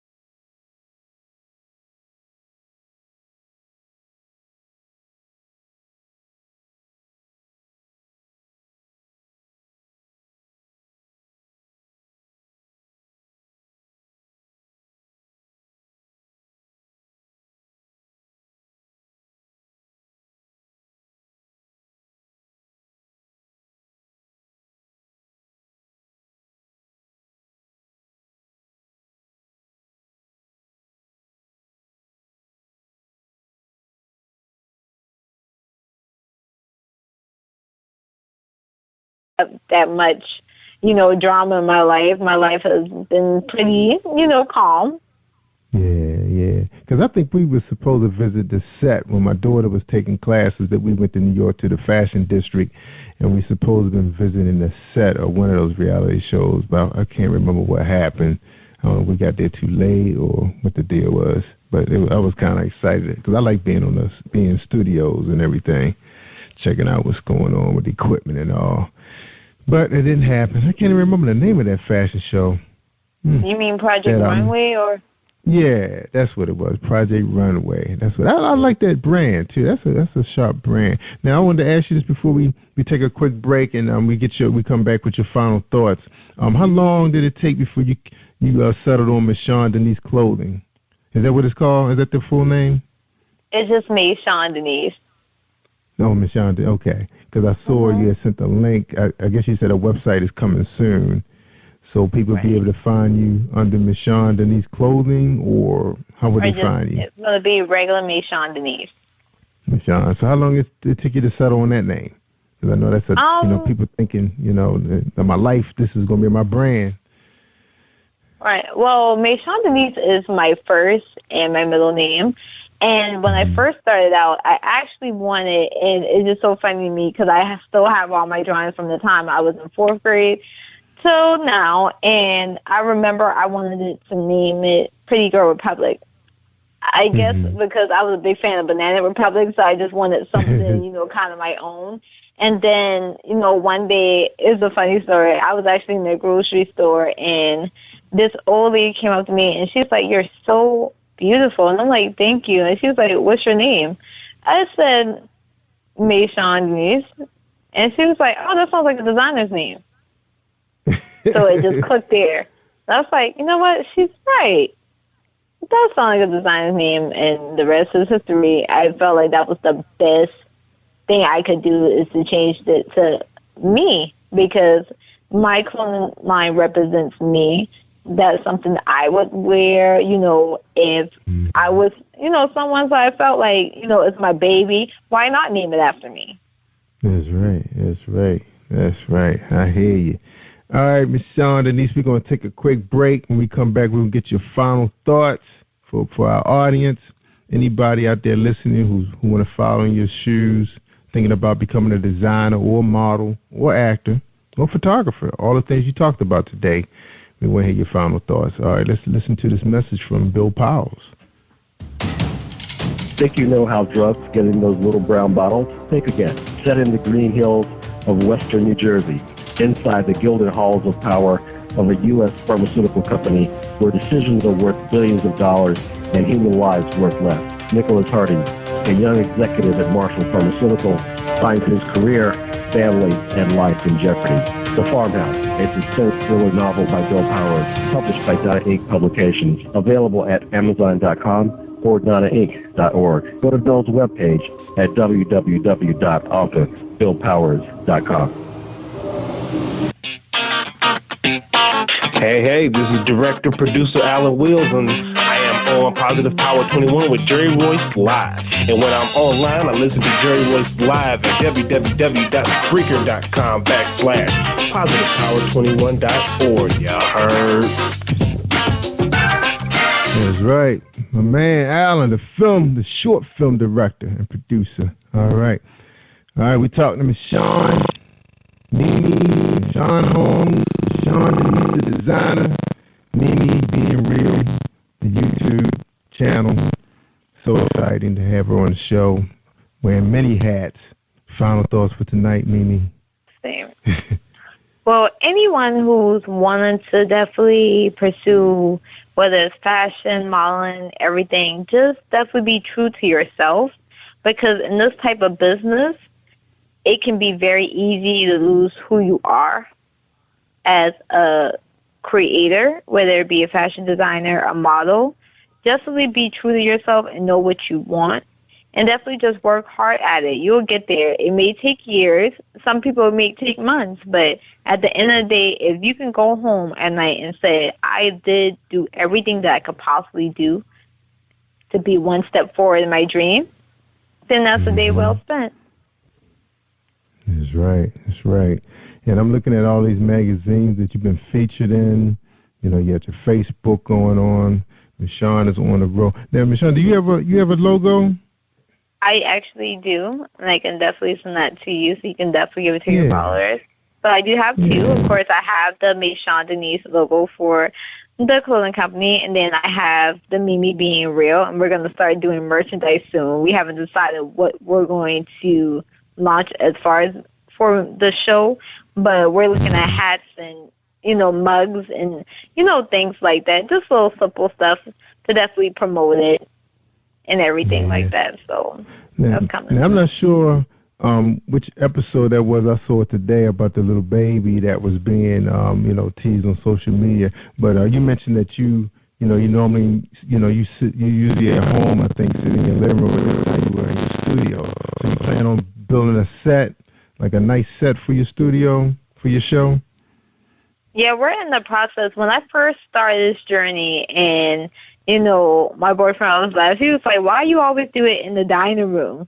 I was like, I do it in the dining room because, usually when I've worked all day, I usually come home about 9, 10 o'clock at night, and it's just so easy to just sit right in the dining room because that's the first place I see when I walk inside my house.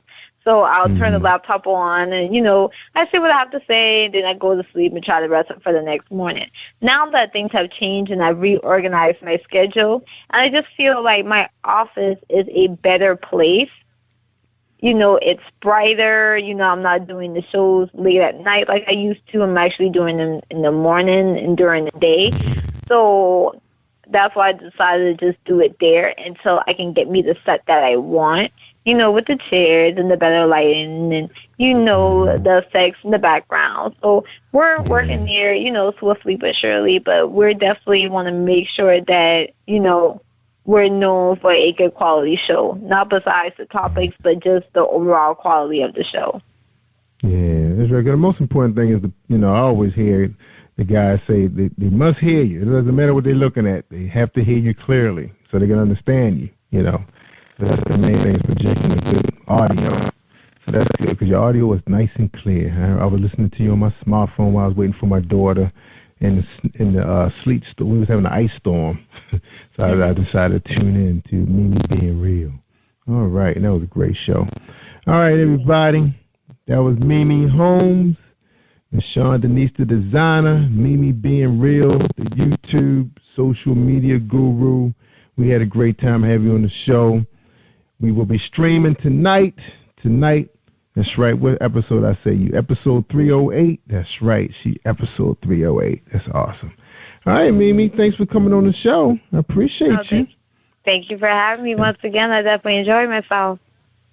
You're welcome, and we got to have you back next time you got that big show about to happen. You want everybody to know about it, because I'm going to tell you, I was surprised how many people really pay attention on Facebook when it comes to buying tickets to events. I remember my cousin gave her what she thought was just a place she wrote herself. Man, I think everybody that we knew in the Baltimore, Washington area on Facebook was there. She's staying in the room only. I was really shocked. I said, wow, people, because people don't always tag you or like you all the time. They just watch, Not everybody communicate. They just watch and listen. So I was just truly amazed by that. So you let us know, all right? So we can join forces with the rest of your team to pack the place up. And maybe Jerry Royce Live will fly out and be part of it. Because, I used to model, so I used to do my little thing. I still got a spin move I could do. All right. Since you're making men clothes now, maybe you can send me something, because I lost a lot. I lost 18 pounds, so I have to have all my suits redone. I'm wearing my suits from my early days. That's right. All right, everybody. I'm going to tell you, Mimi, I tell them all the time, if you want to hear the good stuff, I mean the real good stuff, just like tonight, this young lady, college graduate, not an Army brat or a Navy brat, but a military brat, I call her. She's doing her thing. She's sharing herself on YouTube. She's helping people. She's hosting this big-time show. She's about to start this new contest with the entertainment world. Let's help her out, y'all. Let's come together. All right? So, Mimi, you remember to let us know when you do this thing, okay? All right. I'm Jerry Royce Live worldwide on PositivePower21.org and Spreaker.com/PositivePower21. Thanks for listening, everybody. And stay awesome all week long. Thank you for tuning in to Jerry Royce Live on PositivePower21.org and Spreaker.com/PositivePower21. This is a Royce Enterprises production. And don't forget about replay on Facebook.com/Jerry Royce Live.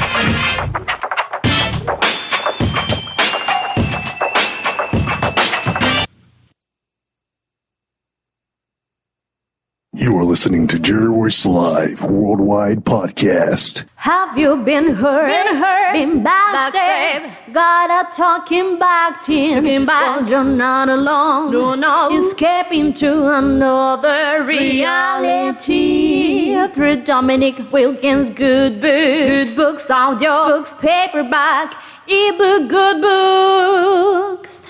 Available on AuthorDWilkinsGoodBooks.com. This is Brandon Royce, and you're listening to Jerry Royce Live Worldwide on PositivePower21.org. Hi, I'm Kenny York, author and National Sexual Assault Awareness Advocate, and I'm on Jerry Royce Live Worldwide. PositivePower21.org, Internet Radio. You are listening to PositivePower21.org with Jerry Royce.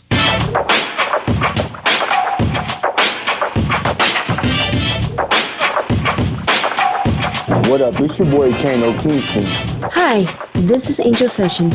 Hey, this is Pat. Hi, I'm Teresa Powell. Hi, Jerry. This is Iowa Sandro Carter. Hi, this is Phil Powers. Hello, this is Teresa Bobby with Jerry Royce Live. Hi, I'm Philip Barron. I'm live on the Jerry Royce Show. Hey, what it do? It's your boy Houston Saint. Peace, this is Dolly, the poet, spoken word artist. Hello, this is Lamar Marquise with Jerry Royce Live. All right, everyone. You got Robin Lynn, and I'm keeping it live right now on Jerry Royce Live. Hey, what's going on, everybody? What's up? This is a award-winning podcast with the greatest podcast on earth. Thank you for stopping by. I'm your host, Jerry Royce Live Worldwide on Internet Radio, where you get your positive on. So when it's all positive, it's all power. That's positive power. This is a worldwide podcast for growth, wealth, and success. Thank you.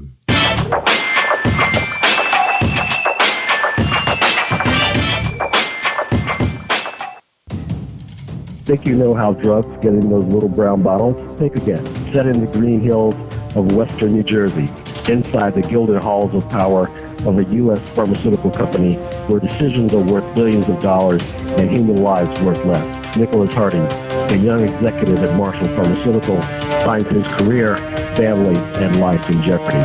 The Farmhouse, a suspense thriller novel by Bill Powers, published by Donna Inc. Publications, available at Amazon.com or DonnaInc.org. Go to Bill's webpage at www.author.BillPowers.com. Are you looking for the next great read? A book filled with love, passion, betrayal, and intrigue. The award-winning novel, Season of Change, by Tamika Patrice Kane is sure to satisfy your literary sweet tooth. Check out this must-read book reviewers are calling uplifting and emotional. And exceptionally great read, deeply intense and thought-provoking. Order your copy today. Available in paperback and ebook on Amazon.com or at www.tamikapatrice.com. Are you an author looking for promotional services or a reader looking for a great read at low prices? In this competitive world of books, Right and Royalty Promotions is dedicated to bringing authors and readers together to build a greater respect for literature through our various promotional services and online bookstore. So head over to rightandroyaltypromotions.com and check us out.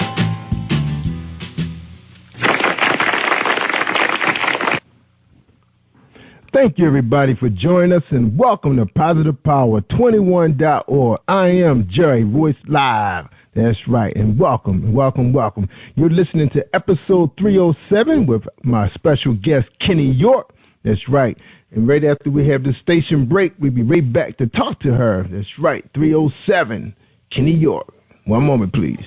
Are you looking for a great book of poetry that is romantic, heartfelt, and full of male emotion? Then get Thoughts, Love, and Reflections by James K. Deshay. That's D-E-S-H-A-Y. Go to www.jamesdeshay.com. You will enjoy Thoughts, Love, and Reflections.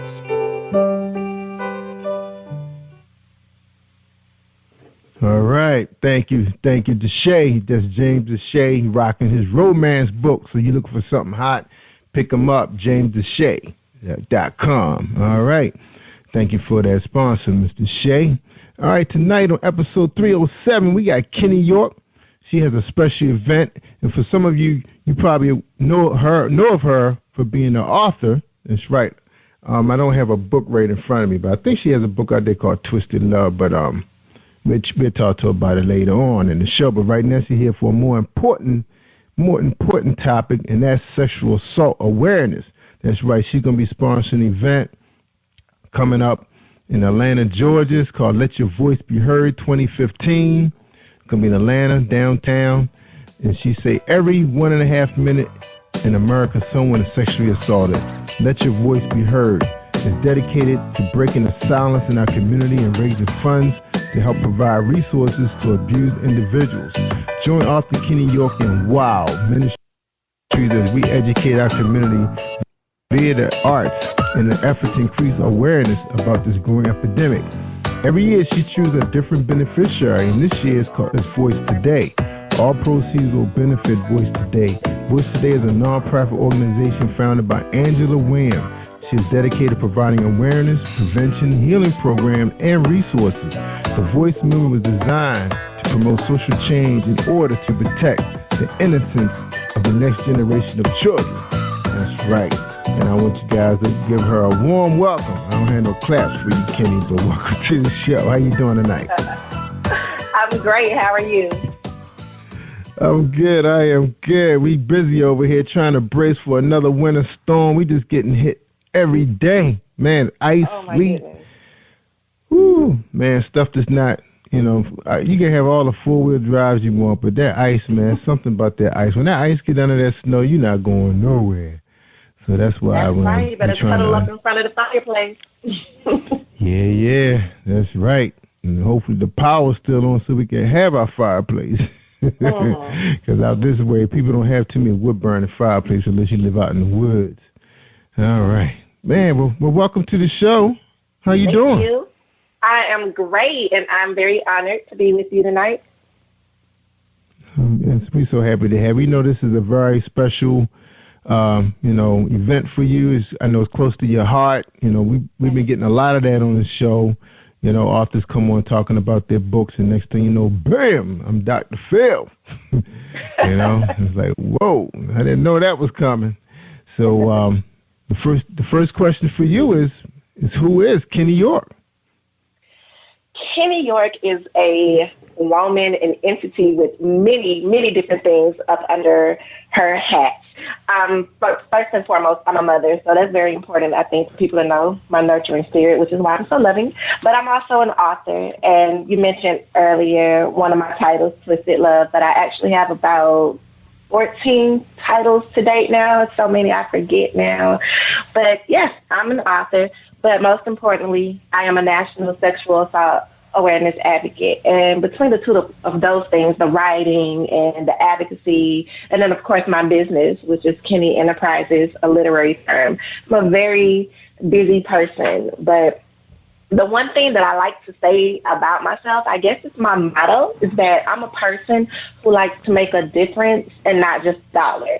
So everything that I do, everything that I'm doing, it comes full circle. It's always about making a difference, giving back to my community so much of what has been given to me, and even some of the things that I felt like I didn't get when I needed it, which is why this benefit event is so important.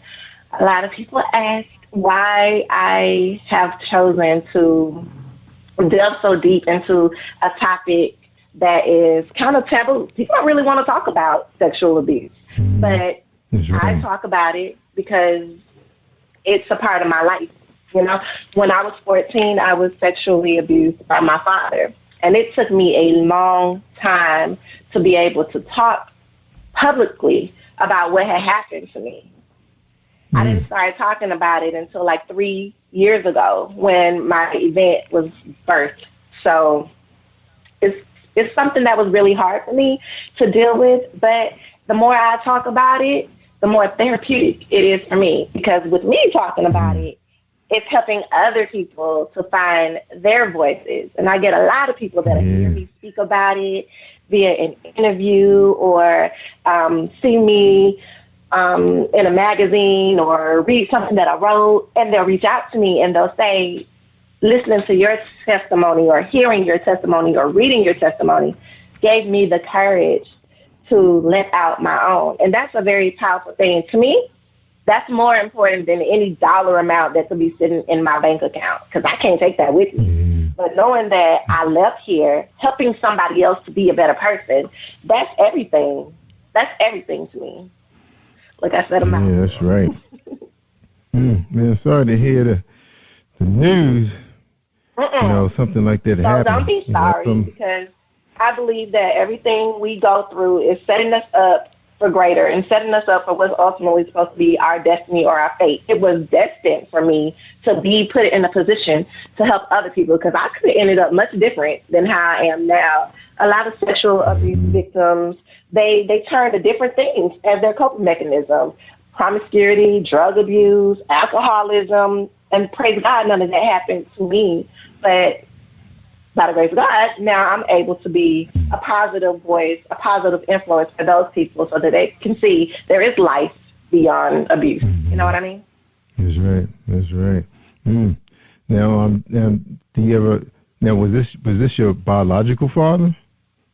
Yes, it was. Now, do you guys have a relationship today? Absolutely not. After it happened, maybe a few months to a year later, he was He was put in jail. He did serve 7 years for what he did to me. He also abused one of my sisters, and he served 7 years for what he did to her. So he served his time consecutively for her and I. And ever since then, I haven't looked back. For me, I'm done. There's nothing for me. There's no relationship there for me because I already see who you are. But the one thing that I have always said in every single interview, just in case he's listening, is that if he ever wants to apologize to me, I'm open to listening. I don't have to talk to you, but I'm open to listening because I understand that him apologizing to me has nothing to do with me. It's him. It's for his own salvation. It's for him to get right with himself before he moves on to meet his maker. And I'm not going to rob him of that. But as far as having a relationship, I'm sorry. I haven't grown that much. And I'm going to be honest. I just haven't. So I can't do it. So how's your sister doing today? My sister and I, we also don't really have a relationship. I will reach out every now and again to make sure she's okay and other family members that they're okay. But everybody copes differently. Like, our lives are totally different. I can't really speak on her feelings about it or whatever. I can say she does have a relationship with her, and with him, and that's their business. Like I said, I haven't grown that much. I'm not able. Everybody's different. So one of the things I have a problem with, with some of these attacks that I hear on the show, is that a lot of times the family is actually living in the same household. They were like one happy family at one time, and then this, wasn't no alcohol involved, no drugs. It just was this person, I guess. I don't even think this person was even labeled a predator. I'm sorry, what was that? That's how it happened. We all lived together in a household together, and I didn't know. She's my older sister, so I didn't know that she was being victimized because she never told me. She kept it a secret for years. And then on the night that he decided, let me try a different daughter, I didn't keep it a secret. I immediately went to her because that's my big sister. I looked up to her. So immediately I went to her and told her what happened. And the one thing, I mentioned this in every interview too, the one thing she said to me that night that I didn't pick up on at the time, but in retrospect, I remember it clearly. She said to me, if you ever want to tell anybody, if you ever want to go out and tell somebody, I'll go with you and I'll speak up with you because it's happened to me too. And then she hesitated. And then she said, but it wasn't bad. Like, she was trying to hurry up and brush it up real quick and make it sound better. But if I had been paying attention, then I would have caught it and been like, okay, I need to run away from this house or something. Yeah. Wow. Now, you have any brothers, uncles? I do. I have brothers and uncles. I have brothers that are on my father's side, and then, of course, I have one brother that's on my mother's side. We don't share that. So your mom, so tell us a little bit about the background, your background, about your family background, so we understand how the makeup of your family. Okay, so this is how it happened. Did you guys middle class, like that? What kind of, what class were you guys? Were they hardworking people, stressed? I would say my parents were hardworking people, average family, average middle class family. But I started living with my mother first. My mom and my dad were never married, so I lived with my mom, and she also had a son, so my oldest brother. But when I turned, I think I was 13 maybe, I decided that I no longer wanted to live with my mother. So I left my mom's house. My mom lived here in Atlanta, which is where I live now. My mom lived in Atlanta, so I moved from here to Florida, which is where my dad and his family lived. So it's my father, my stepmother, 2 sisters, a niece, and a brother, and then me, all of us in the same household. Because they like your half, so they your half siblings then. Is that right? Right. Okay. Right. So the whole time that we're there, that we're living together in this household, like, nobody knew that my father was victimizing my older sister. Like, her mom didn't know. She said she didn't know. That's what I'm going to say. My stepmother said she didn't know what was happening to her daughter or whatnot. So I often question that, but Yeah, sometimes they know. Now, so he ended up serving time. So this all happened right during the time period where, like you ratted him out. You say, hey, this is what's going on. I'm not going to keep it a secret no more. And immediately the trial investigation started. It didn't happen right away. A few months passed before my sister and I both actually spoke up. But it wasn't because we just were strong enough to let our own voices be heard. My sister had a friend who she had disclosed all of the information to, and the friend was fearless, and she said, no, this has to end. So the friend told my stepmother what was happening in her house. The stepmother asked us. We said, yes, this is what's happening. She put my father out. He ran. He came back to Atlanta, but he eventually turned himself in.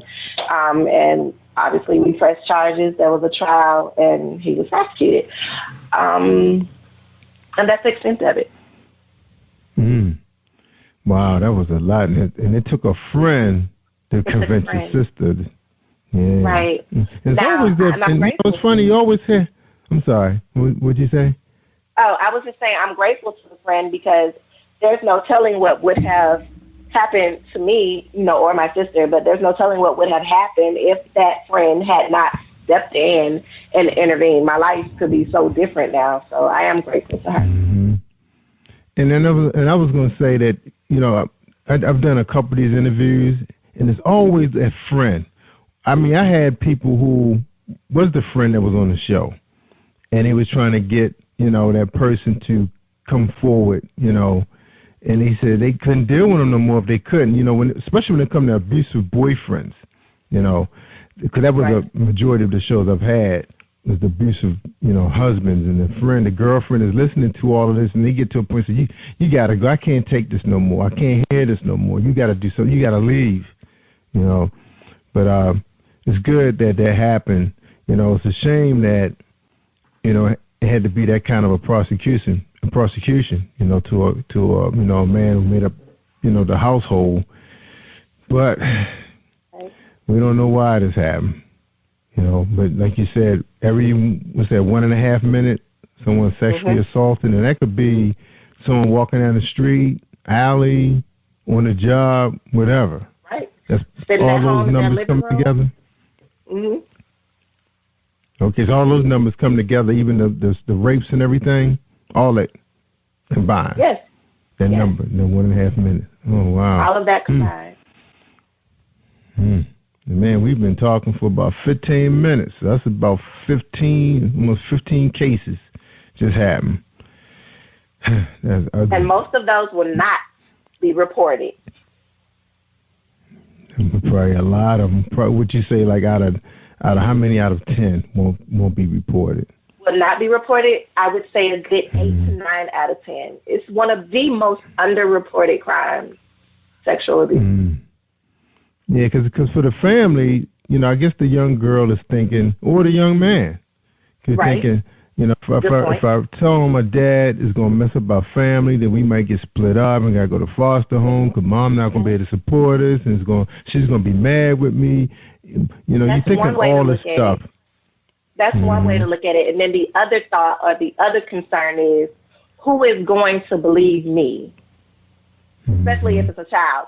Who is going to believe me over this adult who is ultimately going to say, oh, no, that didn't happen. I didn't do that. Yeah.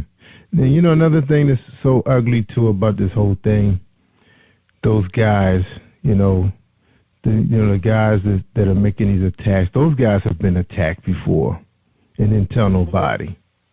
Right. I've heard that. Yeah, I hear that a lot too. I've listened to some talk shows where this guy came on and said he wouldn't apologize to his victims, but that's all he saw growing up was the attacks. So it's like it was in him, to give it back out, destroy somebody else, make him feel like he's feeling.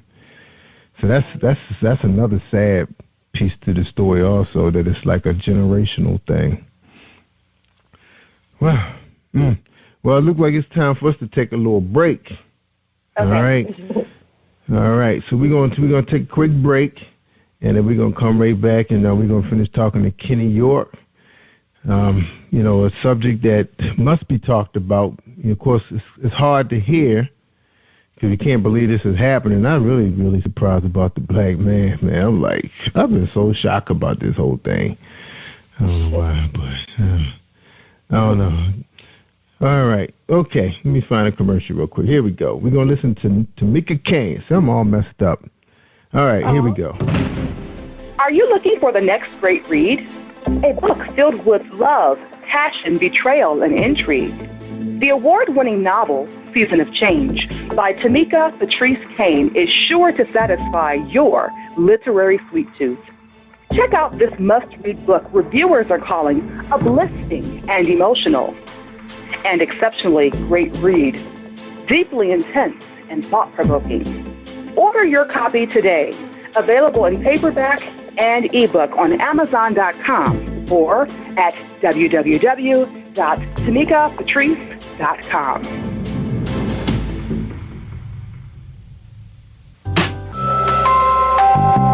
How would you like to have a book that reflects your life? Hi, I'm Mocha Butterfly. I would like to tell you more about my latest book, The Reality of Mocha Butterfly. It's a poetry chapbook capturing my life that covers subjects such as self-esteem, anti-bullying, spirituality, family, friends, love, and heartbreak. You can purchase your copy online at twopensandlit.com/Thompson. To find out more about me, visit me on Facebook at facebook.com/M8CHA-Fly. Thanks for listening. Hi, I am recording artist Marilyn Dunn from St. Louis, Missouri. If you are looking for some soul-stirring, anointed, spiritual, and heartfelt music, visit my website at www.MarilynDunnMinistries.com. Or you can also find me on CD Baby, iTunes, and Reverb Nation. For booking information, contact Mr. Kevin Dunn at 636-856-0551. That's 636-856-0551. Hey, this is director-producer Alan Wills, and I am on Positive Power 21 with Jerry Royce Live. And when I'm online, I listen to Jerry Royce Live at www.spreaker.com/positivepower21.org. Y'all heard? Thank you, big time, Alan. That's right, my man, living in Florida, enjoying the good weather right now, man. I need to relocate my family to Florida. Enjoy, man. It's crazy up here right now. March is off the chain. Just got here. All right, y'all. Man, I feel like playing my favorite song, The Champion, because Kenny York, you're a champion, coming forth to tell a story, tell some other young lady or young man who's under attack, under siege in their own home, probably don't even want to come home from school, probably playing every sport and after-school activity possible just so they don't have to go home. Man, this is some kind of world we living in, man. Jesus coming, man. Jesus coming soon. Man, we might have to play my girl song real quick. Let's take a quick break. Let's hear Angel Sessions real quick. Her song, Jesus Coming. All right, you want to hear that? Awesome. Let's hear that real quick. All right, Jesus Coming soon. And then we're going to be right back to talk to Kenny York. Don't feel like giving up. Be strong and lift him up. Cause he's the power of life. Lift him up. Rain away. Rain away. Rain away. For this the last day. Don't look to the right. Don't look aside. Jesus is Christ. Jesus is coming. But I'm feeling. Jesus is coming. But I'm feeling. Don't look to the left. Don't look to the right. Don't look aside. Jesus is Christ. Jesus is coming. But I'm feeling. Jesus is coming. But I'm feeling. Don't let nobody turn you around. Don't let and try to make you fall to the ground. Don't He got his protection, he got with direction, his love and affection. Give it up, be strong and lift him up, 'cause he's the power of life. Lift him up. Praying away, praying away, praying away for this last day.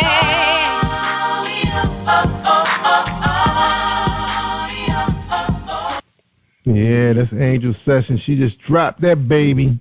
Yeah, and that bad will hit #1. I think #1 on Amazon. Yeah, that's what's up. Jesus, I love that song. We needed some of that. All right, Kenny, we ready to talk about your event, the reason why you are here tonight on Jerry Royce Live Worldwide. If somebody listening to this show is probably on the fence right now. I guess to turn that person that rat in. Turn them in or turn her in, because I've heard some situation where both the couple was involved in the act. Yeah, it's ugly out there, y'all. Yeah, it is. Yeah, but I couldn't believe my ears. I think I read that one in a book. So anyway, sometimes you see these movies, man, they come from somewhere. Absolutely. Yeah. All right, and like Kenny said, these attacks happen every minute and a half, especially when the sun go down, because nothing good happens after dark. I remember my favorite football coach, Coach Harbaugh, the Baltimore Ravens, said nothing good happens after 10 o'clock. That's about the time everybody about ready to turn in. Right. What did he mean? It's dark and people are lurking. Yeah. All right, Kenny, so tell us about this big event coming up. Let Your Voice Be Heard. I am very excited about Let Your Voice Be Heard. This is actually our 3rd year, and it seems like every year we get bigger, which is phenomenal. But specifically about this year's event, our beneficiary is Voice Today, and I chose them because Voice Today, they're based here in Atlanta, but they're geared more towards families that have children who have been victimized. And because I was a child victim, that's very close to my heart. So I wanted to be able to help them even in the smallest way possible to continue to do what it is that they do. So everything that we raise, the funds that we raise from this year's event will be donated to Voice Today. The event itself is meant to be educational yet entertaining. And because I'm an author and I have some ties to some of the entertainment, I guess, people in Atlanta, so I've been soliciting some of my friends, some of my entertainer friends, and even some people that I don't know, opening up the stage for artists who are looking for exposure to come and share their talents on behalf of this charity event. So we have a lot of different people, a lot of different talents. Spoken word artists, we have some singers, interpretive dance, there'll be someone performing a skit, different things, monologues. I myself will be performing my monologue, which details my story of sexual abuse. And then, of course, we have to be a little jazzy, so from 5 to 6 p.m., we'll be doing a red carpet thing where you come, look nice, take your pictures at the Step and Repeat, and have some light refreshments to get your pictures taken, to commemorate the moment or the event. And then, of course, we go right into, at 6 p.m., we go right into the actual event itself. So we blend it with a little education, a little entertainment, because it's a very heavy subject matter. And I never want anyone to come in and need a box of tissues and then leave feeling depressed. No, I want you to leave feeling empowered. Big difference. That's right. But I also want your spirit to be moved. So the things that are often said in people's performances and their songs and their spoken word pieces, the things that are said are very real and sometimes very raw. But then we'll kick something a little light for you, so, rejuvenate your spirit a little bit. But, yeah, educational and entertaining, excuse me. It's a good blend. I think it's a good blend. And I'm excited about some of the acts that we're going to have this year. I have some people that are returning acts that have been with me since year one, so I really appreciate that support. And then, of course, some new artists that I just became acclimated with. So doing two things here. I'm giving people a chance to spotlight their talents and get some exposure, which is awesome. And then also educating our community about this growing epidemic. It's a win-win situation to me. All right. Now you mentioned spoken word. You got spoken word artists going to be there? I do. I have several spoken word artists, and I've heard them all, and I tell you, these people have rocked my spirit. They have left me sitting there with my jaw on the floor, like, oh my, they really just say that? I love it. I love spoken word. I do. You got to turn me on some of those people so I can get them on my show, because we just rocked the big show last night with 12 poets. Not all of them are spoken word, but they do read, but I think more than half of them was spoken word, but I did kind of, anybody who was on my show that read, I kind of mixed them in with that mix. So I hope everybody enjoyed it. I really did. I'm sure. You know. I'm sure they did. Yeah. That's awesome. All right, so who you have interested in getting in today's discussion? One of my spoken word artists, she was so phenomenal. Her name is Nima Taraji. And when I heard her perform her piece, she came out to our open audition. I was like, ooh. Wow, big testimony inside of her spoken word piece. And when you see her, she's like the most precious person ever. She's so precious. And then to hear her words be so powerful, I'm like, whoa, big things come from little people. Yeah, I know. I've heard her, man. Right on this show. I'm looking at that picture right on Facebook. I was like, wow, all that came out. That's a lot, man. Now, I was looking at your website, and you look like you had some, I wasn't sure if that was like last year events. You had some people look like they was on a platform talking. Like you had like some kind of like open dialogue. I'm trying to think of what that could have been. I do so many different things that I'm not really sure exactly what it is that you're speaking of. But I do a lot of... I'm looking at, well, let's see. I was looking at your photo, and it looked like you had someone named Phyllis Miller from the Rape Crisis Center. Mm-hmm. She was like a guest from last year. Phyllis Miller is the director of Day League, which is formerly known as the DeKalb Rape Crisis Center. And she was at last year's event, but last year's proceeds were donated to Day League, so that's why she was there. Okay. Yeah, so we've done a couple of events where we have both spoken together. Yeah. Okay. Now you have a picture of a beautiful woman on here named Christopher Davis. You have a picture of her. So she must have been so what you have, like some kind of like a platform when people get a chance to have discussions, something like that? Not necessarily discussions, but at the event itself, I give people the opportunity to share their testimony okay. Mm-hmm. All right. And then I'm looking at look like a folk center. Kenny Husky, she's up here with a guitar. So I guess she's part of the entertainment. That was from last year.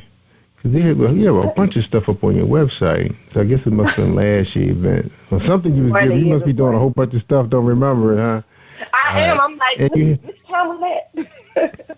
Yeah, you got to look at your website. Now, you have a T-shirt on, say, sexually abused, so you guys actually wear shirts at the event? There's this thing. It's called the Clothesline Project. And there is actually a clothesline project that's displayed at Day League, which is formerly the DeKalb Rape Crisis Center. And the way that works is that they counsel people that have been abused. And at the end of your session, I think it's a 6-week session, at the end of your session, they allow you to design your own T-shirt. And your T-shirt reflects wherever you are at that point in your healing. So what I do every year is I create my own T-shirt. So it's not that we all were wearing T-shirts. It's just that I create my own T-shirt because I'm building my own clothesline project. So the shirt that I believe you're looking at says sexually abused and slowly healing, a black shirt. Okay. All right. Cool. All right. This is what we're going to do.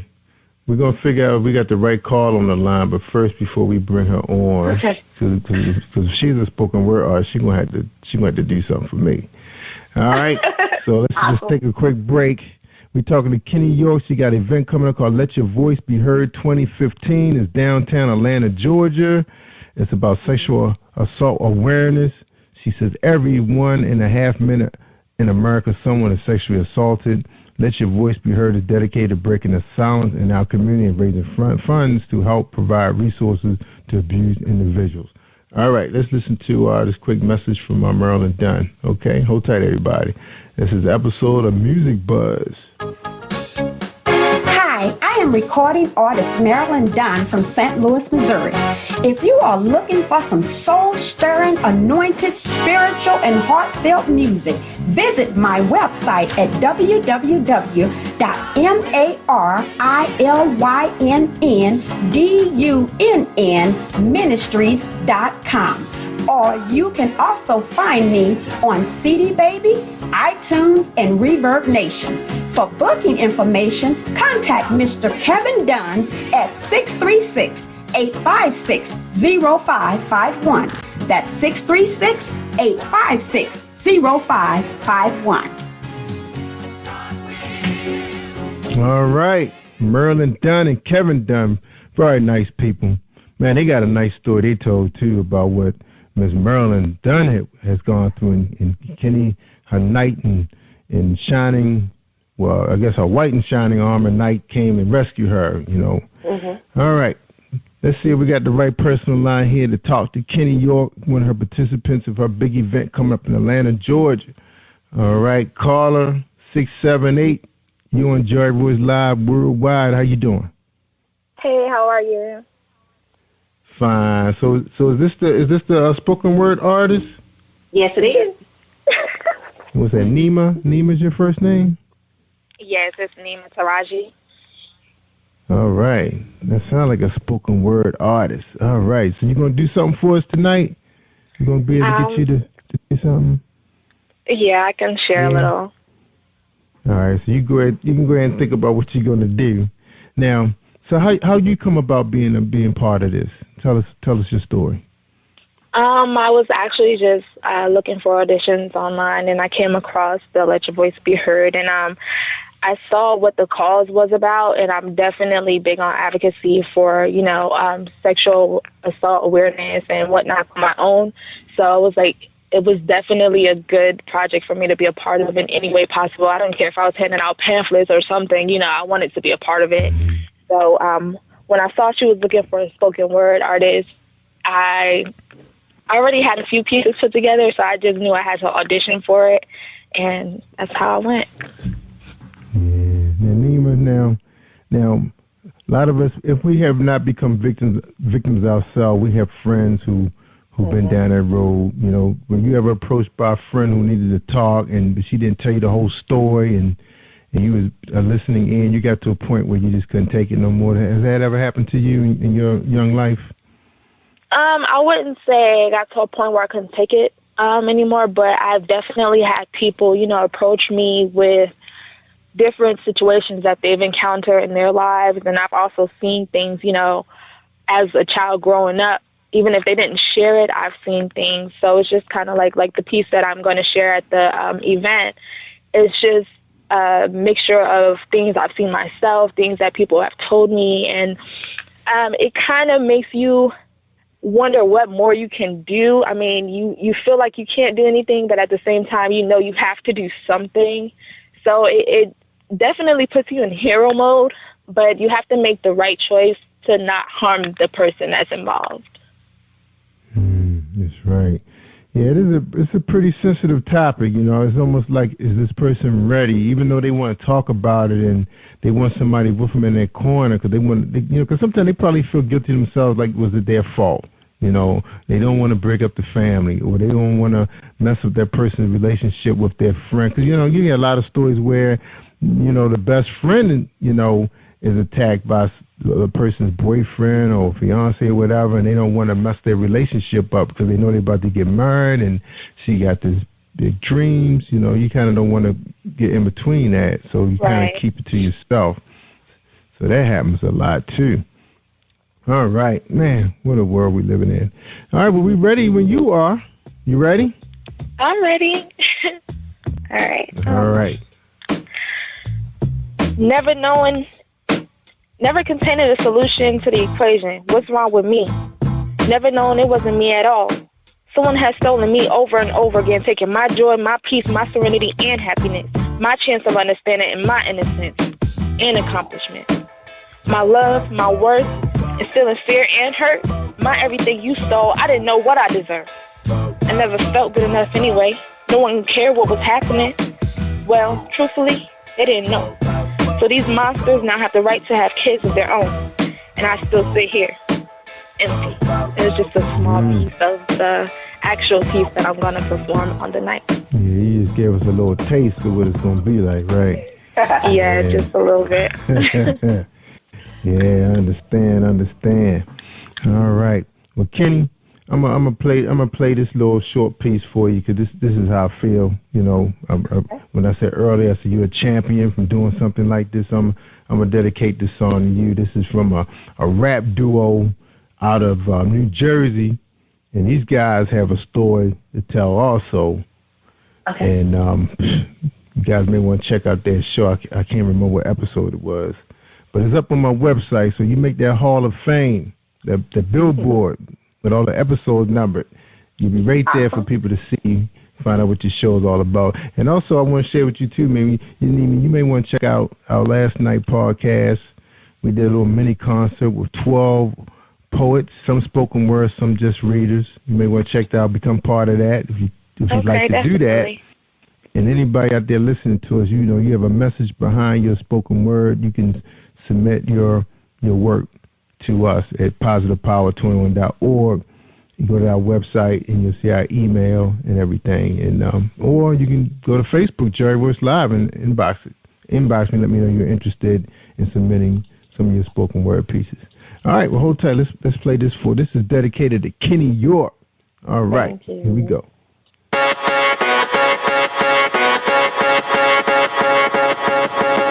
The definition of a champion is the one that finds a way to do what can't be done. One that holds their hand and helps you fight through the pain. That will walk through the fire just to bring you the rain. Obstacles are only rocks for the common. It's a race against the clock, and you got the perfect timing. Bring the thunder so we all can catch the lightning. The only thing that cuts diamond is a diamond. All right, I just want to play a little piece that was dedicated to Kenny York. Thank you. I just love that song. I appreciate that. Yeah, I think that's a powerful song. You know, it deserves to go to a person that's considered to be like a world champion. You know, they doing things beyond, you know, being asked. You know, from your heart, and that's what he mentioned. Right. You know, the heart. Oh man. All right, Kenny. We ready to get your final thoughts on the show, but before you do that, we're going to get a little bit from Nima. You going to share one more piece for me? Yeah, one more piece you could do? Because I know you guys keep stuff stored in the back of your little computer brain. It's probably in your smartphone. Probably about 100,000 of them, right? Yeah, I do. Give me a second. All right. Take your time. Well, meanwhile, while she's doing that, we're gonna take another break with my man James Deshay. He's a romance writer. You know, for them guys out there, you need a lady, get this book so you know what to say to him. Hold tight. James Deshay. Are you looking for a great book of poetry that is romantic, heartfelt, and full of male emotion? Then get Thoughts, Love, and Reflections by James K. Deshay. That's D-E-S-H-A-Y. Go to www.jamesdeshay.com. You will enjoy Thoughts, Love, and Reflections.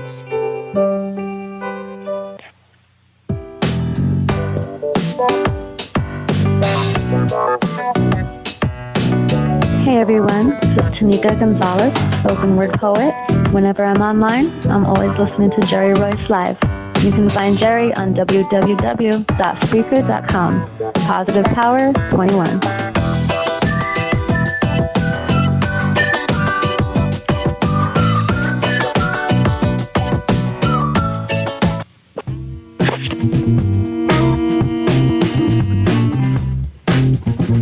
Are you an avid reader of urban fiction, looking for drama, suspense, and more? Reed's World Publishing is dedicated to bringing the world's best literature to our readers. Urban fiction, erotica, sci-fi, mainstream fiction, and children's literature are just some of the genres produced by our diversified family of authors. You can reach us on Facebook, Twitter, Instagram, and at our website, www.reedsworldpublishing.com. Hi, I am Arthur Crystal Alexis, and I'm on Positive Power 21 with Jerry Royce Live. Woohoo! No wonder I had my mic turned off. I'm sitting here just yakking. All right, y'all. Wow. I added that piece. Okay, Kenny, I was about to give him that location. I was just yakking, and I had my mic turned down because I was drinking. But anyway, your event is happening Saturday, April 18, 2015. 6 to 8 at Martin Luther King with that 115 Martin Luther King Jr. Right. Is that what's that, a hall or a street? That's a street. It's a street. Mm-hmm. What's the name of the venue where it's going to be? The building doesn't actually have a name, but the suite that it'll be in belongs to Wow Ministry, and Wow Ministry is my co-coordinator this year. Okay. Mm-hmm. So right. it's the home office. It's not a block party. No, so it's not a block party. All right, not a block party. Oh man, we would have came down there for a block party. All right. You should come anyway. Yeah, I know. So with the tickets $10 at the door. Okay, and they can purchase online. $10 in advance. So if they go to the website and click on the nice little Let Your Voice Be Heard icon, which is actually the actual flyer, there is a place that says purchase tickets here, click me, so they can purchase tickets online. Yeah, that's right. And again, go to Kenny York, KENNI York.com, and everything is right there. She got a list of talent. She got vocalist Kalika Wade, Lola Wilson, Melissa Rose, Aries Hertzy, Charles J. Spoken word, she got Kamia Montgomery, Cynthia Haynes, Marcus Taylor, Nima Taji. Interpretive dance for Rhonda Ford, monologue Kenny York, and Alina Mills. Oh, man, you got to invite them people to come out to my show, man, since I'm not going to be able to make it. Wow. I will spread the word, definitely. Yeah, we love to have them, especially if they have CDs out and they can sing. We help them sell it. Yeah. Absolutely. All right, Nima, you ready for us, Nima? You ready? Ready. All right, she ready. Okay. She always feels more beautiful before anything happens at all. But afterward, when she looks in the mirror, all she sees is love, desire.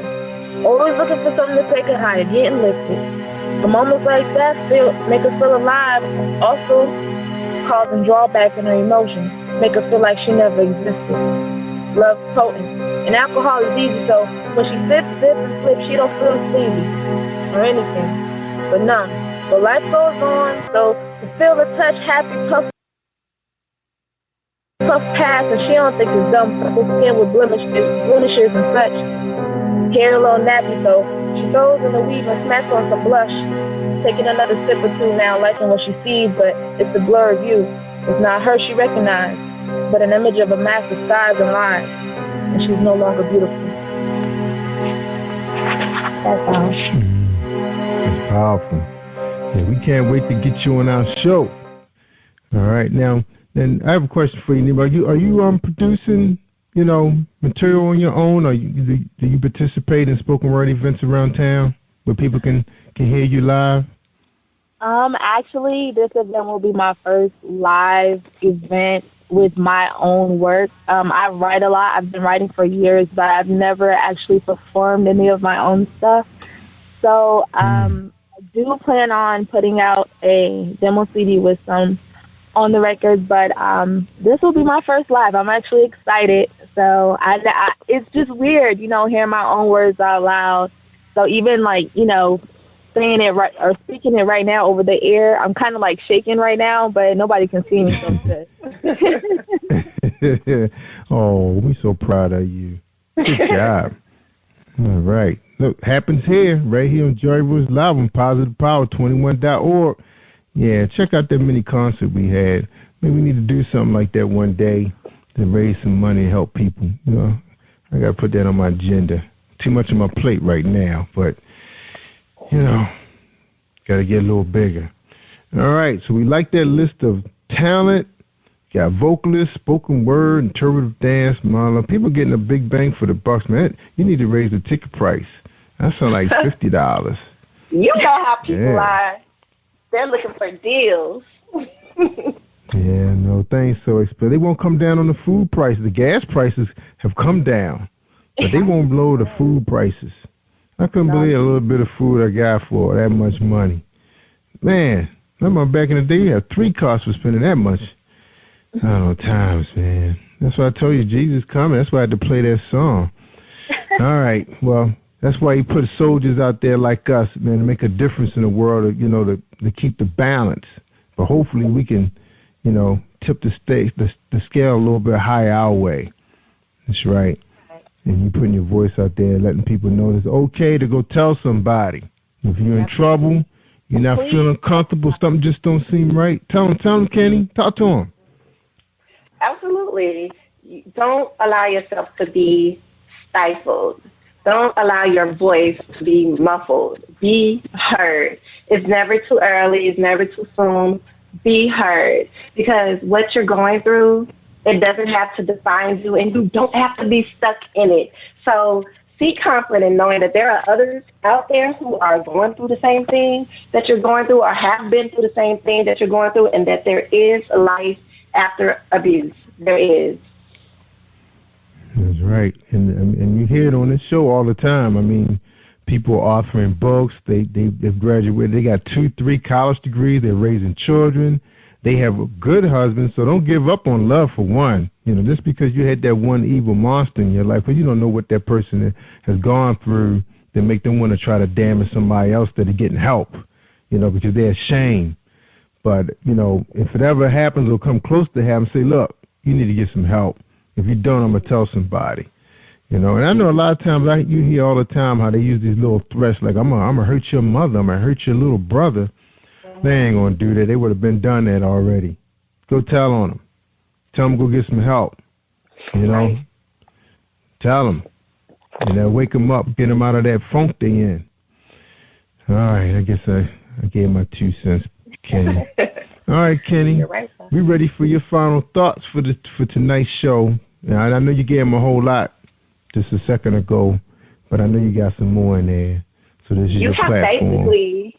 Basically gone ahead and summed that up, that in the end, what I'm trying to do, the overall goal for Let Your Voice Be Heard is just that, to encourage victims to let their voices be heard, to tell somebody, to get yourself out of that place that you're in, no matter if you're a boy, girl, and woman, child, or adult.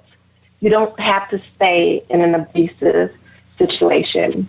Let Your Voice Be Heard is intended to be educational yet entertaining. So for those of you who live in the Atlanta area, come out, learn about the epidemic that's going on around you. Because like you said earlier, if you haven't been someone that was victimized, chances are you know someone who has been. 1 in 4, I'm going to say it again, 1 in 4 women, females, have been victimized. 1 in 4. Mm-hmm. You know, we all too, know the somebody saddest that thing. That's right. You know what the saddest thing too? I have a friend who actually was attacked and raped by her husband. Mm-hmm. Yeah. You know, to him it wasn't like that because he feel like, you know, you're supposed to submit yourself to him, your husband. Exactly. But nah, if a woman say no, it's no. Exactly. But sometimes guys could be kind of caught up. And just think, Kenny, sometimes guys could be in a situation where it is a strong romance going on, you know, and they feel like the woman is leading them down that, you know, leading them for the home run. And then, you know, he round third base. You think he's about to take you home, and then she said no because she got second thoughts. And sometimes it's hard as a man to even, you know, say, oh, is this a play no or real no? You kind of don't know, you know, especially the situation you in. You're thinking it just could be a, you know, play no, you know, no. Sometimes hey, you know just take the right approach, you know. What's that? you know what I suggest for that moment when you're not sure if this is a no or a play no? I want you to think about sitting in that jail cell because that ain't a play. So you better think, okay, well, there's a chance that this is for real, and just go ahead and pull that. Yeah, ask her. Say, babe, is this really no, or are you just saying no? And she will tell you, yes, it's really no. So you may just have to stop the moment, and just ask. If you got something, Nima? As a lady, afterwards, don't feel guilty like, well, I told him yes and I took it away. That's my fault for playing with him. No, because at the end of the day, you still said no, and that was your last answer. So it should have been respected. So never feel guilty on yourself for, whatever situation happened after you said no. You still have the right to say something and tell somebody because you were violated. So don't feel guilty in yourself. Like a lot of women take on that guilt, like, I wasn't comfortable, but it happened, but, I led him on. Yeah, things happen. We're human. We change our mind. You might have thought you wanted something, but like he said, after you thought about it, you didn't want to do that. So that's all that matters. So you were still violated. You still should tell somebody. Yeah, and the guy going to be mad. I mean, it's many husbands is mad at the end of the night, and the wife said no. But, you get over it, get the moving. Right. Right. Yep. So, yeah, it's a very strong topic, very strong topic. The sad thing about it is, thinking about some of these young girls who's growing up, they starting to develop, at age 12, 14, 16. It's not like the counselor going to sit down with these girls one day in school and say, look, young girls, you guys are going through changes. Boys going to be looking at you differently.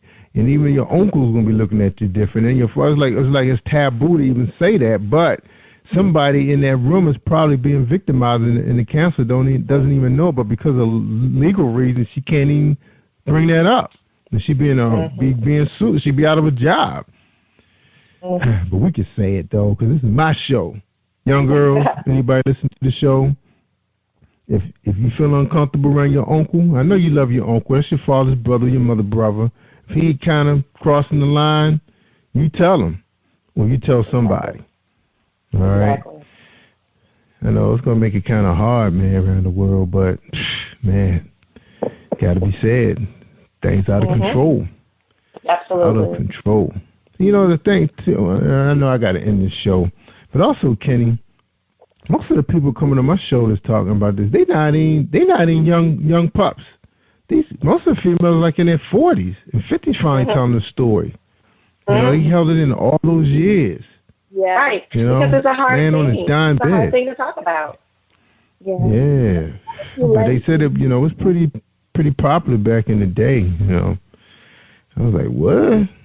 I'm still blown away by this whole family. I know. Sometimes you hear about the stepfather used to get the blame all the time. Now it's not even the stepdad no more. Nope. Hey. All right, yo, we got to get out of here. All right. Oh, Nima, so you said your piece, right? See, my last show. Part of it, yeah. You have some more to say? You want to say some more? No, come to the show. You can see the whole thing. Ooh, good answer. Right. Come to the show. Yeah. Uh-oh. Yeah, you're right about her. All right, y'all.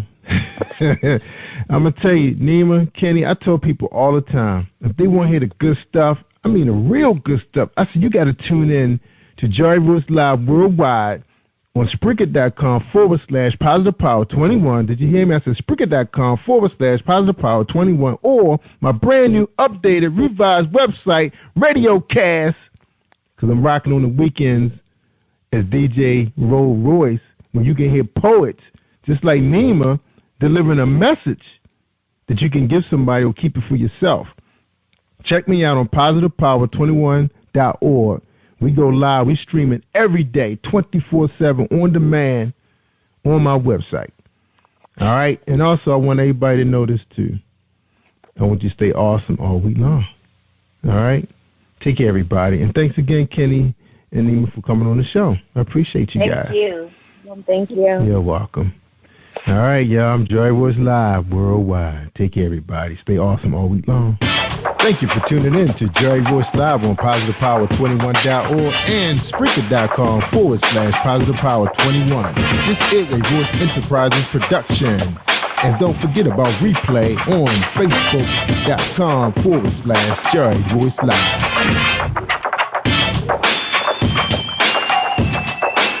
All right. That's it. Hi, I am recording artist Marilyn Dunn from St. Louis, Missouri. If you are looking for some soul-stirring, anointed, spiritual, and heartfelt music, visit my website at www.MarilynDunnMinistries.com. Or you can also find me on CD Baby, iTunes, and Reverb Nation. For booking information, contact Mr. Kevin Dunn at 636-856-0551. That's 636-856-0551.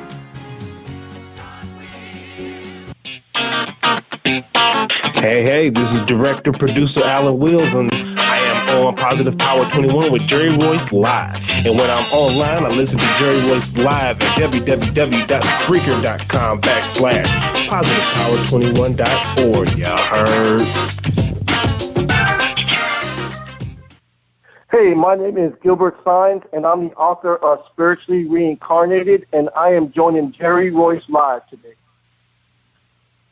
Hi, this is Angel Sessions, and when I'm in town, I listen to Jerry Royce Live, PositivePower21.org, where they play my favorite music.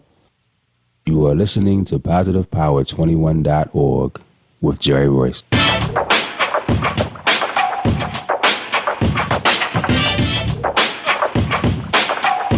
What up? It's your boy Kano Kingston. Hi, this is Angel Sessions. Hey, this is Pat. Hi, I'm Teresa Powell. Hi, Jerry. This is Iris Sandro Carter. Hi, this is Bill Powers. Hello, this is Teresa Bobby with Jerry Royce Live. Hi, I'm Philip Barron. I'm live on the Jerry Royce Show. Hey, what it do? It's your boy Houston Saint. Peace, this is Dolly, the poet, spoken word artist. Hello, this is Ramon Marquis with Jerry Royce Live. All right, everyone. You got Robin in, and I'm keeping it live right now on Jerry Royce Live. Hey, what's going on, everybody? What's up? This is award-winning podcast with the greatest podcast on earth. Thank you for stopping by. I'm your host, Jerry Royce Live Worldwide on Internet Radio, where you get your positive on. So when it's all positive, it's all power. That's positive power. This is a worldwide podcast for growth, wealth, and success. Thank you.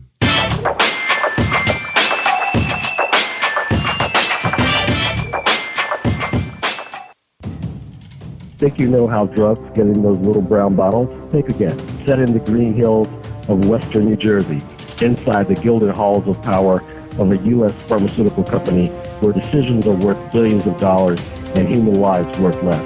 Nicholas Harding, a young executive at Marshall Pharmaceutical, finds his career, family, and life in jeopardy. The Farmhouse, a suspense thriller novel by Bill Powers, published by Donna Inc. Publications, available at Amazon.com or DonnaInc.org. Go to Bill's webpage at www.authorBillPowers.com. Are you looking for the next great read? A book filled with love, passion, betrayal, and intrigue. The award-winning novel, Season of Change, by Tamika Patrice Kane, is sure to satisfy your literary sweet tooth. Check out this must-read book reviewers are calling uplifting and emotional, and exceptionally great read, deeply intense and thought-provoking. Order your copy today, available in paperback and ebook on Amazon.com or at www.TamikaPatrice.com. Are you an author, looking for promotional services, or a reader looking for a great read at low prices? In this competitive world of books, Biden Royalty Promotions is dedicated to bringing authors and readers together to build a greater respect for literature through our various promotional services and online bookstore. So head over to WriteRoyaltyPromotions.com and check us out.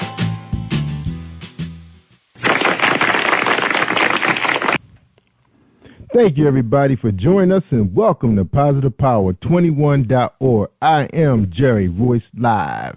That's right, and you're listening to episode 306, and our special guest tonight is going to be Gilbert Sines. That's right, he's here to share his poetry book. And before we read his bio, let's hear a word from our sponsor, Dominique Wilkins. Hold tight, y'all, for a 30-second presentation. Have you been hurt? Been backstabbed? Got a talking back team. Well, you're not alone. No. Escaping to another reality. Through Dominique Wilkins' good books, audio books, paperback, ebook, good books. Available on authordwilkinsgoodbooks.com. All right, ladies and gentlemen, welcome back. Welcome back to episode 306. We got Gilbert Sines here. He's here to share his poetry tonight. For the first session of the show, we're going to get a chance to talk to him, find out who he is. And basically, he's here to talk about his book called Spiritually Reincarnated. It's 3-poem set. And he wrote this book before he found God, when he found God, and when he was questioning his spirituality. And he includes psychology theories as well as some of his ideas. And it's a combination of spirituality, philosophy, and science and psychology. So this is a deep book, deeper than the way I can go. All right, so we're here to talk to him. So here he is, my man, Gilbert Sines. So Gilbert, welcome to the show. This is Jerry Royce Live. How you doing? Hi, Jerry. I'm very glad to be here. Thanks for having me on. You're welcome, man. Welcome to Positive Power, man, 21.org. All right, man, the first question is, and the floor is yours, man, because I read your bio, and I know you got a lot to share to the world, man, and we all listening. We're listening really closely, man, because, I mean, I read just that short piece we just read saying you're combining spirituality with philosophy and science and psychology, so we all ears, man. So like I told you earlier, we got till 8:30 till we take our break, so the floor is yours. So the question is, who is Gilbert Sines? Your story. Well, Gilbert Sines, actually, I changed to many different people. The Gilbert Sines you're meeting now is not the same Gilbert Sines, let's say, about maybe 7-8 years ago. I want to share something, one of the most life-changing experiences in my life, and that's my testimony that I'd like to share with you that really turned my life around when I met Christ. And, you know, when I first found him, too, I found happiness. I found meaning to my life. Before, I was skeptical. And the moment I found him, I was like, you know what, man, there is something to this Jesus thing that I cannot explain. But I've never felt like it before. But let me just share with you my testimony for a minute. I would love to share it with you the day that I found Jesus Christ, because it truly is the happiest day of my life. I hit my rock bottom and wanted to give up on my life because I was filled with pain.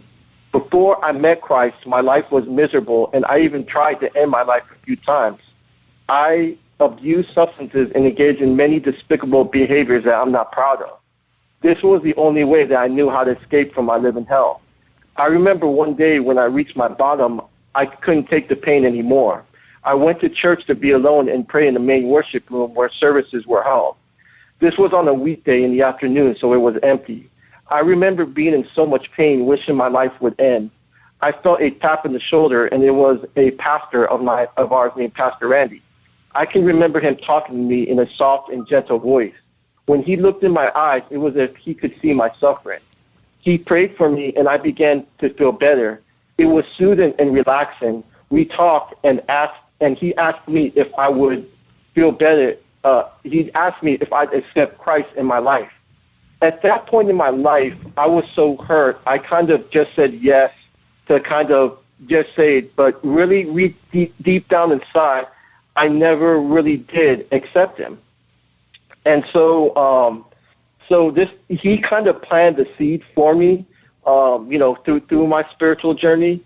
And then a few months later, I got a summer camp working at a Christian-based summer camp dealing with abuse and special need kids in Kerrville, Texas. If I never would have accepted Christ the first time, I would have never been able to take that job. Working with those kids and the patience that I developed helped me grow spiritually. It was if I could see the Holy Spirit in all the kids, and they really liked me there. The parents loved me, really liked me so much that they even sent me cards, Christmas cards when camp wasn't in session and things like that. So that working at that summer camp was kind of like a turning point in my life. Even after that experience, I was still going through some tough times and did not really grasp the concept of Christ. I still struggle with my spirituality as I just questioned everything. And that's kind of being a scientist in me, based up in that background. That was my thing, to question everything. One day I was coming out a deep alcoholic-based depression when I called a friend of mine from camp that had a really strong faith in Christ. He talked me over the phone and explained to me about the concept of Christ and that God loved us so much that he sent his only son to die for us. Something at that moment just clicked in. Till this day, I still don't know what it was. I was finally ready to totally accept Christ and put my trust in Christ. Because where it was is before I believed in him, but I didn't believe in him enough to put my trust, to put my life, to put my will in him. And after I said a prayer with my friend that night, I don't know, it's just a sense of peace that I've never felt, a sense of peace and relaxation and a sense of love that I've never felt before just overcame me. And it was the most beautiful feeling in my life. And then, it's like, and I'll describe it a little bit, like when I was driving home, the miracle continued to the next day as I was driving home. When I first stepped foot outside, it was like I was walking into a new world. Everything was brighter, had beautiful colors to it. The grass was greener. The sky was bluer. The birds were singing louder, and everything was just so beautiful. I mean, I was noticing all the little things that I've never noticed before. And even that night, I was always having trouble sleeping. I slept on a couch, and it was a pretty small couch, pretty uncomfortable. I slept the best that I've ever slept before. And, it was just, and I can't explain it, it was just like a kind of a high, but something that was missing my entire life, I just totally found when I found him. And like I said, I looked at everything in new perspective. Everything just looked beautiful to me, and it was just overwhelming. I can't explain the love that I felt. I actually felt the love of God, and I never felt it before. It was as if, and I felt like this, Jesus was sitting right next to me in the car, and I just felt so loved. I experienced a peace that I never felt before in my life. It was at that moment that I realized that everything was going to be all right. I came to the understanding that Christ was there suffering me all this time with me, and that I wasn't alone. And that was really a powerful, experience to realize that. Because I've always felt so lonely, desolate my entire life. But now, since I met Christ, I felt like I didn't feel alone anymore. I felt God's love, and it was so strong. I went from feeling down to instantly revived. This was the best feeling in the world when I stopped fighting it, and I just gave in and accepted Christ. I felt like 1,000 pounds had been lifted off my back, and that Jesus was right next to me, loving me for who I am. I finally felt accepted and a part of something special. Words cannot explain how his love made me feel. I never felt something so strong and wonderful in my entire life. This truly was the best day of my life. Since that day, I was able to attend more Christian summer camps, and I was invited to Alabama and taught Christianity in more depth lessons. The lessons I was taught in Alabama would remain for me for the rest of my life. Science could never provide me with what I received from Christ. I hung on to the Bible and was so hungry to learn everything that I can. I learned the true meaning of fellowship and how it felt to be accepted unconditionally. I would later attend another camp in Arizona, and along my my way, establish a Christian-based network with people that I truly feel connected to. Soon afterwards, I graduated with my bachelor's from the University of Central Florida in psychology. And then not long after that, I enrolled in graduate school, and I graduated from Nova University with a mental health counseling degree. And then when I was going to Nova, I also did my intern. I worked with veterans and with veterans coming back and people with substance abuse problems. Mm-hmm. I put together this book that I was writing. Some of the writings I wrote, Spiritually Reincarnated, is a 3-poem set. Part 1 I wrote before I found God. That's when I was searching for him. And part 2 I actually wrote while I found him. And you'll read it like towards the end. I found, you could tell by reading it that, I didn't find him to the end when I was writing that poem. And then part 3, I kind of questioned my own spiritual philosophy. But so I released the book, and I do a lot of poetry around town. I do a lot of appearances, and I also do short stories, because the book is just not about poetry; it's about short story as well too. And but it all had to stem back to that day that I found Christ. That truly was the happiest day of my life. If I never found him, none of this would have been possible. I wouldn't be, I don't believe I'd be successful as I am today without him. And it's only through him that I feel, that I can succeed. But I just can't help but talk about how beautiful it was the day that I found Christ, because, wow, it truly was the most life-changing event in my life. But it wasn't until I was able to trust in God, when I was able to trust him with my life, that was the day that things turned around for me. Because the whole time before that, I knew he was there and I heard about him, but I never had that relationship with him. I never trusted him with my life. And it's not until that I was able to put trust in him that I was able to advance spiritually. That was the only way that I could advance. And like I said, Jerry, it felt so good because I've never felt that feeling before. And since like after that, it's like everything. Yeah, I still, because I work with Medicaid clients, so I work with a different population. I have about 25 to 30 on my caseload now. So even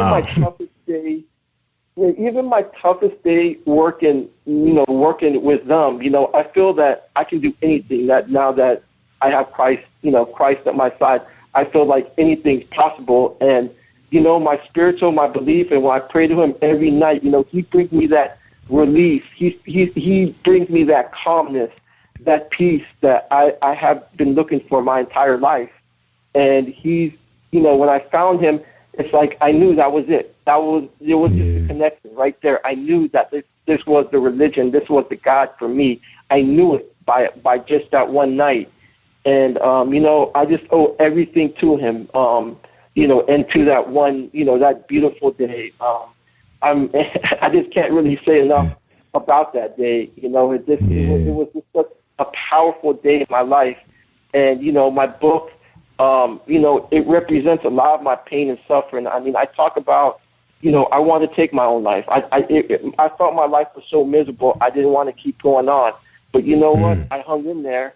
I stuck it out. And you know what? It's so much better now. And that's what I want to, convey to anybody. You know what? If you're contemplating on taking your life, you know what? Hang in there. It gets better. And if you haven't accepted Christ in your life, man, I mean, I can't tell. It was just, he worked a miracle in my life, and he turned me, he rose me up from the bottom, and I couldn't have risen up by myself. I mean, I couldn't have done it without him. And like I said, man, ever since I met Christ, my life has been advancing, and I have not looked back since. And, it's like whatever I go through, I know I can handle it because I know Jesus got my back. And just that feeling, You know what I mean, Jerry? It was just that life-changing experience that's hard to put in words and talk about because it's so powerful. You know, it just changed my life. And yeah, man. We can tell, man. We can hear by the passion in your voice, man, that it was remarkable, man. It was spiritual. Like you said, it was so powerful that you can't even find the words to describe it, man. But we can feel it. I'm getting chills now just listening to you. I understand. So the pain was that bad before you found Christ. The pain. Yeah. Tell us about the pain that you was going through. Tell us about that pain. We got a couple minutes before we take our break. Just tell us how bad the pain was before Christ. Wow. Man, Jerry, you're telling me to go down a really dark road there. I was lost. I was completely lost. I had substance abuse issues in my past. I had failed relationships with girls. My family relationship also among the family was kind of deteriorating because of my bad habits. I mean, I have a couple writings and a lot of my pain is represented in this book. And I didn't tell you this, but I'm also writing another book. This is like kind of like before, but I'm writing another book that I'm working on by the end of the year that I want to get out that kind of shows my advance and how I advance. But like I said, the only way I could advance is only through Christ. That's the only way I could have advanced. And my other book has more because I don't feel comfortable really like performing the really dark poems, you know, because I hate leaving my audience sad. So a lot of these spiritually reincarnated, a lot of them are sad, but there's a lot of loved ones and happy ones too as well too. But that's just the only problem. I mean, I'll read one of them, but probably when we come back after the break. But I just don't. I'll read like a couple, but I want to leave my audience happy because that's where my life is. My life today, I am happy. You know, I feel this love around me every day, and I'm truly happy. All right, and this is what we're going to do, Gilbert. We want to tell people. We're going to tell people right now where they can get the book. So when we come back, we're going to listen to your poetry for the next 15 minutes before going into the closing of the show, because I really want to hear your poetry. Because I'm one of those kind of people. You know, I'll read it, but I think I get more from it when I hear the artist perform it, and that's what I'm looking forward to, is hearing you read those poems. And like I told you earlier in the show, before we started the show, we definitely want to get some of your pieces, because we're putting together a mixtape that's going to be played on Saturdays. It's going to be combined with some other poets. So if you can get those to us as soon as you can, we'd be glad to put you in rotation for our weekend poetry studio. Okay? Sound good? Sounds good. All right. Okay, man. So tell people where they can get your book, man, and then we're going to go to break. You can get Spiritually Reincarnated off any Barnes & Nobles, or all you do is Google it up. It's available on Amazon, eBay, basically any distributors, but you could just Google it up on Google, type in Spiritually Reincarnated and different links. And I'm also on Facebook and Twitter, so there are definitely many links on my Facebook Spiritually Reincarnated page. On Facebook, there are definitely many links, and I also release a lot of my work on there, and also on Twitter, I believe we have some links on Twitter as well too. All right, we make sure we get all those links, put that on the landing page when they come out and listen to the show, because some of the people do come out to Spreaker.com/PositivePower21. For those of you that come out to PositivePower21.org and you just hear the show, you definitely got to come out to Spreaker to get the links to the show, to Gilbert's his Twitter page, his Facebook page, and all those things. You want to just click on it. We will have those available inside the splash page. Okay? All right. Again, y'all, we listening to Gilbert Signs.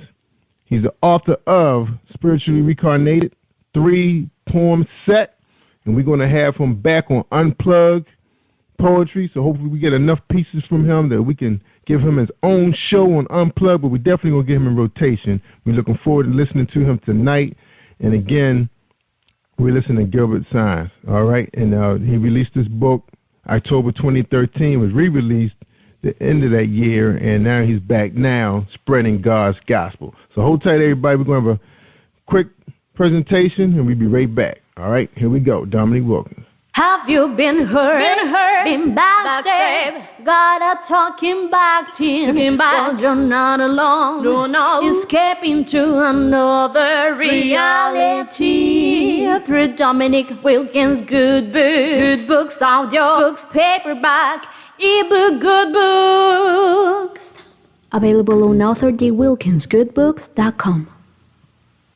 Are you looking for a great book of poetry that is romantic, heartfelt, and full of male emotion? Then get Thoughts, Love, and Reflections by James K. Deshay. That's D-E-S-H-A-Y. Go to www.jamesdeshay.com. You will enjoy Thoughts, Love, and Reflections. All right. We're listening to Jerry Royce Live worldwide on PositivePower21.org and Spreaker.com/PositivePower21. We're talking to the testimony of Gilbert Sines. All right, Gilbert, man, I'm so excited, man. I just love listening to poetry, man. I don't care how dark it is, how happy it is. You know, sometimes it takes you places where you really don't want to go, but you need to go. And sometimes we need to go there, man, just to appreciate the life that our good Lord has given us, man. I say, man, the Lord has blessed me with a great childhood, great kids, great family, but, you know, we've seen some darkness, man. We all have seen some darkness when it comes to relationships, job situations, you know, because I've seen my share of prejudices. I've seen my share of mean bosses. I've seen my share of evil people. So I'm looking forward to hearing it, man, because sometimes we need to go there, man, and I know you agree with that. So the floor is yours, man. All right? We listen to Gilbert. All right.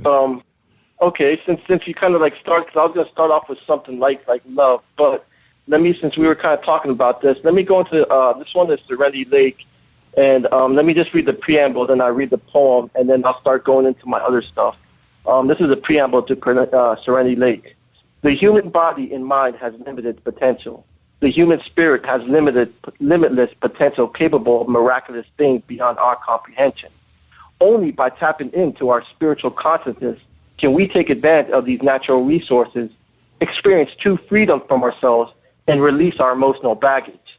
Every one of us has a limited dark side. We also have a limitless good side that goes beyond those boundaries. This is my dark side that has never been seen before. After years of struggling with it, I finally have it under control. When I was younger, there was this place I used to visit alone when times got tough. I call it Serenity Lake, and it has left an imprint in my memory. Lots of struggles within me have occurred there, and this poem is a glimpse of my suffering. This is my most personal poem that I've ever written. I call it Serenity Lake. There was this lake I used to know. When times were tough, I used to go. As I looked in the lake, my reflection would glow. I was falling apart and didn't want it to show. I remember that time I wanted to fly, 17 years old and wanted to die. I remember those times alone in the dark, covered in pain and tears in my heart. I remember that time tainted with pride. My only way out was suicide. I remember those times I should have died, strong on the surface but weak inside.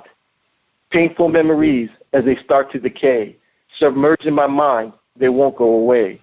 Serenity Lake, a painful place, located down south on an old Air Force base. Pretty on the outside, so calm and serene, but listen closely, you could hear me scream. Serenity Lake, two worlds I cannot control, where demons lurk to snatch your soul. Life is nothing to me but a big test, waiting to see if I manifest. Alone in my journey, yet tortured by time, a miraculous life, so dark but defined. Hold me in your arms and don't ever let me go. Be there for me when I'm out of control. And that one was Serenity Lake. Beautiful. That one, like I said, that one was, since you were talking about dark, that one was kind of like the dark one. This one is not as dark. This one is about love, and this is actually one of my favorites. So I'm definitely kind of looking forward to reading it to you. This one is called What is Love? And it talks about all the different types of love. So this is the preamble, and then I'll read the actual poem. Okay. There are so many different definitions of love, but which ones are correct? I believe that they are all accurate in some sense because there are many different types of love. I came to the conclusion that love is way too complicated to be described by one simple definition. Our brain is only wired to comprehend and understand a limited amount of information. As human beings, we tend to rearrange information into familiar categories in our minds in order for us to understand them. The more information we learn only leads to more questions as we come to realize just how little we actually know. To me, love is a special, emotional, mental, and spiritual bond that connects two souls. This is a broad definition, but do we really know the true meaning of love, or is it just an illusion? I call this one, what is love? What is love? I haven't a clue. I feel it every time I look at you. Love without trust is nothing but lust, burned by the fire and turned into dust. I love God and you as a friend, the type of love that will never end. Love is the connection of souls on a different plane, and searching for it can make you insane. Love is an emotion, feeling, and bond that will still be around even when we are gone. Does it come from the heart? Does it come from the soul? Or is it something much deeper we cannot control? Been searching for so long and treated like dirt. Every time I think I found it, I only get hurt. Through the aches, pains, and times I spend, only to get my heart broken in the end. What is love? Why is it so hard to find?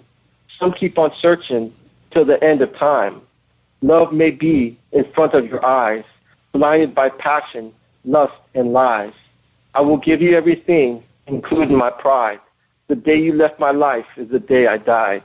The love of my God always lives on, even at times when I think it's gone. Something you should know, I swear it's true. My heart cannot help falling in love with you. And that one is what is love. Yeah, love that, man. Beautiful piece. Beautiful. Thanks. And I had this one that I wanted. This one actually was a kind of a special one because I dedicate this one to a girl who this was a girl who helped me find Christ, and he taught me so much. Her and her mother and her family actually took me in, and they taught me so much about Christianity and everything. And I met her actually at a camp. And this is a poem that I wrote about her, and it's called A Girl Like You. Every time you're around, my heartbeat starts to rise. I can see the Holy Spirit shining in your eyes. The warmth of God's love as it shines through. I can feel His presence whenever I'm with you. Like a sailboat floating through the big open sea, I can feel God's presence every time you put your arms around me. The warmth of His Spirit as it embellishes my soul. Until I found you, I was out of control. To me, you're a star floating in the sky, lighting up the heavens so the angels could fly. Because of you, I'm a new man. When I fell on my face, you helped me stand. Life has been a struggle I had to go through, and now I'm saved because of you. Your faith and love have been my gift from above. From the highest mountains to the desolate springs, you are the angel inside my dreams. When I look at the stars, I think of you. Brighten up the dark sky so a light can shine through. You're my sister, confidant, teacher, and friend. You are all I have left in the end. The sound of your voice as it echoes in my mind. A friendship like yours is so hard to find. I want you to know this, and I swear it's true. I will give it all up to spend my life with a girl like you. Wow. That was powerful, man. Love that. Really love that one. All right, we got time for one more. Then we're going to take a break, and then we'll come back with your final thoughts. You ready? Okay. This last one that I want to do is I actually want to this poem is dedicated to because our society has an image on how we want what pretty should be, and how a girl, in order for her to be pretty, she has to be this and all that. Well, I believe that every single woman is pretty in their own special and unique way. And this poem is dedicated to every single girl because I believe that you are all beautiful in your own special, unique ways. And this one is called Her Beautiful Face, and there's actually a fan at one of my shows. I actually saw her face when I was actually writing this. Her beautiful face. Her beautiful face appears in my mind. I want to be around her all the time. That beautiful body, so sexy and sweet, like candy in heaven, such a beautiful treat. I can see myself falling in love with her. My heart is like a happy cat as it begins to purr. The power of her touch gives me such a rush. Her love is something I cannot get enough. That beautiful spark of God glistens in her eyes. The beauty of her face like watching the sun rise. It seems like fate is leading us down a trail. Her words and heart is my holy grail. Like an angel spreading its wings in the middle of a storm. Just her presence alone makes my soul feel so warm. It's that beautiful face that takes me to that place. I feel it every time that we embrace. I look at the sky and wonder why. That look in her eye makes me I feel like I could fly. Wherever I go, I want her to be. She lights up my life endlessly. A masterpiece of God, her love shines so bright. If I had to go to war, she is worth the fight. Her beautiful face, so sexy and cute, that is something I cannot refute. That beautiful voice sounds like an angel playing a flute. I ask God, is it meant to be? I just don't know. I guess we'll have to wait and see. I hear you, man. Gilbert Signs writing the poem for The Beautiful Face. Wow, man, that was lovely, man. Did she ever did you read it to her, or did you get any response from her about that piece? You know, she just said she liked it and she smiled to me, and I actually gave her a copy of it. And I know it sounds a little slick, but I did put my phone number in it too as well too.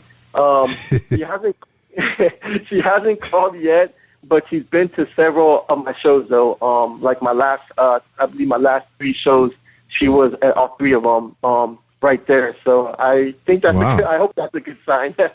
Yeah. So where can people see you live at, man? You just mentioned a couple of shows. Where can they see you? Is this a regular thing?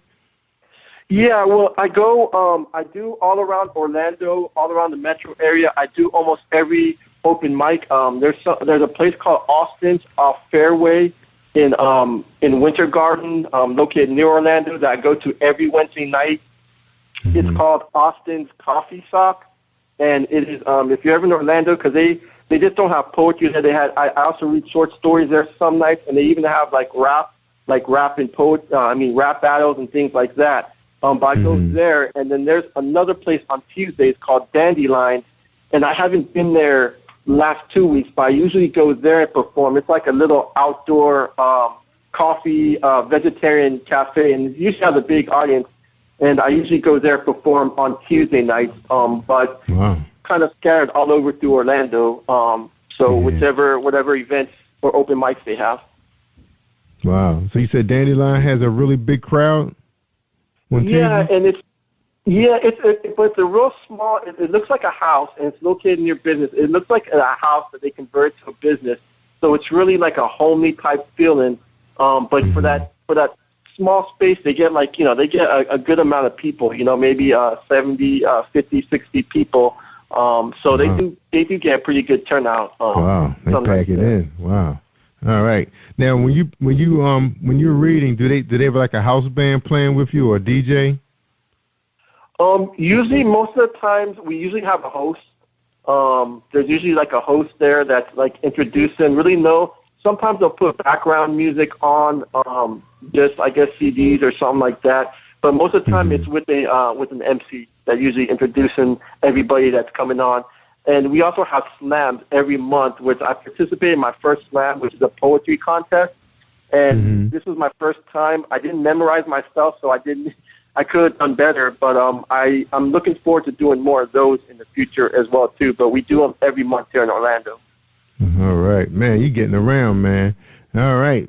I'm glad you shared that, because we have a couple of people that's from your area that's into poetry, well, they just got into it, and that's some good information you just gave out so they know where the action is going on in Florida. All right, we're talking to Gilbert Sines, episode 306. You can find him at Barnes & Noble. His book is at Amazon, eBay, and the name of his book is called Spiritually Reincarnated, and it's a 3-set poetry book. All right, hold tight, everybody. A quick message from our sponsor. Then we'll get our final thoughts from Gilbert Sines. Hold tight, everybody, for a 60-second presentation.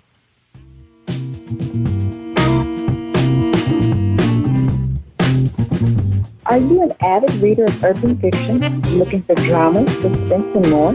Reedswell Publishing is dedicated to bringing the world's best literature to our readers. Urban fiction, erotica, sci-fi, mainstream fiction, and children's literature are just some of the genres produced by our diversified family of authors. You can reach us on Facebook, Twitter, Instagram, and at our website, www.reedswellpublishing.com. All right. Positive Power 21.org, Internet Radio. You are listening to PositivePower21.org with Jerry Royce. All right, thank you, family. All right, that's Maryland, Eastern Shore, Washington, D.C., the Carolinas. Man, families just all over the place, and now they hitting us up from overseas. Okay, we're talking to Gilbert Sines. Man, he gave us a beautiful session, man. We appreciate you sharing your testimony with the Positive Power 21 radio cast worldwide. Oh, man, it was powerful, brother. We really appreciate you coming on, man. Now, we're just ready for your final thoughts, man, and we'll be able to close up the show, episode 306. All right. Well, first of all, thanks for having me. It's been definitely a pleasure being on your show. Final thoughts. You know what? No matter what life throws at you, you know, if you keep your faith, you'll get through whatever. You know, once you're able to, for me, finding God, that was what changed my life. Once you find that whatever it is, you know, to change your life, then you know you will. Of course, God. But, you know, once you become more involved with it and you find something that you're passionate about and that you really love, you know, your life becomes better, and, you know, your life can become better, and I'm living proof of it. You know, I literally was in the gutter a few years ago, and I was able to rise up and become successful, and if I can do it, anybody can. So basically just hope. I just want people to get the message of hope by reading my book and see, oh, you know what? I've been through that too, but you know what? He came out of it on the other end ahead. So I just basically the message of hope. That's the message I want to get out there. Awesome, man. Awesome show, man. Gilbert, we really appreciate you coming on, man. And I want you to hold the line while we close out the show, because I want to get some information from you and give you some information. All right, ladies and gentlemen. That's the end of episode 306 with Gilbert Sines. That's right, he's the poet.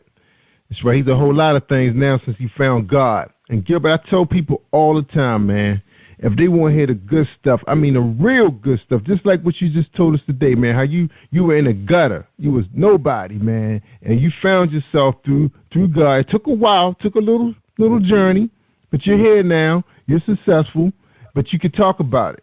And that's the good thing about it, man, because people are going through some of those things right now as we speak, as they hear our voice right now, whether it's on demand, whether it's live, somebody's going through it or they know somebody's going through it. So hopefully, if they hear this podcast, it can make a change. And we know it took a while, man.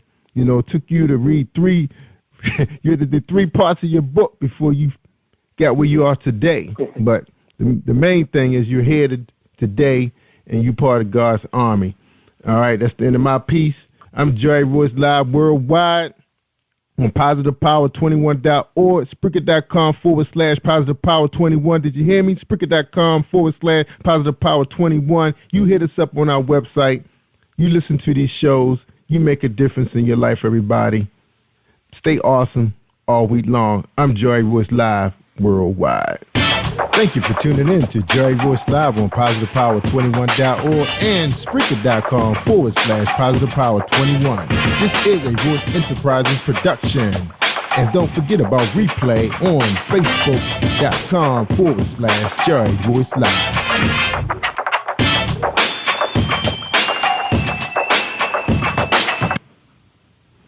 All right, y'all. That's a wrap. Hey, this is director, producer Alan Wills, and I am on Positive Power 21 with Jerry Royce Live. And when I'm online, I listen to Jerry Royce Live at www.Spreaker.com/PositivePower21.org. Y'all heard? Have you been hurt? Been backstabbed? Gotta talking back to him. Well, you're not alone. No. Escaping to another reality. Through Dominic Wilkins' good books, audio books, paperback, ebook, good books. Available on authordwilkinsgoodbooks.com.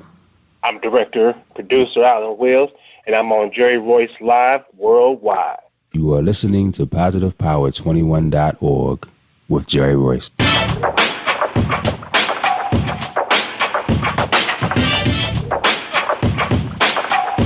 What up? It's your boy Kano Kingston. Hi, this is Angel Sessions. Hey, this is Pat. Hi, I'm Teresa Powell. Hi, Jerry. This is Ira Sandro Carter. Hi, this is Phil Powers. Hello, this is Teresa Bobby with Jerry Royce Live. Hi, I'm Philip Barron. I'm live on the Jerry Royce Show. Hey, what it do? It's your boy Who's the Same. Peace, this is Dahlia the poet, spoken word artist. Hello, this is Lamar Marquise with Jerry Royce Live. All right, everyone. You got Robin in, and I'm keeping it live right now on Jerry Royce Live. Hey, what's going on, everybody? What's up? This is award-winning podcast with the greatest podcast on earth. Thank you for stopping by. I'm your host, Jerry Royce Live worldwide on internet radio, where you get your positive on. So when it's all positive, it's all power. That's positive power. This is a worldwide podcast for growth, wealth, and success. Thank you.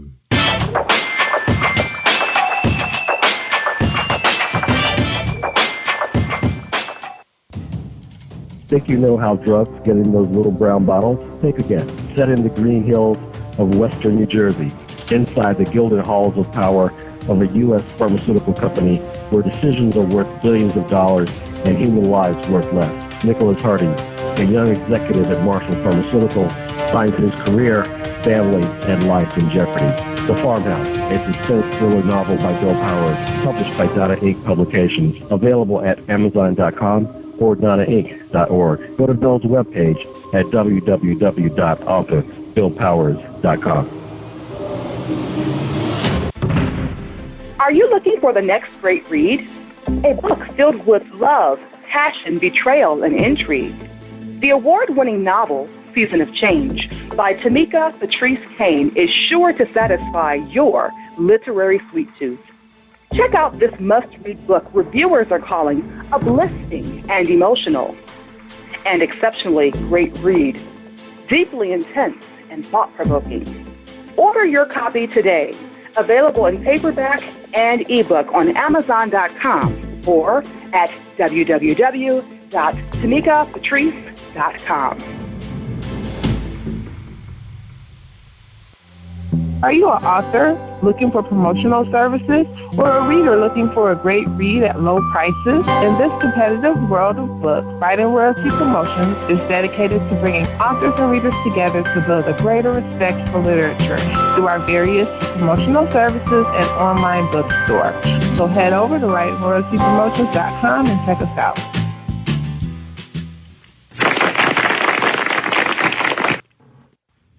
Thank you, everybody, for joining us, and welcome to PositivePower21.org. I am Jerry Royce Live.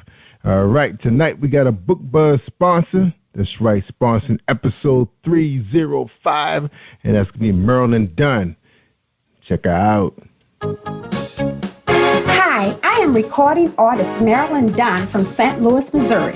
If you are looking for some soul-stirring, anointed, spiritual, and heartfelt music, visit my website at www.marilyndunnministries.com.